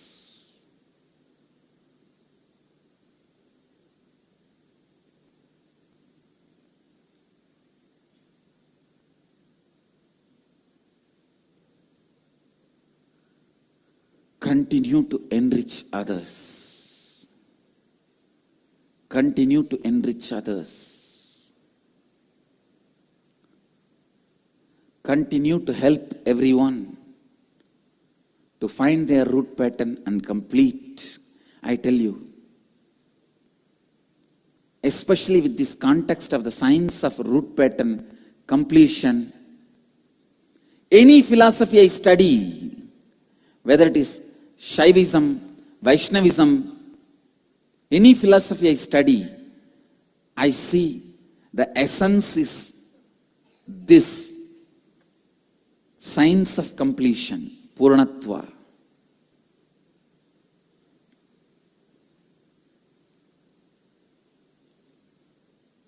I really wanted,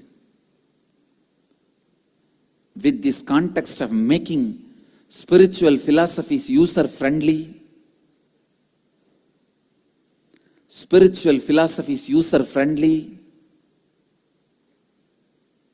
please listen. Making the spiritual philosophies user-friendly, we should create universities. O Veda Mata, I commit with you, with my integrity, authenticity, responsibility and enriching, I'll establish universities for Advaita, Kashmiri Saivism, Saiva Siddhanta of Tamil Nadu, Lagulisas, Shaivism, and Vaishnavism, Dvaita and Visishtadvaita philosophies of Ramanuja and Madhva. Surely, because all these philosophies should be made user-friendly, directly useful from the context of completion and the science of completion.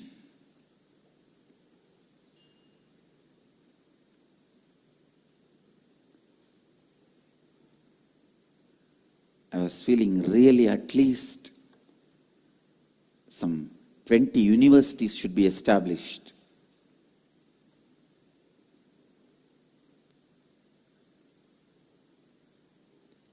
University of Saiva Siddhanta in Madurai and Kashmiri Saivism in Delhi, because in Kashmir now you cannot run. It is no more place where Hindus can live.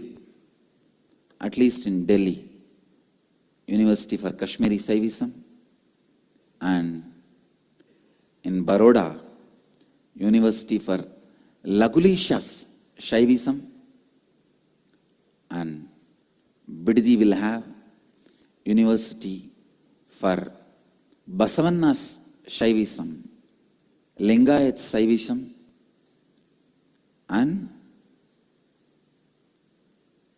my contribution.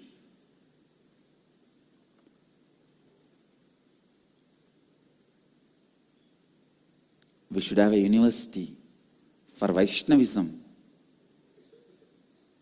either in Melkot or in Srirangam. At least 20 universities. For each of those philosophies, with the context of user-friendly, making it user-friendly. Please understand, that should be the context. With the context of making it user-friendly.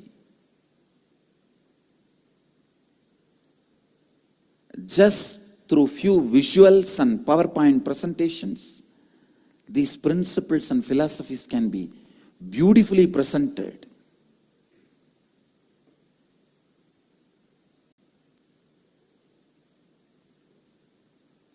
It should be continuously published.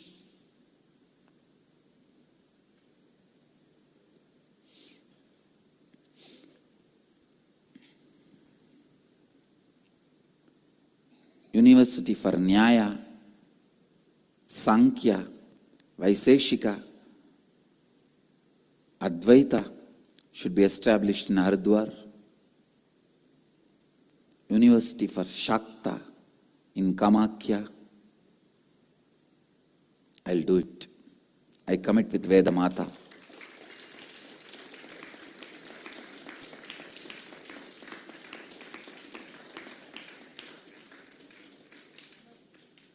That's the only way. This is the only way we can awaken the world. Humanity can understand the science of completion and live blissful life. Humanity can create the right context and right space and powerfulness, matured souls to live.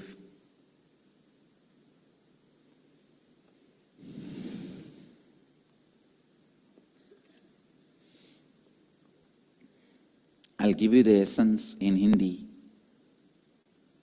मानवता इस एक रोग से पीड़ित है, दुस्संगा। क्यों आप जो समाधान दूसरों को देते हैं वो स्वयं के लिए क्यों नहीं काम करते हैं? आप स्वयं को साथ ना देकर अपनी शक्तिहीनता का साथ देते हैं, आप दुस्संग में हैं। ध्यान से सुनिए, जब आप जो शब्द दूसरों को समाधान स्वरूप देते हैं, आप उनकी शक्तिहीनता के साथ अपना संबंध नहीं जोड़ते हैं। इसीलिए आपको सचेत स्पष्टता है, किंतु जब वही शब्द आप स्वयं की समस्याओं का समाधान पाने के लिए उपयोग करते हैं, आप अपनी शक्तिहीनता के साथ अपना संबंध जोड़ते हैं। इसीलिए आप चेत बन जाते हैं, इसीलिए आप अचेत बन जाते हैं और वो समाधान आपके लिए काम नहीं करते हैं। ध्यान से सुनिए, दूसरों को लाभान्वित करते जाइए।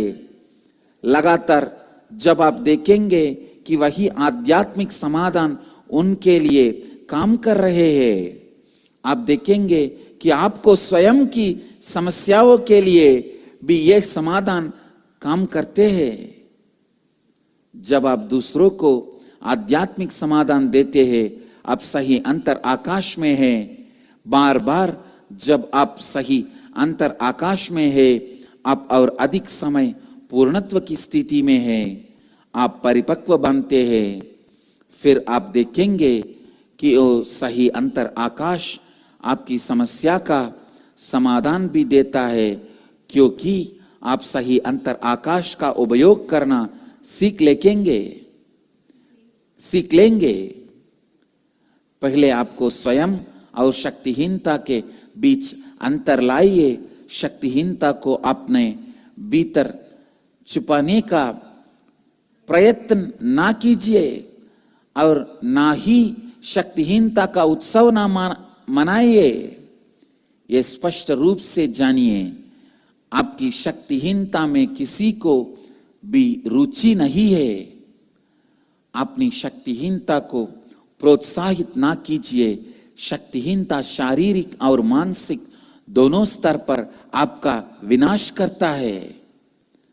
समस्या ये है कि जिस अंतर आकाश के साथ आप दूसरों से काम करते हैं, वो स्वयं के साथ काम करते समय के अंतर आकाश से भिन्न है। ध्यान से सुनिए, यदि आप पूर्णत्व की स्थिति में कुछ क्षणों में रहेंगे, आप एक भिन्न नई चेतना का अनुभव करेंगे। उसी तरह अपूर्णता की स्थिति में कुछ क्षणों में रहने से वर्षों की आपकी तपस्या, आपका आध्यात्मिक विकास का कुछ क्षणों में विनाश हो सकता है। लगातार दूसरों को लाभान्वित करते जाइए।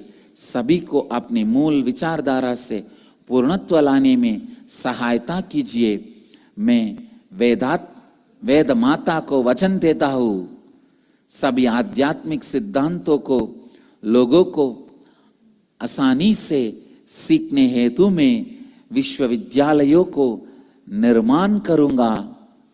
कम से कम 20 विश्वविद्यालय का निर्माण होना चाहिए, जैसे मदुरई में शैव सिद्धांत के लिए, दिल्ली में कश्मीरी शैविज्म के लिए, बड़ौदा में लकुलीश जी के शैव संप्रदाय के लिए, बिडदी में बसवन्ना जी के लिंगायत शैव संप्रदाय के लिए, और मेरे सिद्धांतों के लिए मेलकोट में या श्रीरंगम में वैष्णव संप्रदाय के लिए, हरिद्वार में न्याय सांख्य वैशेषिक अद्वैत संप्रदायों के लिए, कामाख्या में शाक्त संप्रदाय के लिए लोगों को मगत्व रूप से पूर्णत्व का विज्ञान दिया जाना चाहिए। Understand?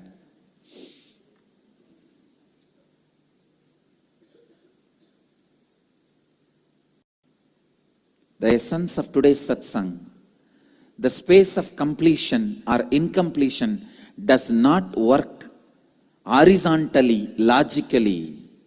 It works vertically. If you are in the space of incompletion, you fall vertically down. If you are in the space of completion, you fly vertically up. The travel with completion or incompletion is not horizontal. It is vertical. Either you fall vertically down or you fly vertically up. Your idea of horizontal travel is wrong. See, Arunagirinathar, a saint, lived in Thiruvannamalai. Till the age of 30, he was a drunkard, womanizer and what not. One moment he decided to be complete, the space of completion, the whole shift. He became saint. Patinathar, one moment he decided to be complete and he became saint. Valmiki, one moment decided to be complete, became saint. Tulsidas himself, one moment decided to be in the space of completion, became saint.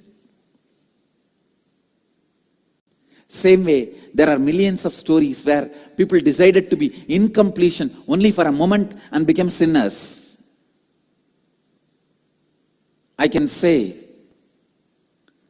give you the big list. Hridayaram Chattopadhyaya in Ramakrishna's story served Ramakrishna so sincerely. For almost 20 years, only one moment he decided to be in the space of incompletion, due to his anger and collapsed, disappeared from Ramakrishna's life with a big curse from Ramakrishna and became a worst sinner. The way he died, the way he suffered in depression, unimaginable. One Perumal Swami in Ramana Maharishi's life served Ramana Maharshi so much, just decided to be in the space of incompletion for a moment, vertically fell down. And Sheila in Osho's life. In my life, you know many names.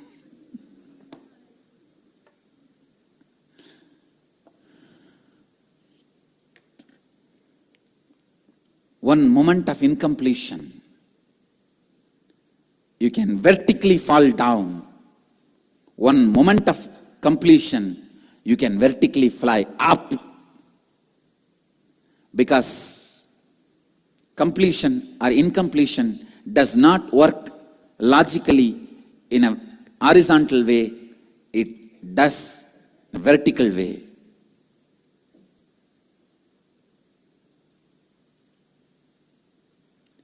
आज के सत्संग का सार है, पूर्णत्व या अपूर्णत्व तार्किक नहीं है, ये ऊर्ध्वधार सत्य है। जब आप अपूर्ण हैं, एक क्षण में आप सीधे नीचे गिर जा सकते हैं। जब आप पूर्ण हैं, एक क्षण में आप सीधे ऊपर उड़ान भर सकते हैं, बार सकते हैं, उड़ान भर सकते हैं। अब हम नित्य सत्संग के अगले भाग निराहार संयमा में प्रवेश करेंगे। सीधी तरह से बैठ जाइए और चेतना स्थिति के साथ कल्पना कीजिए कि आप बिडती वटवृक्ष बन गए हैं। इस कल्पना के साथ आप अपने दोनों नासिकाओं और मुंह के द्वारा सांस अंदर लीजिए। जितनी देर सांस को आप अपने अंदर बांध कर रख सकते हैं, उतनी देर आप अपने अंदर सांस को बांध कर रहिए। जब आप सांस को और बांध कर नहीं रख पा रहे हैं, तब आप अपने मुंह बंद रखे, सांस को रख के सांस को अपनी दोनों नासिकाओं द्वारा धीरे से छोड़ दीजिए। आप में अपनी पूरे संपूर्ण श्रद्धा, उत्तरदायित्व और लाभान्वित करने के 4 तत्वों के साथ आशीर्वाद देता हूं कि आप सबकी कुंडलिनी शक्ति जागृत हो जाए और सब अपनी जीव ऊर्जा को सीधे आकाश और वायु से उत्पन्न करे। अब क्रिया आरंभ कीजिए और इस क्रिया को लगातार 21 मिनट तक कीजिए। With this, I'll move to the Nirahara Samyama. Please sit straight. Close your eyes. Cognize you have become Biddi Kalpavriksha. With this, inhale through both the nostrils and mouth simultaneously. Hold as long as you can. Exhale only through both the nostrils as slowly as possible. Do this for next 21 minutes. With my integrity, authenticity, responsibility and enriching, I bless you all. Let you all experience Kundalini awakening and live health, bliss and enlightenment by producing the energy directly from space. Namah Shivaya. Inner awakening. Stunning health recoveries. 100% cure for depression, insomnia, asthma, fatigue, chronic pain, insecurity, panic attacks, and other major disorders. Awaken the Kundalini Shakti, the dormant energy within. What would you do if you had 1300% more energy? Disease-free mind and body is your first wealth. Claim it at Inner Awakening.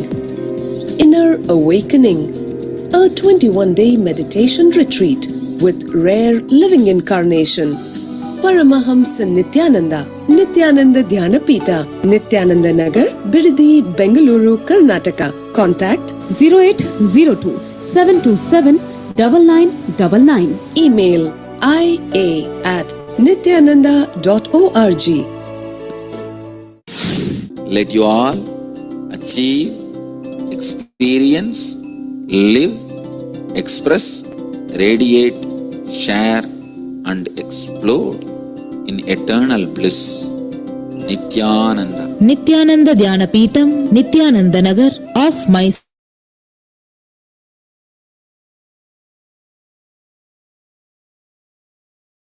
www.nithyananda.org, www.youtube.com/lifeblissfoundation.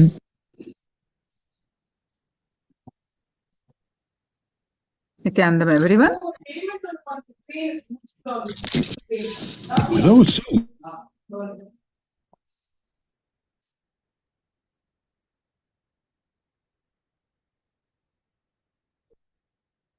Yes, now let us do one power manifestation.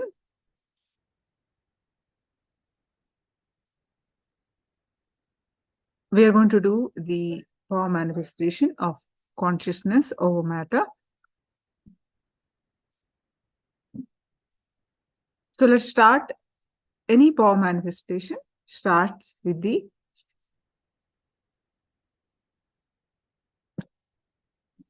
receiving the powerful cognition from living enlightenment. So let's start with the Sadguru Mantra. Nithyanandam Paramasugadam Kevalam Jnanamurtim Dvandvatitam Gagana Sadusham Tattvamasyadilaksham Ekam Nityam Vimalamachalam Sarvadi Sakshibhutam Bhavatitam Trigunarahitam Sadgurum Tam Namami. So please receive a powerful cognition from Living Enlightenment book.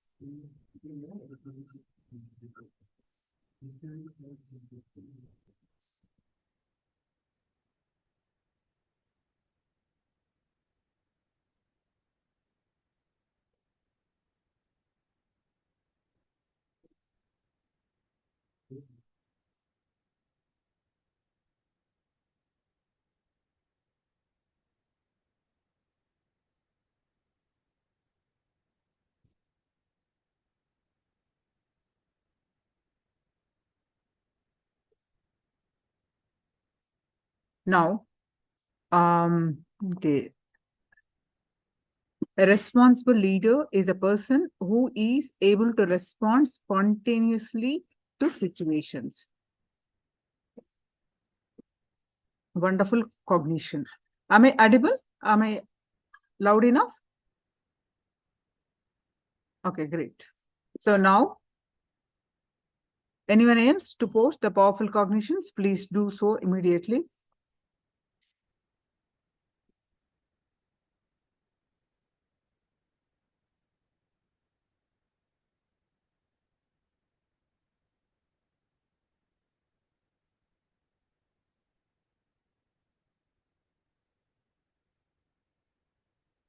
Now, please bring in your object. We are going to manifest the power of consciousness over matter. For that,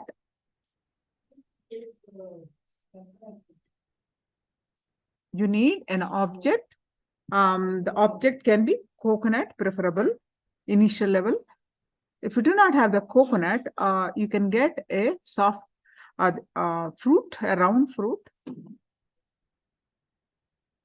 There are many powerful cognitions. Each thought is completely independent, completely unconnected to the previous thought. Then Joel, that is why it is said that you have to create your being. You have to awaken the center of love in you. You should have at least one relationship in your life from which you do not expect anything beyond just the relationship. See, the powerful cognition is always one or two sentences. You just take it, which clicks with you. All right. So beautiful cognitions, and there is a soft copy for those of you who do not have the soft copy. Please save this link for all the power manifestation sessions. Now, please sit straight with your head, neck, back straight line, and keep your object on the palm.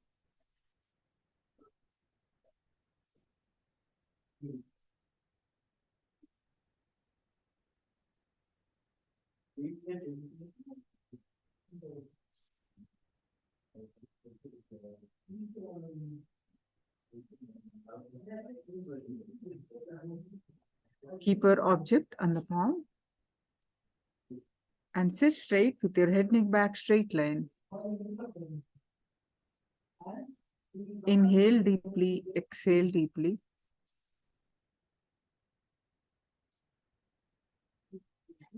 Visualize Swamiji's form in your third eye.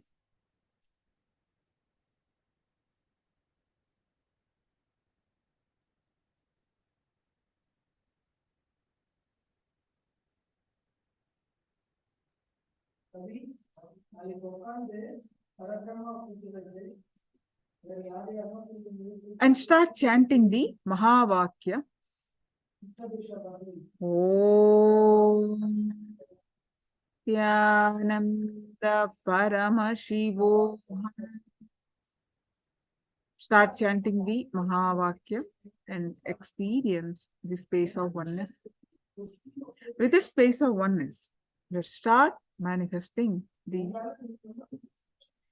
you declare the object on your hand to move with your consciousness, with the power of your consciousness. So chant the Mahavakya, experience the space of oneness. With that space of oneness, declare the object to move. So let's start. I'm going to play the Mahavakya.